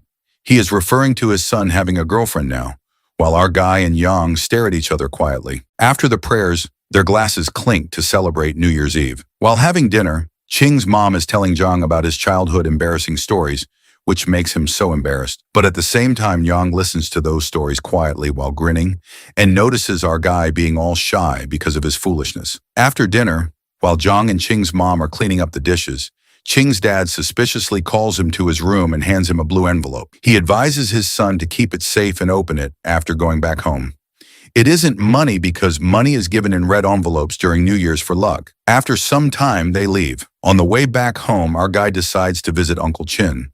In that case, he assures Zhang to be more casual and speak her heart out in front of him, since he would forget everything after some drinks. She doesn't respond, which makes our guy wonder why she is being so slow at grasping stuff out of nowhere. Yang, on the other hand, is flustered, her cheeks heating up with a deep blush, though his attention shifts to the box his father gave him earlier, and it turns out to be a condom. This makes Ching embarrassed and shy at the same time, because they haven't done anything except for holding hands, when Zhang, out of curiosity, wanted to know what those are. So our guy lies that these are balloons of no use. Later on, after arriving at Uncle Chin's place, they all greet, and just then, our guy suggests Uncle find a partner for himself, as Hyozi is always busy with his duties. This makes his uncle laugh. But at the same time, Uncle Chin notices Jian being quiet. So he jokes about her and our guy getting married, as they are even celebrating New Year's together, and questions her about her whereabouts. And with Ching's telepathy, She shilly tells him that she is from Join. They all then keep talking about different stuff, and that is when Hyose's dating life topic is brought up. Jung is quietly looking at the television where wishes of the new year are being announced. She can't help but feel something is not right. On their way back home, our guy teases Jung about the gap between her and modern people. Confused, she asks him to explain, but instead he grabs her hand and intertwines his fingers with hers, telling her to figure it out herself. She doesn't really give anything a thought. Instead, she blushes, acknowledging the fact that she loves a life like this, always wanting to rely on him. After getting back home, our guy is casually watching the television. He is happy about catching the tail end of the New Year's special show and even reminds Xian to wear her new clothes tomorrow. It's going to be the first day of the new year. At the same time, Jen is sitting there uneasy. Her mind is racing with tons of thoughts. She is not understanding what to do with this guy beside her, though she quickly stands up and goes to the kitchen. The hero is all confused, not understanding what is up with her lately and why she goes to the kitchen. But suddenly, Yang comes out of the kitchen with cooking wine. She has drunk all of it. Chong grabs her wrist, making her understand not to drink. But rather than focusing on her lecture, she is more concerned if they still have a clear conscience. Annoyed, he clarifies that it is very clear. However, in the blink of an eye, he's on the sofa and she's on top of him. She pins him down without any hesitation while the countdown for the new year begins on the television. As everyone on TV wishes Happy New Year, she kisses him. This feeling of being pressed down by her is frustrating for our guy. He realizes how helpless he is that he can't even play along with her. After kissing him, she repeats her question of whether they now have a clear conscience. And obviously now he denies it since he was pinned down. Though he always thought that guys would be taking advantage of drunk girls, for him it was the opposite. Jeneng then leaves him and then goes inside her room, bringing her slippers to him in order to express to him that he is important to her. She even offers to teach him how to punch. Confused, he suggests she rest as learning how to punch can wait. Jang pauses for a moment, but then leaves. Therefore, Ching takes a sigh of relief, but is still too confused, not understanding how to clear the mess inside his head. Instantly, Zhang peeks out of her room again. Our guy is again freaked out, suggesting she leave because if something more happens between them while she is drunk, she will beat him to death. But instead, she reveals with a touch of a hint on her cheeks that he hasn't touched her hands today. And when he does, she quickly goes to her bed. She is stunned, too shocked to see this side of her, doubting that she would try to leave tomorrow because of shame, so he locks all the doors and windows. The next morning, the first day of the new year, Yang seems to be in a really good mood while wearing her new clothes. On the flip side, Ching secretly watches her from his room, finding her being normal more weird. Gathering all his courage, he approaches her and questions her if she remembers what happened last night. The question makes her blush, but she still manages to tell him that they no longer have a clear conscience. Ignoring that, he spots her dressed in her new dress and realizes that he went to bed like that and didn't even shower since yesterday. In that case, he decides to shower first and continue this conversation in a bit. 20 minutes later, they both are sitting on the sofa, and Ching questions her on a few things like how she held him down, suddenly got drunk, and kissed him. He wants to know the reason behind all these questions. Hesitantly, she admits that she wants to rely on him. This makes him more confused, and he remembers about her bringing her shoes to him. So he asks the reason behind it too. It turns out that she has a misunderstanding about him having a thing for shoes, assuring him that it isn't an illness. This makes him realize that she has been reading weird stuff on the internet and doubts him, but he clarifies that it was because those shoes were the ones she wore when she came to his home for the first time. So, he thought to keep them as a memory or an antique and sell them later on. However, she instructs him not to sell it, and he agrees and reassures her one last time about not having anything for shoes. He then jumps up to the next topic while rubbing his bruised hand from earlier, because of being pinned down. She said about relying on him, so he questions her about whether relying on him means pushing him against the sofa and kissing him. Yang narrows her face. Her face turns crimson red, and she declares that they don't have a clear conscience after a kiss, and in that case, she is his girlfriend now. Hearing that, Ching also blushes and now can't help but demand a hug from his girlfriend. As he extends his arm, she slides near him, and they finally hug, the actual hug that Ching always wanted. While hugging her, he acknowledges the fact that his thinking about relationships is quite different from hers. Zhang doesn't really put a deep thought into it, because what they have right is what she wants forever. And Ching agrees to her, but at the same time, cupping her face, He confronts that he wants a modern. Zhang has his wife, not someone confused who will be having children just for a stable life. He even hopes that she learns how to smile. And when she hears that, she tries to smile forcefully, which is totally weird. He acknowledges the fact that she has a pretty smile, but she doesn't have to force it. She just has to smile more often. The smile she has when she sees snow, when she eats cake or hot pot, the genuine smile that she actually has. He agrees that she is doing much better compared to the time she first arrived, but even right now she is able to smile, but it is just her raising the corners of her mouth according to the current mood. This makes Yong realize that is the reason her Uncle Chin didn't talk to her that much last night. Without lying, he admits that it is right and it is obviously fine because she definitely needs time to understand and grasp things. After all, she is from over 1,000 years ago. Her mental state still needs time to grow, and in that case, he promises to wait for her no matter what happens. He then demands a kiss from her, and without hesitating, she kisses her cheeks. That being done, he makes her understand not to push him forcefully down like earlier. She just has to say what she wants, and she will eventually get it. And if that is a kiss, then it is a lot better. Hearing that, she apologizes for her behavior yesterday. After that happy moment, Shang said, "See, isn't that better? Don't push me away like yesterday anymore. Just say straight out that you like me. I won't refuse your kisses. On the contrary, I really like them." Hearing this, Zhang shyly replied, "I'm sorry, I shouldn't have done that yesterday. I'll give you all the shoes." Faced with her naive answer, Xiang helplessly said, "I don't need shoes. I want your lips." The first day of the new year ended. In Zhang's hand was a beautifully decorated red envelope. Uncle Tan said to her, "This is a beautiful pair of mandarin duck red envelopes, isn't it?" Xiang, sitting beside her, also chimed in, "Uncle prepared it for you." This was the first time Zhang had seen this type of red envelope, so she was very excited, carefully examining every detail on it, saying, "Thank you, Uncle." She gently squeezed the envelope, feeling it was very thick. Uncle and Aunt also gave me one this thick. At this rate, I'll have a lot of money to spend after the new year. After wishing Uncle's family a happy new year, the two of them went downstairs to leave. As soon as they reached the stairs, a young man leading a bicycle approached. It turned out to be Hao Zi. Xiang warmly greeted him and asked Hao Zi, "Finished your shift?" He replied, "Just finished." Xiang's eyes sparkled like stars. He proudly showed 2 mandarin duck red envelopes to Hao Zi. "Look, mandarin duck envelopes. How did you get these? When are you bringing your girlfriend home to meet your parents?" Hao Zi blushed with annoyance, thinking to himself, "Damn it. If this guy finds out my girlfriend is just in name only, he'll definitely tell my dad. I can't let him find out." Thinking this, Hao Zi decided to go home. "I'm not arguing with you anymore. I'm going home to sleep." Xiang still smiled brightly and said, "Happy New Year." On the snow-covered road, Zhang asked, "Can you help him solve this issue?" Xiang replied, "He's a police officer with limited authority.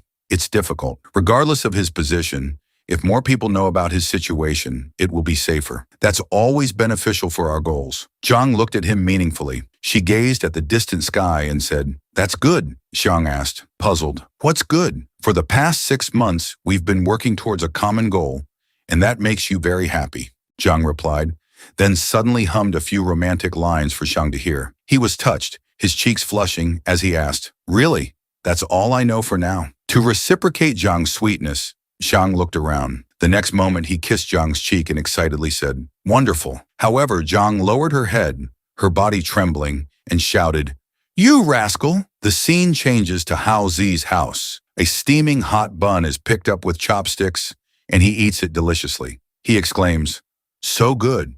Homemade buns are still the best." Sitting beside him is the uncle who gave Zhang the red envelope, who is also Hao Zi's father. He's playing with the dog Tyrant. "You must try harder. Even though you're grown up, I haven't neutered you yet. I'm waiting for the day you find your soulmate." Needless to say, this wasn't directed at the dog, but was implying something to Hao Zi. The old man continued, "I've placed all my hopes on you, hoping to have an heir to continue the Qin family line soon." Hao Zi didn't realize and instead said, "Dad, Tyrant is a girl." Hao Zi's father replied, dissatisfied, "I'm not talking to you, just eat. After you finish eating, go to Uncle Hua's house to wish them a happy new year." Following the instructions, Hao Zi went to his uncle's house to wish them a happy new year. "Happy New Year. Happy New Year, nephew. Let's chat for a bit. As a police officer, you have to work even on holidays. It must be tough for you." Zhang's mother took out a thick red envelope and said, "This is a red envelope for your girlfriend, but it seems she's too busy to come. I'll make an exception and give it to you this time. Hao Zi immediately became flustered because there was no girlfriend at all. It was just a name he made up. Hearing this, Hao Zi waved his hands in refusal. I can't accept it. I'm grown up now. She stuffed the red envelope into his pocket and said, do you have someone in your heart yet? If you're still single, I wouldn't give you a red envelope. Time is running out, she advised. Bring your girlfriend here to visit next time. Hao Zi sighed and replied, of course, I'll definitely bring her next time. Being asked about his love life, Hao Zi became dazed. He recalled the past months being urged every day to find a partner. Thinking about the day he would bring a girlfriend home, he wouldn't be nagged anymore. Once they see her, they won't keep pestering about marriage. Life is so difficult. The Hua couple witnessing this scene were also a bit confused. Before Hao Zi pushed the door to leave, Xiang's father asked, do you know what Xiang is doing these days? He's a TikToker, uncle. Can I borrow your phone for a moment? Hearing this, the uncle handed him the phone. After searching for a while, Hao Zi showed him an account with a Doraemon avatar saying, this is Xiang's account, uncle. The couple curiously opened it to see. Seeing his son's long, incomprehensible name, the uncle scolded, what the hell is this? Hao Zi explained to Xiang's father, he can't use his real name, Xiang. This name suits him well. Then he operated the phone a few times and introduced, this is his personal page. Below are the videos he posted. If you want to watch any video, just tap on it. Realizing she could get information from here, Xiang's mother invited Hao Zi in. Come in and sit down, nephew. The boy only said he's making money. We basically don't know what he's doing. This is an opportunity to find out what he's up to. The videos played one after another, all showing kissing scenes. After watching, all three were stunned, perhaps shocked. Xiang's father threw the phone on the table, scolding, is this kid just doing these nonsensical things all day? Hao Zi knew he had caused big trouble, thinking to himself that everything was ruined. Meanwhile, Xiang was unaware of what had happened, still going with Jiang to wish others a Happy New Year. Auntie, Happy New Year. Jiang also stepped forward and bowed. Happy New Year, Auntie. The aunt smiled happily. You look so radiant. Happy New Year. Suddenly, Xiang sneezed, a very loud sneeze. Someone must be talking behind his back. After exchanging New Year greetings, the three went inside to chat. Xiang spoke first. Auntie, when will Yen Yen come back? Jiang really likes her. The aunt replied, she'll be back after the New Year. Little Yen has to stay at my house for another half-month until school starts. If Jiang likes children, you two should have one soon. Xiang laughed loudly. You're right, Auntie. Get ready to receive our wedding invitation. In contrast, Jiang glared at him affectionately, looking like she might hit him. They started arguing again. However, the aunt spoke up. By the way, how did you two meet? Did you meet online? This question interrupted their argument and broke the atmosphere. They both looked at the aunt awkwardly, then at each other. Then each started explaining the reason. No, Auntie, we met in Zhangcheng. I pursued her for 3 years before succeeding. 3 whole years. The aunt replied, 5 years would be worth it, let alone 3. That's wonderful. At this moment, the uncle brought out a plate of fruit to serve the guests. Xiang quickly said, Uncle Wang, you don't need to be so formal with us. We'll be leaving soon. The uncle replied, talking to this old lady must be boring. Make yourselves at home. Have some fruit. Well then, if you insist. After a morning of New Year visits, they finally returned home. As soon as they got home, Xiang asked Jiang, do you know what online dating is? Jiang tiptoed to get a bag from the top of the fridge, replying, of course, as soon as I open my phone, it shows up on the website. I basically don't need to search for it. The waiting pet cat also got to enjoy a full bowl of food. Xiang worried, not knowing if her web browsing was a blessing or a curse. He thought she was still innocent, but she's already been corrupted. The next second, he walked toward the sofa. Xiang chose to lie on the armchair because the morning of New Year visits had exhausted him. He said, actually, I prefer long socks to slippers, especially the thin, long black ones. Simple design. Then his eyes looked a bit puzzled. Jiang sat beside him, also looking at him, then turned away, responding disdainfully. Xiang started teasing her. Your attitude shows you know exactly what type I'm talking about. She innocently replied, it's the type I saw on the street the other day. This answer stunned Xiang. A simple stir-fry meal was served.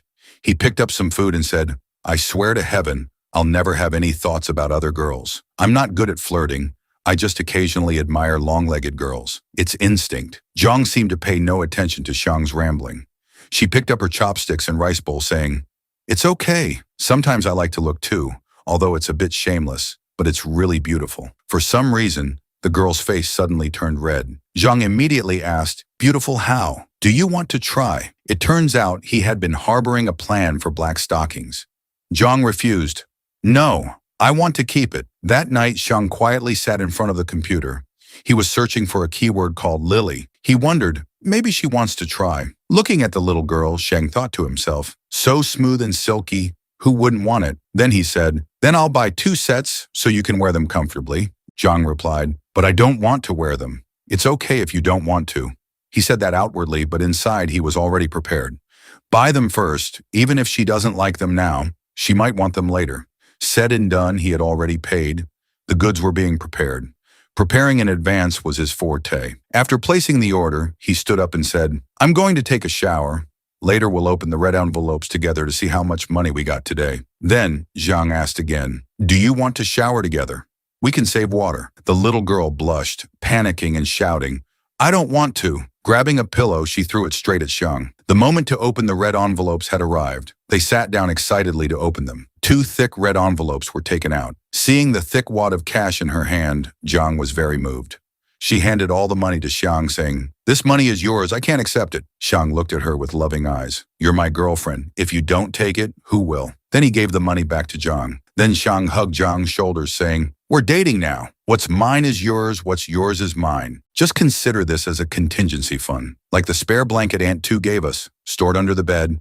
Take it out when needed." The little girl lowered her head, shyly saying, "I still owe you a lot of money." Seeing this, Xiang consoled her. "Come on, don't mix the 2 things together. Let's not talk about that anymore.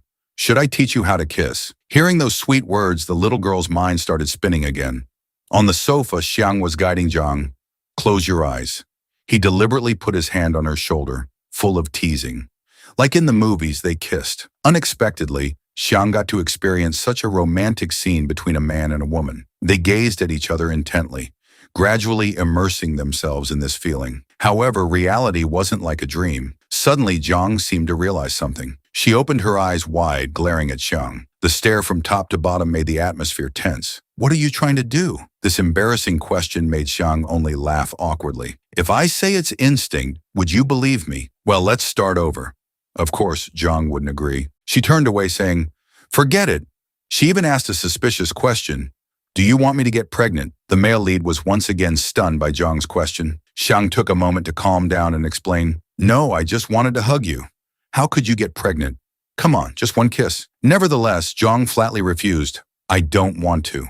I want to go to sleep." Along with the goodnight wish came the sound of a door slamming shut. Faced with this confusing situation, Xiang could only scratch his head in bewilderment. Does this girl know how to kiss? But he quickly dismissed that thought, focusing instead, "Well, while I'm not sleepy yet, I'll do something else. First, let's check the video reactions." What Xiang was about to watch turned out to be a steamy scene from a movie. When scrolling down to the comments section, an indecent comment appeared before the male lead's eyes. "Why watch this nonsense? It's so undignified. Delete it." This comment seemed familiar to Xiang. He muttered, "Oh, why does this sound so familiar? Never mind, I don't care." The male lead directly blocked that person. The scene shifts to Xiang's parents' room. The father seemed to be intently watching something on his phone. Seeing her husband staring at the screen, the wife asked, "What are you still watching on your phone?" He calmly replied, "Nothing. About to go to sleep." It turned out he was monitoring the comments under his post, wanting to see if anyone had replied. But surprisingly, he couldn't access that post anymore. Faced with this situation, Zhang's father started to get irritated, shouting, "You can only find videos through the uploader's channel. What kind of damn app is this? Can't watch anything at all." The 6th day of the Lunar New Year was approaching. Early in the morning, 2 young boys were making noise at the door. "Tha, your dad's friend Wang Zi is here to visit." The friend beside him shyly reminded, "Keep it down, don't disturb the neighbors." The male lead quickly opened the door for his 2 friends. As soon as they entered, he said, "Sit anywhere you like. Food is being prepared. I'm adjusting the background music, so I can't use the computer. If you want to use one, there's only the laptop." Wang Zi suddenly acted arrogant, putting the male lead in a headlock, saying, "Hey, you go play games." At the same time, Zhang brought out a plate of food. She seemed not to understand why these guys were hugging each other. As soon as he saw the girl, Wang Zi pretended to be gallant. I mean, how have you been lately? Long time no see?" The male lead was exasperated by Wang Zi's talkative nature and had to remind him, "Be quiet. Let me go to the kitchen to lend a hand. In the kitchen, the male lead started to show his romantic side next to Zhang. Even just handing over a potato required an intense gaze between them. Wang Zi and his friends stood outside looking in, feeling a bit bewildered. He helplessly turned to chat with the cat. Right, kitty. Wang Zi turned to ask the other friend. It's strange. How did this useless guy suddenly change so quickly? Seeing his friend's slow response, Wang Zi arrogantly reminded, Hey, I'm asking you. This statement startled the dazed friend, who didn't dare to move. Then the young man leaned close to Wang Zi's ear and whispered, Maybe Tan has been replaced by someone. Cloning technology is much more advanced now than before. After hearing these absurd words, Wang Zi suddenly nodded in agreement. You have a point. He disappeared for months, barely went out. Maybe he was switched during that time. The real one was destroyed. Only the fake one remains. The dreamy friend added more knowledge for Wang Zi. Clones usually have signs you can distinguish between real and fake. Pay attention to see if there are any marks on his neck and hands. Just then, the male lead appeared, curiously asking, What are you two whispering about? Come eat. Seeing Wang Zi hugging the cat tightly, Xiang kicked him in the butt. Let go of my cat. Move away. During the party, Xiang excitedly said, For the new year, Zhang showed off her cooking skills, making some family dishes. So today, drink less, eat more. Wang Zi enthusiastically responded, Adults should drink alcohol, come on. Suddenly, the male lead felt a bit uncomfortable. Just now, while helping in the kitchen, my hand got burned quite badly. Indeed, there were 2 red marks on the male lead's hand from cooking burns. This scene caught the eyes of the 2 friends. They immediately judged.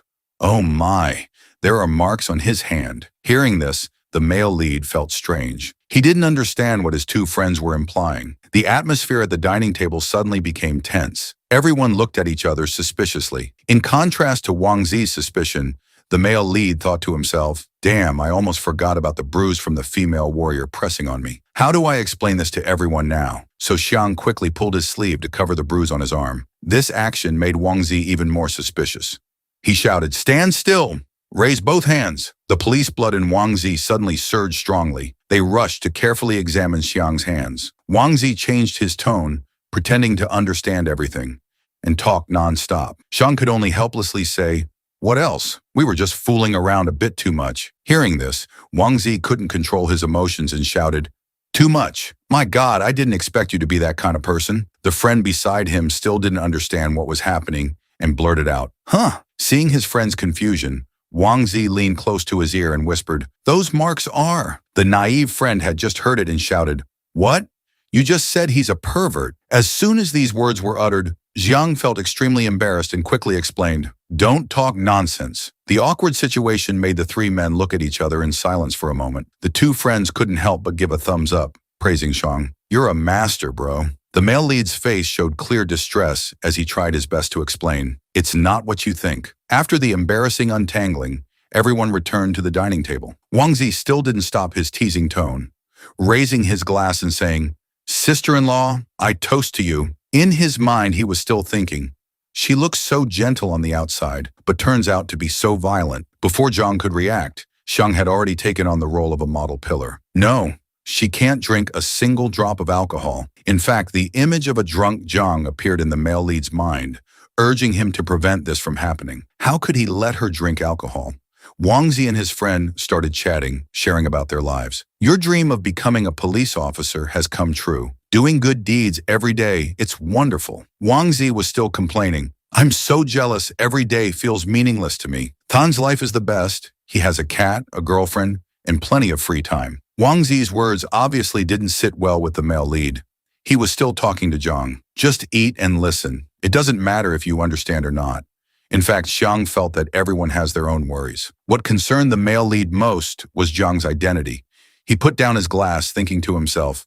However, seeing Zhang eating happily, her radiant smile, perhaps it made Tan feel somewhat at ease. He was still the romantic man. You have rice on your face. The efforts to hide Zhang's identity, the male lead felt, were very worthwhile. Wang Zi felt very uncomfortable inside. He spoke up. Hey, stop showing affection in front of us. Sister-in-law, say something. Zhang raised her hand in confusion. I'm eating, Xiang responded to the other 2, because looking at you 2 is disgusting. Zhang innocently commented on the people around. I don't think so. You all must have been friends for a long time, right? Hearing the sister-in-law say this, Wang Zi nodded. That's right. Xiang and I have known each other since our 4th year of university, and these two have known each other since they were in diapers.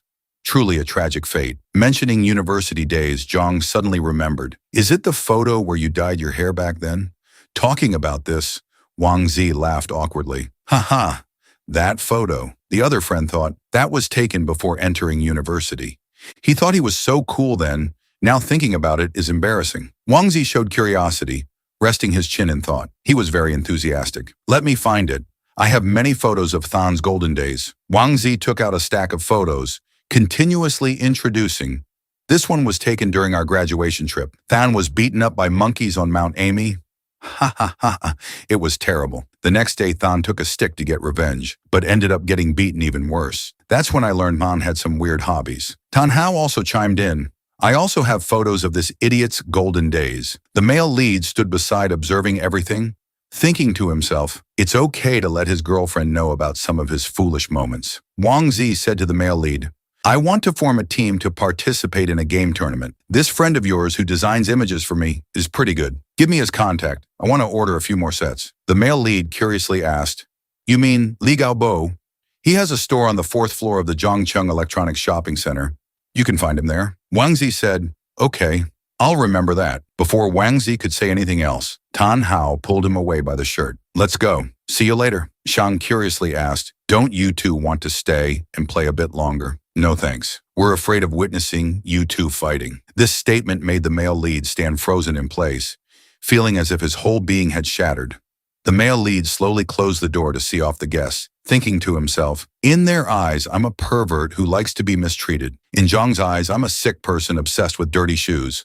My reputation is completely ruined. After everything that happened, the male lead lay sprawled on the sofa with a thoughtful expression. The new year is almost over.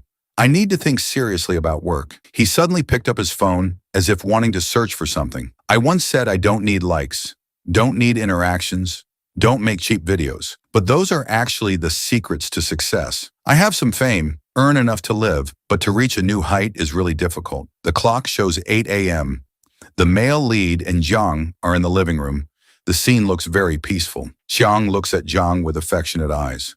Zhang asks, Do you want something to drink? The male lead starts playing the romantic lover again. I don't want to drink. I just want to hug you. I like you. He keeps saying cheesy things. Zhang shyly, Xiang still hugs her tightly. I like the scent on your body. Zhang asks in surprise, Do I have a scent? The male lead answers somewhat crudely. Of course, men are naturally lustful. They can detect the seductive scent from beautiful women. Knowing he misspoke, he uses another sweet line to save the situation. But I'm different. I'm only lustful for you. Let me kiss you. Their lips gradually move closer to each other. The romantic scene continues to unfold. The sofa seemed to be fueling the passionate love of the couple. Zhang's eyes gradually became shy. Her cheeks flushed. Suddenly, Zhang screamed. The male lead quickly comforted her. Can you stop paying attention to that? Before he could finish his sentence, the male lead was pushed hard. Zhang unexpectedly took the initiative to pin the male lead down on the sofa, thinking to herself, it seems this might be better. I can prevent him from using tricks, trying to get me pregnant. Just experiencing the feeling of love. The passionate kiss began. The male lead pretended to resist weakly. Let me go. In his mind, he was still struggling with his thoughts. For the sake of our future bedroom life, I can't let her form this habit. Just as the two were engrossed, there was a knock on the door. Zhang heard it and said, Let me go open the door. A little girl appeared, looking very excited. Sister Jiang, you're smiling. What's so fun? Jiang blushed, a bit surprised. I'm smiling. The little girl had just entered the house and asked, Where's Bidao? Then she lovingly scolded Bidao and picked it up. Stop oversleeping all day. Wake up and study with me. The girl's cheerful expression surprised both the male lead and Zhang, especially the male lead, who completely didn't understand what was happening. Zhang awkwardly changed the subject. Looks like you've changed, haven't you? Xiang smiled and replied, Yes, I've learned how to love someone. She always uses her strength to suppress me. That's a skewed development. The little girl sat at the table with paper and pens neatly arranged. Bidao, you'll see me on TV someday. On the other side, the male lead said to Zhang, That's great. You should seriously think about going to school. If you don't know anything, people will laugh at you. Zhang, our names both have 14 strokes. This is destiny. Jiang's eyes suddenly changed. She looked a bit surprised. The little girl who just came in also curiously asked, "So how many strokes does my name have?" The male lead quickly explained, "Your name has more strokes than mine and hers combined. If you had to write your name 100 times, it would be like a teacher's punishment for you. Your name is really hard to write. You probably don't want to write it over and over like being punished, right?" Hearing the male lead's sincere explanation, Zhang's eyes lit up with amusement. The little girl in the yellow shirt continued to ask innocently, "How can I become a superstar?" Zhang then listed, "You need to know how to sing, know how to dance, know how to act, and everyone has to like you." Ngon Yen, "Do you know how to sing?" Ngon Yen replied pitifully, "No." "What about dancing? Can you shake your butt?" The male lead immediately teased, "Your sister Jiang can do that too." Jiang shyly refused, "I don't know how." The scene changes to a poetic sunset. The male lead focuses on work, while Jiang cleans up. This is the ideal family scene that everyone dreams of. At this moment, Jiang looks out the window, her eyes suddenly widening as if she saw something strange. From the bathroom comes the sound of continuous scrubbing. Jiang curiously asks, "What are you doing?" She innocently replies, "I'm washing shoes." The male lead crosses his arms and asks, "Then why did you take my shoes?" Jiang asserts, "They're mine." Jiang suddenly speaks up, "You gave them to me, so they're mine." The image of Jiang giving shoes to the male lead flashes in her mind. Unable to deny it, she has to admit her mistake. "I'll return them to you after I wash them." The male lead gives a cute smile to soothe her. Jiang points to his phone and says, "The things I ordered for you will be delivered soon. I'll buy you a few pairs of high heels. Do you prefer white or black?" "I like red soles." Jiang refuses. "I don't like any color." The male lead also gives up. "Then I'll decide myself. I'll buy all the colors." Jiang's eyes darken. Various thoughts begin to surface. He's not satisfied with one pair of shoes. He wants to buy more. The scene changes to February and spring. While Jiang is sitting alone fishing, Xiang approaches. Suddenly, Xiang shouts, "Ah!" He stands in a stance and continues to shout loudly, "Hey!" Hearing Xiang making noise beside her, Jiang irritably said, "Shh! Be quiet. You'll scare the fish away." Zhang laughed with delight. "Almost done." Then he returned to his martial arts stance, continuing to shout, "Heya!" At the same time, he thought to himself, "I can't understand it. A female warrior like her coming here to fish. Well, then I should practice martial arts outdoors too. She once said it could save money. Why not?" Xiang continued to be lost in his thoughts. "I feel like I could take down a bear with just one punch, but that's still not enough to tame a wild Jiang." He was so lost in thought, he didn't notice what was surprising Jiang.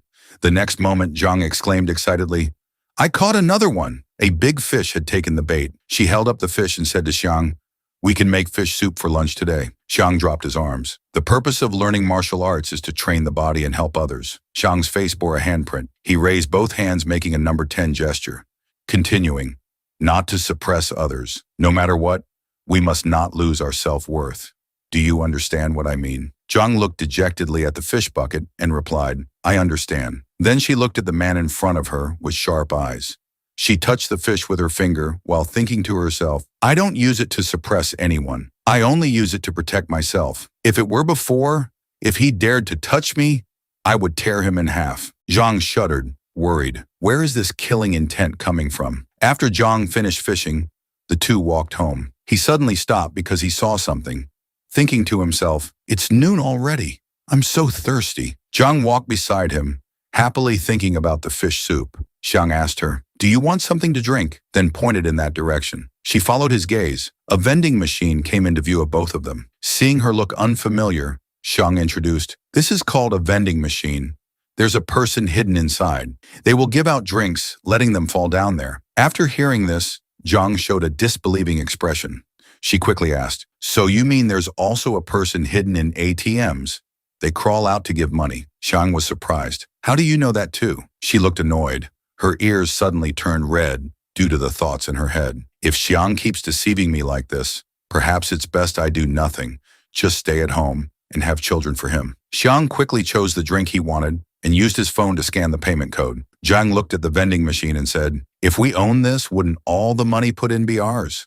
Actually, we wouldn't lose any money at all, right?" Jiang hurriedly explained, "It's not like that. You have to buy drinks to put in first. Then you can put the remaining money in your wallet." After hearing this, Jiang replied, "Oh, I see. Then we don't need this anymore. While they were talking, the drink can had fallen from its original position. However, it got stuck, unable to fall down further. This surprised both Xiang and Zhang. They both stood staring at the drink can in disbelief. He exclaimed, "How did it get stuck like this?" As he spoke, he forcefully hit the machine, wanting the drink to fall down. Seeing that hitting wasn't working, Xiang then shook the entire vending machine vigorously. After a while, he said helplessly, "I can't make it fall down." Then Xiang continued, "All right, I'll buy another one to push the other one down." Zhang worried, "What if it gets stuck again?" Xiang said while scanning the code, "It can't be that unlucky." The phone screen showed the payment amount. He pressed confirm and a beep sounded. He continued, "What happened earlier was just a coincidence. The drink can left its original position again." The second coincidence occurred. The two stood staring at the stuck drink can in disbelief again. Xiang hurriedly selected the same drink again on the vending machine screen. This time he looked very annoyed, angrily saying, "I can't believe this." Another clunk sounded. The third coincidence occurred. Looking at the three cans stuck firmly, Xiang was so angry he felt like he was on fire. Zhang calmly said, "We've already lost 7.5 yuan." Xiang frowned. "Watch me destroy this stupid machine." Zhang immediately looked around, turning left and right to see if anyone was there. Confirming no one was around, she delivered a powerful kick to the vending machine, frightening Xiang to the point where his soul nearly left his body. The three cans fell down simultaneously. Xiang shouted, "Run quickly!" The two quickly ran away. They only stopped when they reached an empty alley, and only then did Xiang breathe a sigh of relief. Seeing this, Zhang said, "Don't worry, I checked beforehand. There was no one around." Xiang angrily said loudly, "Have you already learned to check your surroundings before doing bad things?" Hearing this, Zhang looked unhappy, but still replied, "I've known for a long time, stop treating me like an idiot." Then the two continued walking home. Zhang walked while holding a can, asking him, "I'm wondering, what will it be like 100 years from now?" Hearing the question, Xiang quickly replied, "Perhaps we'll become star conquerors.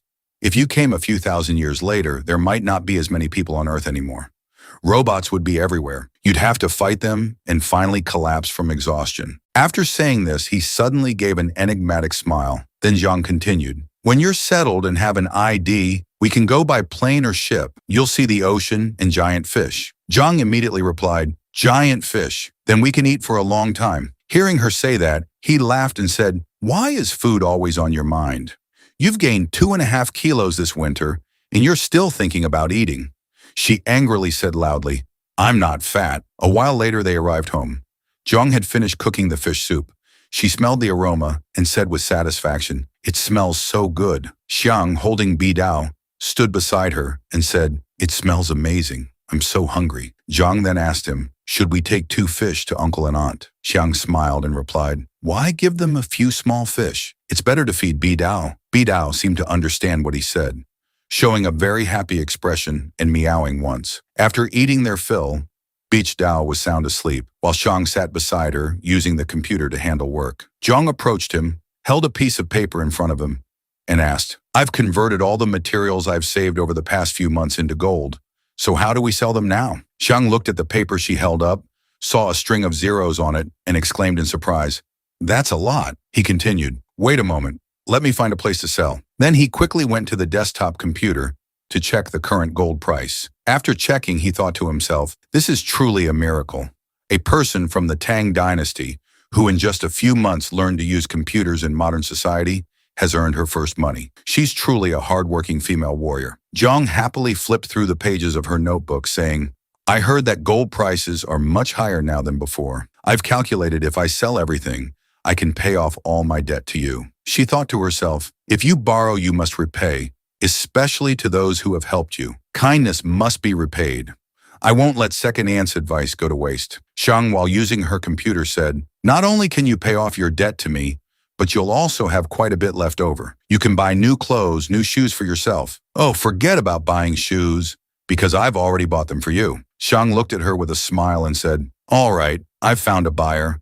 Let me teach you how to make the transaction." Zhang immediately replied, "Yes, please." Looking at her busy appearance, he felt very happy, gazing at the girl with affectionate eyes. After that, they both continued with their work. A moment later, she put down her pen and turned to ask him, "Can I kiss you?" Hearing the question, Xiang felt extremely confused and could only reply, Zhang quickly moved to sit next to him. Xiang looked at her, thinking to himself, does the female warrior want to use this method to repay me? Or are we celebrating? Or has she finally reached a state of free thinking? Whatever. A kiss is just a kiss. Pushing aside his thoughts, he gently touched Zhang's cheek, slowly bringing his face closer to her delicate features. Then the two shared an incredibly romantic kiss under the sunset. He held her hand tightly, noticing she didn't resist, and thought to himself, oh, this time she didn't knock me down. He stared at her intently, because he felt something was a bit strange. Seeing her touching his chest, he quickly asked, what are you doing?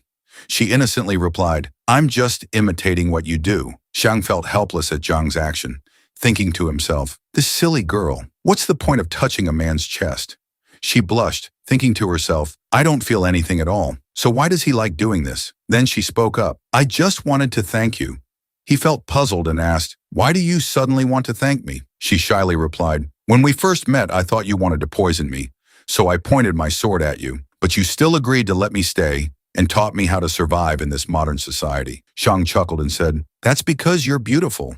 She thought to herself, what kind of person is he? Can't he be less shallow and more serious? Xiang continued, if the person hiding in the corner was your master, with his long beard, I would have immediately called the police to arrest him. So having an attractive appearance is a kind of luck. After hearing this, Zhang replied, you're right. If you had thick eyebrows, sharp eyes, and looked cunning, I would have slain you right when you were drinking that soda. She smiled happily, looking at him with affectionate eyes and said, we're both very lucky, but I still want to thank you. He also looked happily at the girl he loved sitting in front of him. Xiang gently touched her nose and said, smile more. Your smile is beautiful. A moment later, Zhang leaned back on the sofa, looking at something. Bidao obediently lay on her lap. Xiang sat beside her, continuing to work on the computer. Zhang said to him, after I sell all these things, I'll pay you back for the TV. I'll save the rest for when I need it, he replied. Just keep it all. Save as much as you can. Then he thought to himself, this female warrior seems too serious. Let me tease her a bit. He reached out to touch the foot resting on his lap, then gently pulled at the sock she was wearing. Realizing her sock was being removed, she angrily shouted, why are you taking off my sock? He immediately replied, I just wanted to take a look. After saying that, he grabbed her foot. Surprised by the touch on her foot, she involuntarily shuddered. Xiang was still admiring her feet, saying, your feet and hands are very different, not as calloused. He looked at the sole of her foot, thinking to himself, her skin is so soft. He shook his head, thinking, I must stop. Otherwise, I'll turn into a pervert. I need to find something to distract myself. That's it. Then he quickly removed the sock from her other foot. Xiang took the pair of socks away, leaving Zhang very confused. She ran after him, asking, why are you taking my socks away? He turned to look at her and replied, I'm going to wash your socks, since there's nothing else to do right now. Hearing this, she stammered, I can wash them myself. As he washed the socks, he said, I've told you, I'll take care of you. Doing these things for you means a lot to me. Besides, soap is harsh on your hands. It's fine for a man like me, but you should protect your hands well. She still shyly said, maybe we shouldn't. Seeing this, he said, I'm your boyfriend, so let me do these things for you, okay? Hearing this, her face turned as red as an erupting volcano, seemingly the most embarrassing moment of her life. Xiang's parents came to visit him. In front of Xiang's father, he appeared as serious as his father was gentle and affectionate. Xiang was still secretly eating a cucumber when he opened the door for his parents and immediately asked, Mom, Dad, why are you here so early today? I truly am a precious son, aren't I? Xiang finished eating the cucumber. By now he had entered the house but didn't forget to call out, Mom, Dad, please sit and relax for a while. Zhang is cooking. Seeing his mother carrying many things, Xiang thought they were for him and quickly said, Mom, you don't need to buy things for me. I know you love me. Xiang's mother quickly extinguished her son's excitement. Who said it's for you? I brought these for Zhang. Zhang hurriedly called inside. Zhang, my parents are here to visit us. Zhang, who was cooking, peeked out to see. Zhang turned to Zhang and boasted, Mom even brought gifts for you? Really? Zhang was a bit flustered, bowing her head to ask, her hands still slowly wiping on her apron. Zhang held up the gift box his mother had prepared and showed it off. Look, Mom got you this. It's hand cream. Zhang's mother saw Zhang come out and greeted her with a kind smile. Hello, dear. How have you been lately? Xiang's father stood behind, only glancing briefly, not as warmly as his wife. Zhang was very happy and quickly thanked her. Thank you, Auntie. Xiang's mother replied to her future daughter-in-law. Oh, no need to be so formal. A table full of fragrant dishes was laid out, not only delicious, but also very appealing to the eye. After tasting a bite, Xiang's mother couldn't help but praise. Oh my, this skill. This dish is even better than what I cook. Xiang smiled proudly, boasting about his girlfriend. Yes, Zhang's cooking skills are top-notch. Zhang, standing nearby, blushed at the compliment. Feeling a bit shy, Zhang was still holding her chopsticks, her cheeks flushed, looking embarrassed but very cute. It seemed this female warrior had put down her sword, replacing it with a rice paddle for cooking, and she had learned very well. After everyone finished eating, Xiang and Zhang quickly cleaned up. Xiang neatly stacked the dishes and wiped the table. When finished, our protagonist carried the dirty dishes to the sink and handed them to Zhang. She was putting her apron back on. As soon as she saw Xiang come in, Zhang quickly said, "Just leave them there. I'll wash them. You go and chat with your parents." But Xiang didn't reply, only responding with actions. He squeezed dish soap onto a sponge and said, "No, let me wash them. Dish soap is harsh on your hands." Xiang focused on washing the dishes, but didn't forget to chat with his girlfriend. "My mom noticed the calluses on your hands earlier. That's why she bought the hand cream, so you can take good care of your hands." Xiang continued, "So use it freely. Don't be stingy." Hearing this, Zhang raised her hands, carefully examining them. Zhang asked curiously, "Do hands really need special care? Isn't it only swords that need to be cherished?" Xiang explained, "In modern society, taking care of swords isn't that important anymore. What really needs care is yourself. You should put away your sword and not carry it around so often. If you want to practice swordsmanship, I can buy you another one." Hearing Xiang say this, Zhang didn't know what to say. She clenched her hands tightly and bowed her head in thought. Zhang's face flushed again. She looked down at her hands, thinking to herself, "To make my hands soft? Then he'll play with them." Xiang's parents were sitting in the living room drinking tea. His mother glanced toward the dining room, as if checking something. While Xiang's father was reading the newspaper, his mother leaned over and whispered in her husband's ear. "At first I thought they were living a normal life. But look, their house is really quite nice. Everything is neatly arranged and tidy. The entrance is very bright, and the shoe rack is very organized. The living room is beautifully decorated, without a speck of dirt." Xiang's mother hugged and stroked Bidao in her lap. Bidao seemed to enjoy it very much. While petting Bidao, Xiang's mother expressed her thoughts. "I think they're living very comfortably. Maybe you should give this house to Xiang soon." Xiang's father frowned slightly, thought for a moment, and said, Let's wait until the girl finds a stable job first." At this moment, Xiang and Zhang came out from the kitchen.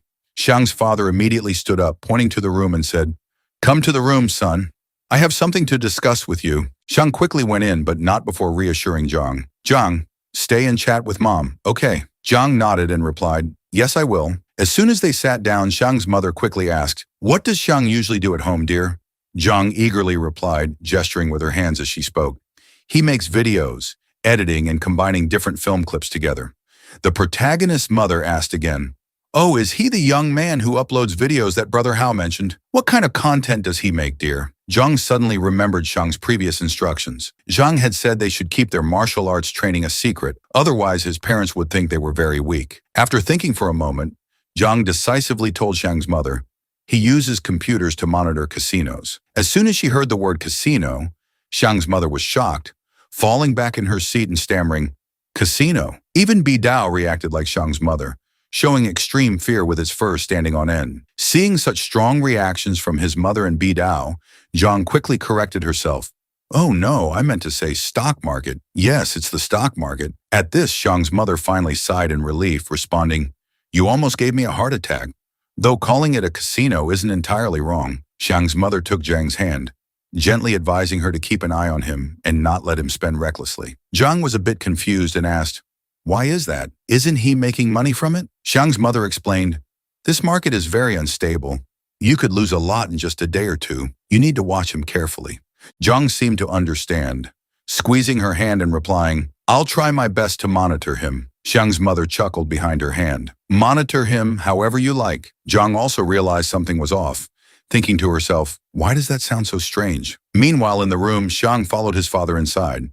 Looking at the neatly tidied room, with the bedding folded perfectly, Xiang's father observed silently, saying nothing. After a while, he finally asked, "You two don't share a room?" Zhang scratched his head, squinting his eyes, and confidently replied, "I've told you before, we don't sleep in the same room. She sleeps in the room across the hallway." Zhang's father thought to himself, "A man and a woman living together under the same roof.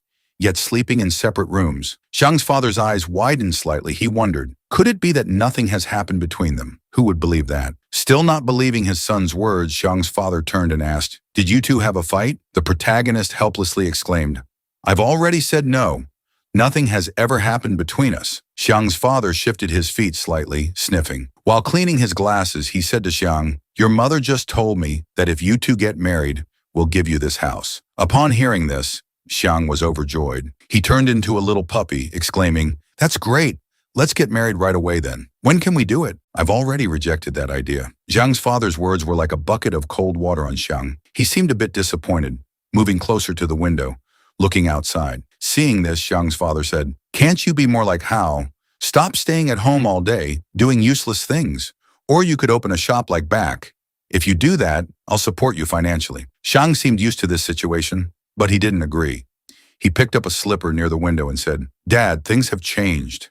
It's true that you have more life experience than me." He held up the slipper, examining it, and continued, "But have you ever thought that each generation has different ideas?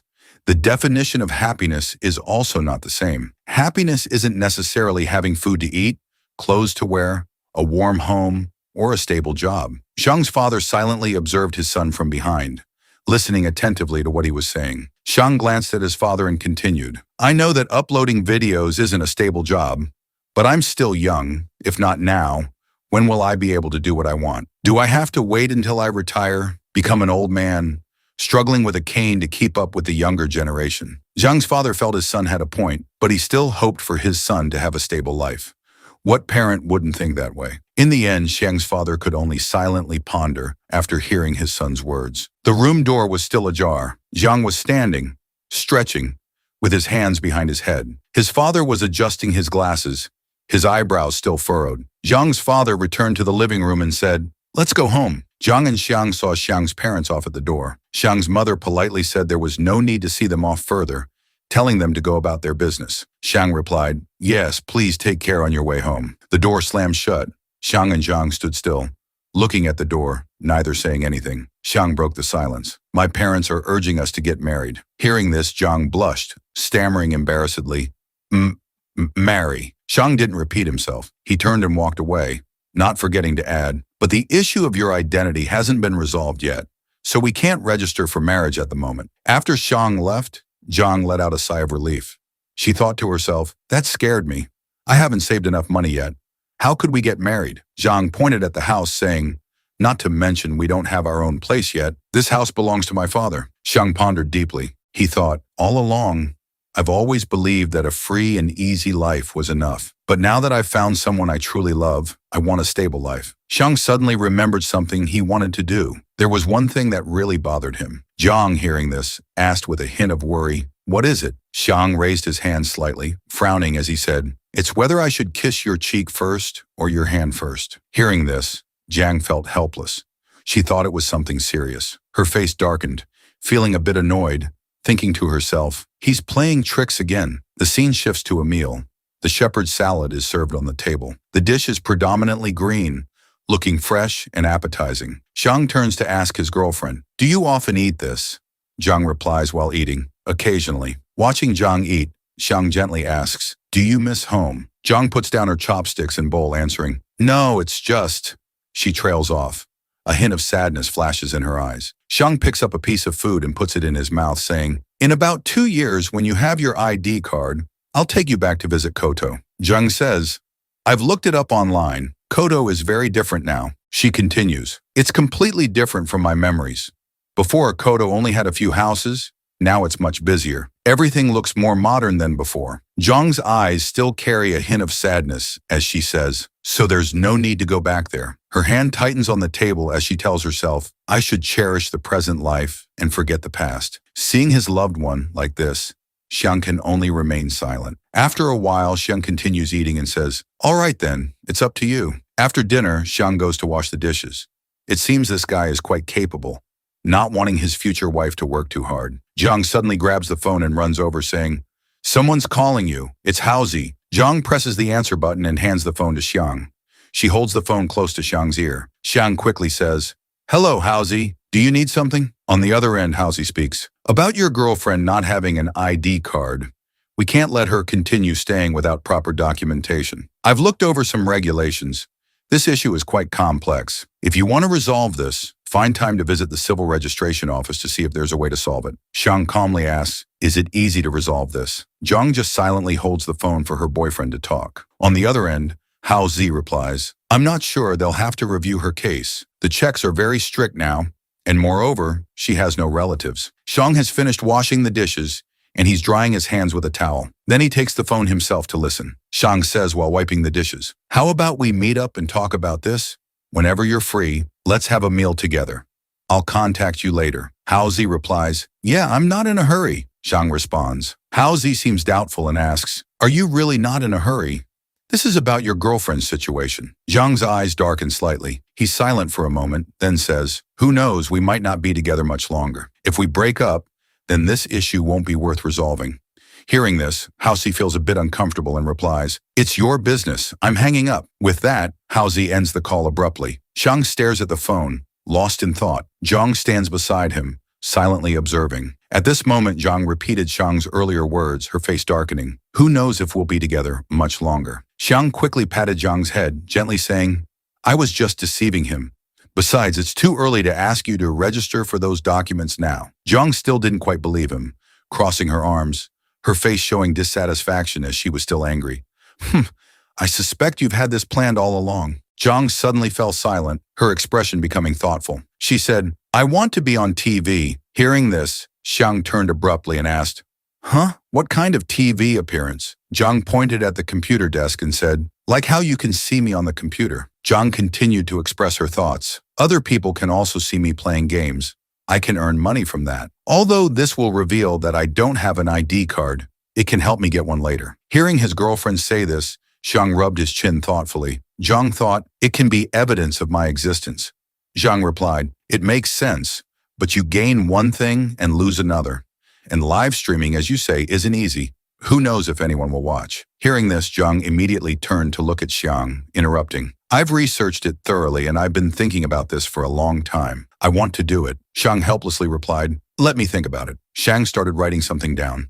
The content on the paper was roughly, provide more evidence for Zhang's existence. If we start implementing the plan, then within 2 years, earning money from online videos can leave Zhang's mark in this era. If she gains some fame, she'll have a solid position in society, even creating influence. By then, Zhang will no longer be an ordinary person. For example, becoming a 30-year-old female game streamer without an ID card, sheltered by a kind person, and starting a career from playing games. By then, resolving Zhang's identity issue will be much easier. Zhang sat beside him, watching intently as Xiang wrote. Suddenly she frowned and asked, you don't seem to want this very much, do you? Xiang hesitated before answering. Then he admitted, yes, I'm not ready yet. Seeing Zhang sitting silently in the chair, Xiang asked, can you tell me your thoughts on this? Zhang slowly replied, I think if I play games and live stream every day, it could kill 2 birds with 1 stone. Hearing this, Xiang suggested, why don't you try running a business instead? Zhang immediately replied, opening a store requires a lot of capital and deposit. I saw that online. Xiang confidently replied, you don't need to worry about money. Zhang still didn't seem to believe it fully, her eyes clearly showing that. They fell into silence again, sitting without saying anything. After a while, Zhang spoke first. If you're not ready, then I'll just find something else to do. Zhang sat silently, fidgeting with her hands. Xiang asked her, aren't you going to ask me why? Zhang understandingly replied, you don't agree because you're afraid this might hurt me again. Zhang fell silent once more. Suddenly, Zhang grabbed Xiang's wrist, quickly pulling him down onto the sofa. Surprised by Zhang's action, Xiang asked, what do you want to do? At this moment, Zhang's cheeks flushed with embarrassment, but she still honestly said, I want to kiss you, and then go play games. While Zhang was playing games, Zhang sat on the sofa, saying, if you hadn't thrown me down earlier, I would have really liked it. Hearing her boyfriend say this, Zhang suddenly felt uneasy. As Zhang was feeling embarrassed about her earlier action, Xiang continued, I would have groped your body. Xiang thought to himself, this is natural instinct. The male lead Xiang leaned back in his chair, sighing, Highs, your martial arts skills are too high. I can't beat you. But Xiang still wasn't satisfied. He angrily pointed at Zhang and said, but once I'm stronger than you, I'll teach you what manners are. Despite saying this, in Xiang's mind appeared an image of Zhang coyly calling him Master. Zhang, who was playing games, heard this and covered her chest with both hands, silently cursing. Pervert. Zhang plopped down on the chair, resting his chin in thought. Since Zhang arrived, I've helped her with many things. In fact, almost everything has been for her benefit. I have to admit, I've kept some things from her. Live streaming is the first thing she wants to do on her own. Looking at the girl playing games at the computer desk, Zhang said, "The world of streaming is chaotic. Those with creativity will create content to attract viewers. Those without content will rely on their appearance to get attention. Jealous people will use unfair methods to suppress others. And Zhang is so beautiful." Xiang's face suddenly darkened. At this moment, Xiang imagined Zhang becoming famous, rich, and beautiful. Then she would say to Xiang, "Why do I find you so useless now?" Just thinking about this made Xiang very uncomfortable. Although he thought this way, Xiang said something different to Zhang. That could be part of the reason. When you love someone, you always feel insecure. Zhang continued, "What I worry about most is that I can't take good care of you. I'm afraid you'll lose your way. I'm afraid I still see you as the ancient heroine while you're gradually becoming a modern person." Zhang suddenly asked, "Can you clearly understand what our relationship is?" Hearing this, Zhang turned to stare at Xiang, answering without hesitation, "We are lovers." The female lead spoke while playing games, and Xiang continued, "We will get married, live happily together, hug and kiss. I'll even like your shoes. Although we're a pair, we're still two separate individuals. We both feel a bit awkward." Zhang turned to observe Xiang carefully. At the same time, Xiang continued, "Everyone has their own thoughts and goals. When we're together, we're bound to have conflicts due to differing opinions." Xiang gave an example. "For instance, you want to be a streamer, but I don't want you to. If you listen to me and give up, the problem is solved. Things might be resolved, but you can't always listen to me. If you continue to do what you want, the conflict between us will grow. One or two disagreements might be fine, but in the long run, it will leave many unpleasant issues." Zhang said, "You're living a human life. You can fully experience all kinds of emotions. There will be a day when your opinions are constantly rejected by me. You won't be able to hold back anymore and will start to rebel." Xiang imagined Zhang arguing back, like, "Why should I listen to you?" Xiang's expression suddenly became dejected. He hesitantly said, "Then you'll leave. That's what I fear the most." After hearing this, Zhang's expression changed constantly, from bewilderment to silence. Zhang's face changed from surprise to confusion. Zhang turned her head with a slightly smug look and asked Xiang, "Are you explaining this to me?" Xiang, still hugging Bidao, quickly replied, "Yes, we should respect each other and treat each other equally." Xiang hugged Bidao, thinking to himself, "I'm not raising her like a pet, and she's definitely not a pet. Xiang is like a 5-story building, and Zhang is the first floor." Zhang put on a cute face and asked coyly, "So does that mean when I wrestle you down, I'm not respecting you?" Xiang felt like she hit a nerve, he exclaimed. "That's right. Doing that is very disrespectful." Zhang gently said, "We'll be like that in the future." Xiang fell silent, listening intently. Xiang became quiet, immersed in Zhang's gentle beauty. Xiang asked softly, "Don't you have any opinion on this?" Zhang innocently asked back, "What opinion?" Xiang sighed and said, "I said I would respect you. That's the foundation of our relationship. So when you wrestle me down and nothing happens, it's just a joke. Although I don't like it much, it's a form of affection." Thinking about the scene of them holding hands tightly, Zhang suddenly shouted, "Oh, don't bother me when I'm playing games." Xiang said resentfully, "I'm sharing my thoughts and worries with you, and you're only concerned about playing games. You should think and worry more about our future." Then Xiang leaned close to Zhang's ear and said, "Instead of wasting time playing games, why don't we go to my room to continue our discussion? Someone's starting to play tricks, trying to seduce an innocent girl." Zhang was also very alert. She immediately asked back, "Why do we need to go to your room?" Xiang shamelessly replied, "We're lovers. It's very normal to share a room." Zhang loudly protested, "I don't want to get pregnant." Xiang asked back, "Who said you'll get pregnant?" Zhang embarrassedly shouted, expressing her thoughts. "You want to trick me into your room to get me pregnant? I can't wrestle you down all night. If we sleep together, I'll definitely have a baby." Xiang showed a puzzled expression, asking his girlfriend, "Do you know where babies come from?" Zhang answered simply, "Two people sleep together." It seems this innocent girl thought that just sleeping together could easily result in having a child. Xiang still tried to explain, "Just sleeping together can't make you pregnant. I haven't even done anything yet." But Zhang didn't let Xiang finish his sentence.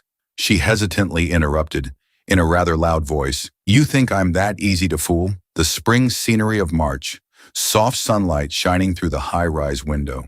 Zhang sat on the sofa, holding her phone with both hands, staring intently at the screen. On the screen was a gold trading chart. The more she played the gold trading game, the more she lost. Zhang was brought back to reality, as if shattering her imagination. Zhang's mood became depressed. It seemed that focusing on investing in this game was not a long-term solution. Zhang was still immersed in sadness, sitting dejectedly on the chair. Meanwhile, Zhang was intently writing something at his desk.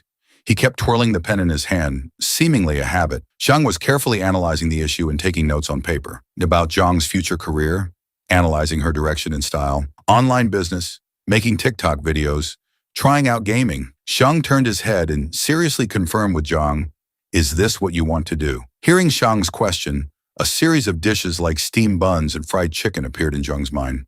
Her eyes lit up with excitement and anticipation. Still holding her phone tightly, she said firmly, "Cooking." Hearing this answer, Zhang immediately jotted it down on paper, blurting out, "Becoming a chef." He clearly wrote the two words chef on the paper. Suddenly, as if remembering something, Zhang frowned and reconsidered. He quickly crossed out the two words chef on the paper, saying to Zhang, "Choose another profession. Without an ID card, even if you have excellent skills, it's difficult to become a chef." Zhang started imagining herself as a chef on a mobile food truck. "How about we try selling street food from a mobile cart? I just need a cart and a pot." Zhang immediately refuted Zhang's idea, pointing out the disadvantages of this job. "It's not as simple as you think. You'll encounter a lot of trouble. While you're selling to customers, you might run into the police. When the police come, you'll have to run.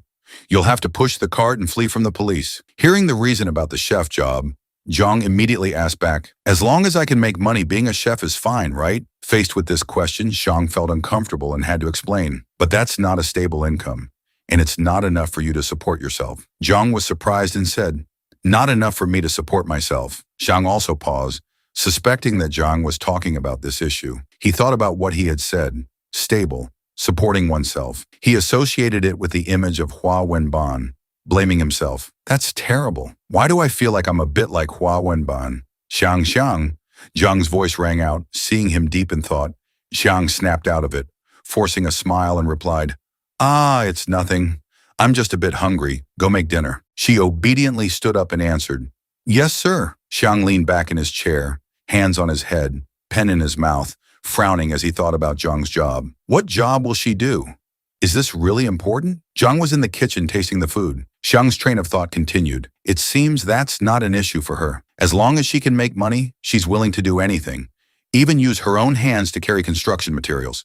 Hot, appetizing dishes were beautifully arranged on the table. Zhang called from the living room, "Let's eat. Dinner is ready." Zhang picked up the rice bowl and said to Zhang, "You've lived here long enough. You can be considered half modern now. If you want to do something, you can tell me, and I'll give you advice. But the final decision is still yours." Xiang's words made Yang glance at him in surprise. She didn't know what to say, lowering her head and mumbling, "I've never thought about this issue." Seeing her discomfort, Xiang comforted her. "Don't rush. You can take time to think carefully about what you really want to do." Zhang was still lost in thought. The blurry clock showed 5:35. Zhang concentrated intensely as she swung her sword, her movements decisive and strong. Then she closed her eyes and slowly brought the sword back in front of her. Zhang sat beside him, watching attentively. The sword was carefully wrapped. Xiang exclaimed, "Okay, it's done," carefully placing the sword in a corner. Xiang walked out of the room, saying to Zhang, "I'll keep it in my room. If you miss it, you can take it out anytime." Zhang gently pushed the closet door back to its original position. She walked past Xiang, responding with an She sat down in a corner, holding a nail clipper to trim her toenails. She trimmed each toe neatly and cleanly. Xiang saw her actions, rubbed his hands, and stepped forward to suggest, "You're very different from before now. Would you like me to cut your toenails for you?" Hearing Zhang's words, Zhang fearfully avoided. "No need. I don't want to." A hand grabbed the doorknob and opened the door. A voice rang out, "I'm home." Xiang walked into the house carrying shopping bags. Zhang saw him and curiously asked, "What's that?" Zhang moved closer to him. They both stared at the package. Xiang spoke, "Finally, the thing I ordered for you has arrived." He excitedly opened the item he had prepared for her to see, wanting to check the goods. The appearance of that item made Yang blush and scream, "Ah. Zhang immediately rushed forward to hug the sensitive item and cover it. Xiang was also startled and stepped back because of that item. She hugged the item, her face flushed red, loudly warning him, Don't look. Suddenly, Zhang noticed something beside it. She picked up a piece of paper and read, "A 5-star review will be rewarded with 20 yuan." Zhang's eyes lit up as she looked at the paper in her hand, exclaiming happily, "Wonderful! I have to work hard for half a day to earn 20 yuan." Xiang looked at the paper in Zhang's hand, his face showing displeasure. The content of the paper made Xiang's face turn gloomy. He raised his middle finger as if to curse. They want a 5-star review for just 20 yuan. This is the first time he's encountered such a situation. Zhang didn't understand what Xiang was saying. Xiang's eyes inadvertently turned red, and he embarrassedly explained in detail to her, "Taking review photos means you have to wear that outfit and take pictures for people to see." Zhang was shocked as she held the paper. Wear this and take photos. Zhang finally understood the meaning of the paper, stunned for a few seconds. Then she angrily threw the paper away, shouting, "I don't want it anymore." Xiang quickly grabbed the paper Zhang had just thrown. He held the paper in his hand, his face showing both glee and mischief as he said, "You don't need it, but I do. All right, give it to me." Jiang was confused by his actions and words, tilting her head and asking, "Okay." The cat that was playing also fell silent in surprise due to its owner's actions. The phone made a ding sound.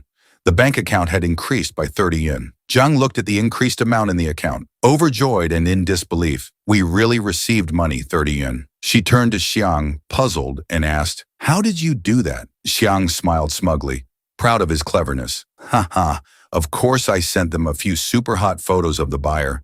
They even gave me an extra 10 yen to beg me to delete the photos." After hearing the story, Zhang covered her mouth and laughed. "Ha ha." She hugged the cat on her lap, smiling like an angel, and said, "That's really fun." Xiang snapped his fingers, his face confident and full of victory and pride. "This is how life should be, making others wary of you." Both were happy to receive this money. Xiang reminded Zhang to buy food. "Buy some pork, we'll have more food tonight." Zhang cheerfully and obediently replied, "Yes, sir." Zhang smiled nonstop, hugging the cat tightly in her arms and stroking it, saying, "Eat more, eat more." Xiang sighed helplessly, looking at her innocent appearance. He lamented, "What a fool." He spoke up and asked, "Sometimes I feel like I'm taking care of a daughter.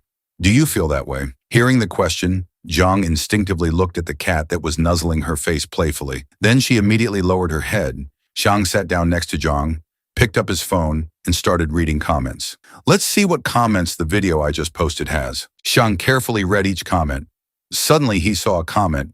Remembering his angry father, he felt uncomfortable inside, thinking to himself, "Why does this person keep repeating the same comment? The way of speaking sounds like an old man. No, it should be said that it's exactly like him." Xiang then blocked this account, pretending not to know anything.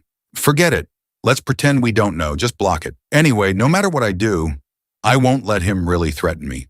The next day, Hua Wenban crossed his arms, his face angry, silently sighing, "Humph." Seeing that his father was still angry, Xiang approached, awkwardly asking, "Dad, are you still mad at me?" Hua Wenban decided to keep his dignity, refusing to admit, "What am I angry at you about?" Xiang had guessed that his father would come to question his actions. "How dare you block all my accounts?" Xiang continued to ask for the reason. "Isn't it because I just blocked your account?" Hua Wenban was finally provoked by his son's question, blurting out, "I even used your mother's old phone number and Hao Zi's to register accounts." Knowing the reason, Zhang picked up an apple from the basket and said to his father, "If you have any opinions, just text me directly.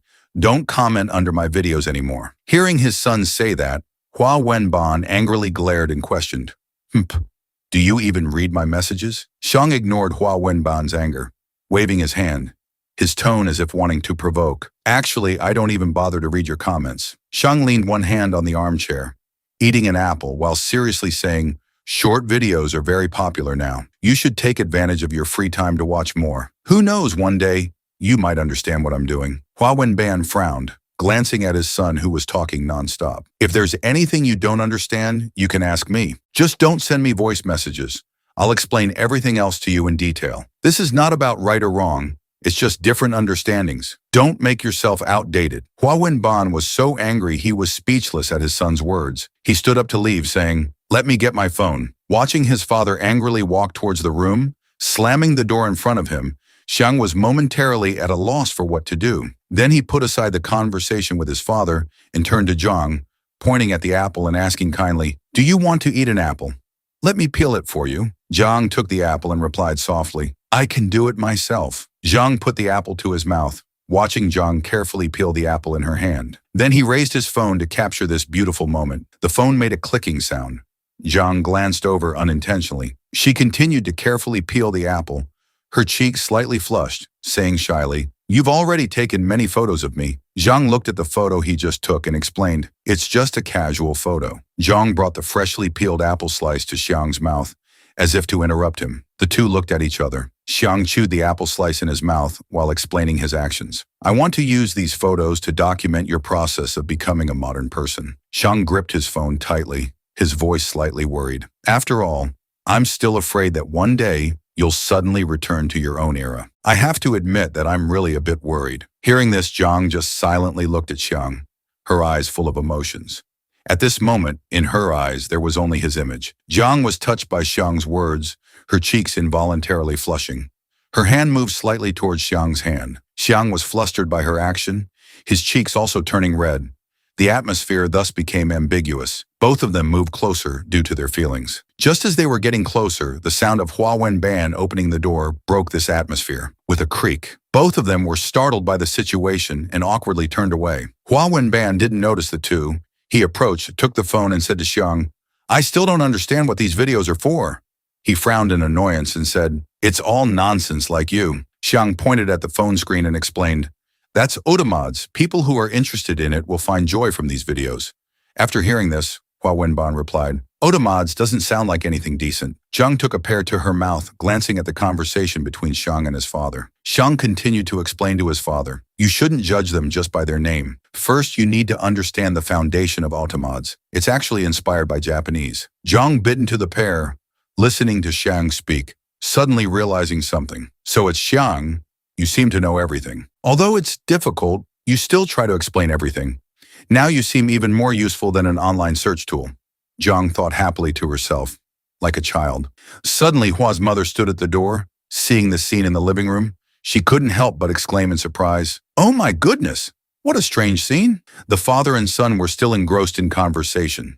She thought to herself, "I wonder what they were talking about in the room earlier." The clock struck 1:10 p.m. A voice rang out, "Let's go visit Uncle Tan." The brown dog wagged its tail happily, as if welcoming guests, barking a few times to draw attention. Xiang reached out to take the cup of water from his uncle's hand, saying thank you. "You didn't have to do that, uncle." Zhang stood beside him, happily petting the small dog. As soon as he sat down, Uncle Tan complained about his son. "I don't know when Hao Si will bring his girlfriend home to meet the family like you did." Uncle Tan frowned and continued, "Every time I mention this, he always says he's arranging it. I don't know if the boy's lying to me or not." Xiang sat beside him and said with a smile, "What do you mean lying, uncle?" "Like finding someone to pretend to be his girlfriend to introduce to the family." The uncle voiced his thoughts. While working, Xin Hao suddenly shuddered, feeling like there was a bad omen. Uncle Tan spoke with a tone of distrust in his son. Uncle Tan wasn't sure. Everyone should know. That kid might learn from his son, appearing honest on the outside, but sometimes having improper thoughts. In the office, Xin Hao raised his hand to rub his head, frowning and saying, "Why do I have such a bad feeling?" Being mentioned by Uncle Tan, Xiang immediately raised his finger to deny, his face showing righteousness. "What do you mean by learning from your son, uncle? I'm an adult now. Look at Zhang here, uncle. Such a good girl is my girlfriend, which proves that I'm a decent person." Hearing Xiang speak, Zhang showed a disgusted expression. Speechless, Uncle Tan looked at Zhang, pointing at Xiang, and asked with a smile, "So what do you like about this kid? He was quite rebellious when he was young. Don't let him fool you." Zhang was caught off guard by Uncle Tan's sudden question, causing her to cover her mouth with her hand, thinking about how to answer. Then she immediately turned around, gripped Xiang's hand tightly, and confidently said, "But I like his rebelliousness." Hearing the girl's answer, Uncle Tan laughed happily. "Ha ha ha." Xiang was touched by Zhang's words, gently looking at the girl beside him, silently praising. She was still flustered when answering this question, but in just over a month, she has learned how to deal with teasing. Uncle Tan continued, "You're not like your father at all. I have no opinion about the person you're taking care of," Zhang replied, denying that it wasn't true. "I do have some similarities with my father.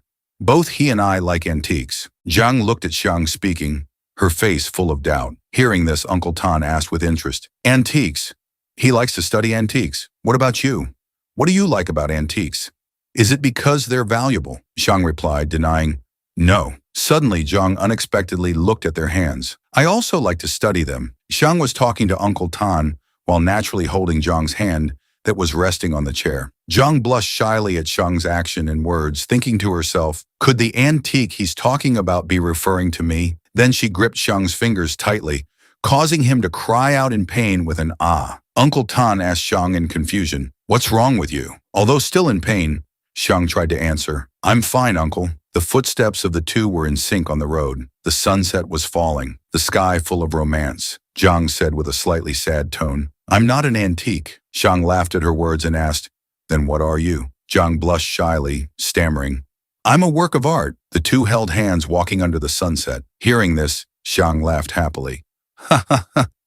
Ignoring the small girl beside him who was very angry, their 10 fingers intertwined tightly. Xiang thought to himself, no matter what she is, in the end, she's still Zhang. Xiang smiled, pointing at his cheek, his tone slightly teasing. You performed very well today. As a reward, you can kiss me here. Zhang couldn't believe her ears, looking around shyly. She panicked and said loudly, right here. Her eyes turned red with embarrassment and worry. We're on the street. How can we do that here? Out of embarrassment, she ran away quickly, saying, I won't do it. Looking at her back, Xiang said in bewilderment, oh, she ran away. On the walkway, Xiang and Zhang were engrossed in admiring the surrounding scenery. He pointed down and said, that's the train station. When you have all your documents, I'll take you to buy tickets, and then we'll explore together. Zhang smiled happily and nodded, saying, yes. Then they both moved to another place. Noticing a trash can, Xiang casually threw away an empty drink can. After that, they came to a small bookstore. This is a bookstore.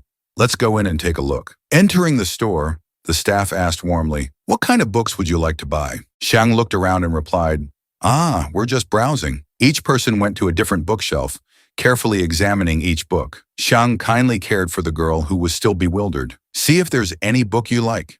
If there is, we'll buy it to read. Suddenly, Zhang's eyes fell on something on the bookshelf. She picked up a book from the shelf.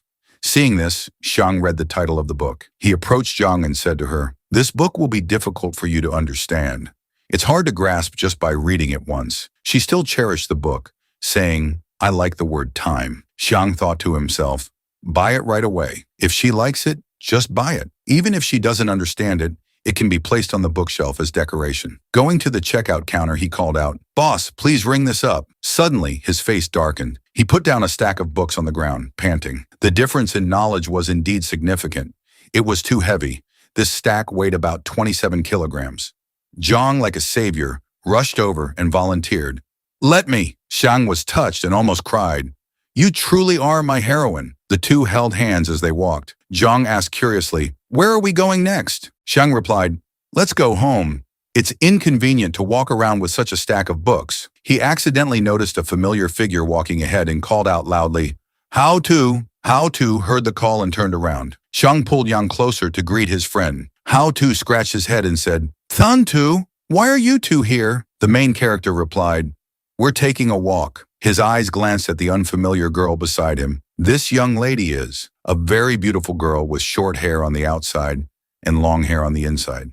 How to introduced her shyly. This is Liu Jingfeng, a friend. Before he could finish, the girl interjected, I'm his girlfriend. The police officer blushed bright red, embarrassedly rubbing his nose. We're not official yet. Xiang happily introduced, I'm How To's friend. My name is Xiang. This is my girlfriend. Zhang also quickly greeted, hello. The main character immediately suggested, we're about to go watch a movie. Would you two like to join us? How To waved his hand. No, I don't want to be a third wheel. The brief conversation between the two couples ended. Xiang waved goodbye. Well, see you next time. We'll go ahead. The sound of footsteps gradually faded away. Zhang tilted her head and asked her boyfriend, oh, are we going to watch a movie? Didn't you say we were going home? Xiang walked with his hands in his pockets, pondering for a moment. I just said that casually earlier. Didn't you find those two a bit strange? He touched his chin, recalling the scene just now, his face looking as if he was thinking about something. They say they're just friends, but judging by how proactive that girl was, it's very likely she's pursuing How To. But there's still something odd about it. Zhang innocently looked up at Xiang. Those two, I didn't see anything unusual. Xiang shook his head. That's because you don't understand How To's personality. Zhang opened her eyes wide and looked at her boyfriend, saying, I've had a question I've wanted to ask for a long time. Why do you always add to after names? He's called Hao Tu. The rich guy's called Wang Tu. You're called Tan Tu. Can I be called Hua Tu? Xiang gently explained. That's a nickname we gave each other in college. Like Lao Tzu, Zhuang Tzu, Confucius, they all have Tzu. We felt adding Tu after names would sound cool. You're a girl, you don't need to add it. Zhang suddenly understood. Oh, so that's it. Then I don't want to be called Hoa Tu. She happily held Xiang's hand as they walked under the sunset. Hoa Tu doesn't sound good. Quang Tu is even worse. Just call me Zhang. Arriving home, she placed the stack of books on the table. Xiang hugged his orange cat while turning his head to look at his girlfriend. Zhang expressed her dissatisfaction. Actually, I wanted to watch a movie too. The main character broke out in a sweat. You mean watch at home? If I knew you wanted to watch, I would have taken you to the cinema. Watching in the cinema feels more authentic. Imagining the scene in the dark, an unsafe movie theater. Can't talk, very impolite. The second option is watching movies at home. You can freely adjust the lighting, discuss comfortably, and have cats and drinks. Zhang firmly said, no, I still prefer watching at home. You once said that couples should shop, eat, and watch movies together, but we can eat and watch movies at home together. Xiang hugged the cat tightly in fear, calmly saying, all right, your fist looks scary. I'll listen to you. Let's close the curtains. Zhang advised, in life we need memorable and cherished moments. We can't live superficially. Look, if we just do everything at home, when we look back on the past or when our children ask about their parents' love story, do you want to tell them that mom and dad just stayed at home and didn't go anywhere? After hearing this, Zhang immediately got angry, glaring at him with a red face, saying, what children? This little guy has already revealed his intentions. Xiang hurriedly explained, that's not the main point I wanted to make. Xiang and Zhang sat down on the couch. He turned on the computer and said, let's watch this movie. A crunching sound was heard.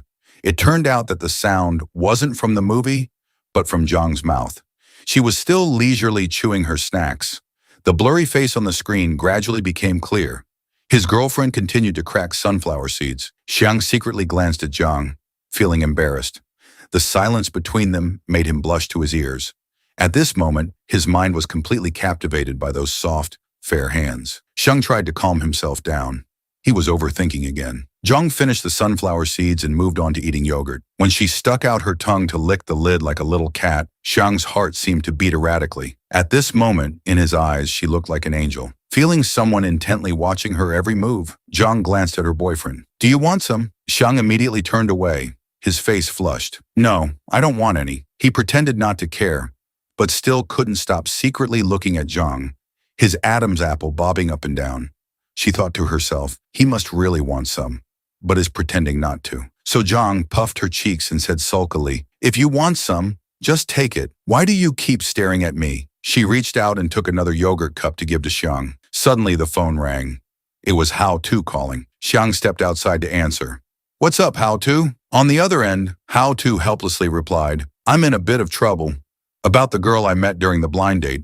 It's a long story. Don't tell anyone, especially Uncle Hua. If too many people know, sooner or later my dad will find out. Xiang laughed and replied, don't worry, I'll keep it a secret. Hao Tu continued, I was introduced through family. That meeting was so embarrassing I could have died. She looked at the menu and said, I heard the food here is very good. Do you come here often? Liu Jingfang said she wanted fried rice. Then I called out, boss, 2 portions of fried rice. From outside came the reply, coming right up. When the food was brought, we sat in silence. The atmosphere was very awkward. Liu Jingfang took the initiative to speak. You're a police officer, right? I politely replied, yes, I just finished my internship. We started chatting.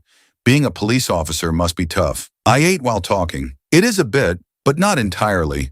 Just working continuously for a few hours can be tiring. Then I changed the subject. Does the food suit your taste? Jingfang didn't answer, carefully wiping her mouth. I can't eat anymore. Seeing her not respond, my throat felt choked up, so I decided to finish the remaining rice in one go, then put the bowl down hard on the table, pretending to pull out a tissue to wipe my mouth, hurriedly ending the meal.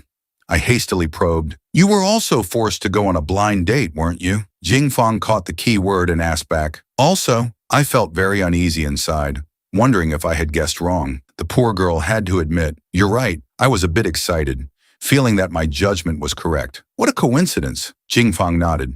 Yes, quite a coincidence. I complained tiredly. I still have to go on a few more blind dates. Fang showed sympathy. That's troublesome. Suddenly, she looked straight into my eyes. I pressed my lips tightly, looking very scared. The contract was negotiated. We shook hands to seal the deal. We decided to cooperate, pretending the blind date was successful. But now the unlucky one is that poor Hao. In the end, I felt it wasn't right. Everything was very forced. So I told her we should stop this, let both of us find our true love, but she didn't agree. Still not understanding the situation, Xiang asked, "Why is that?" On the other end was a male voice full of anguish. "She wants to continue this act."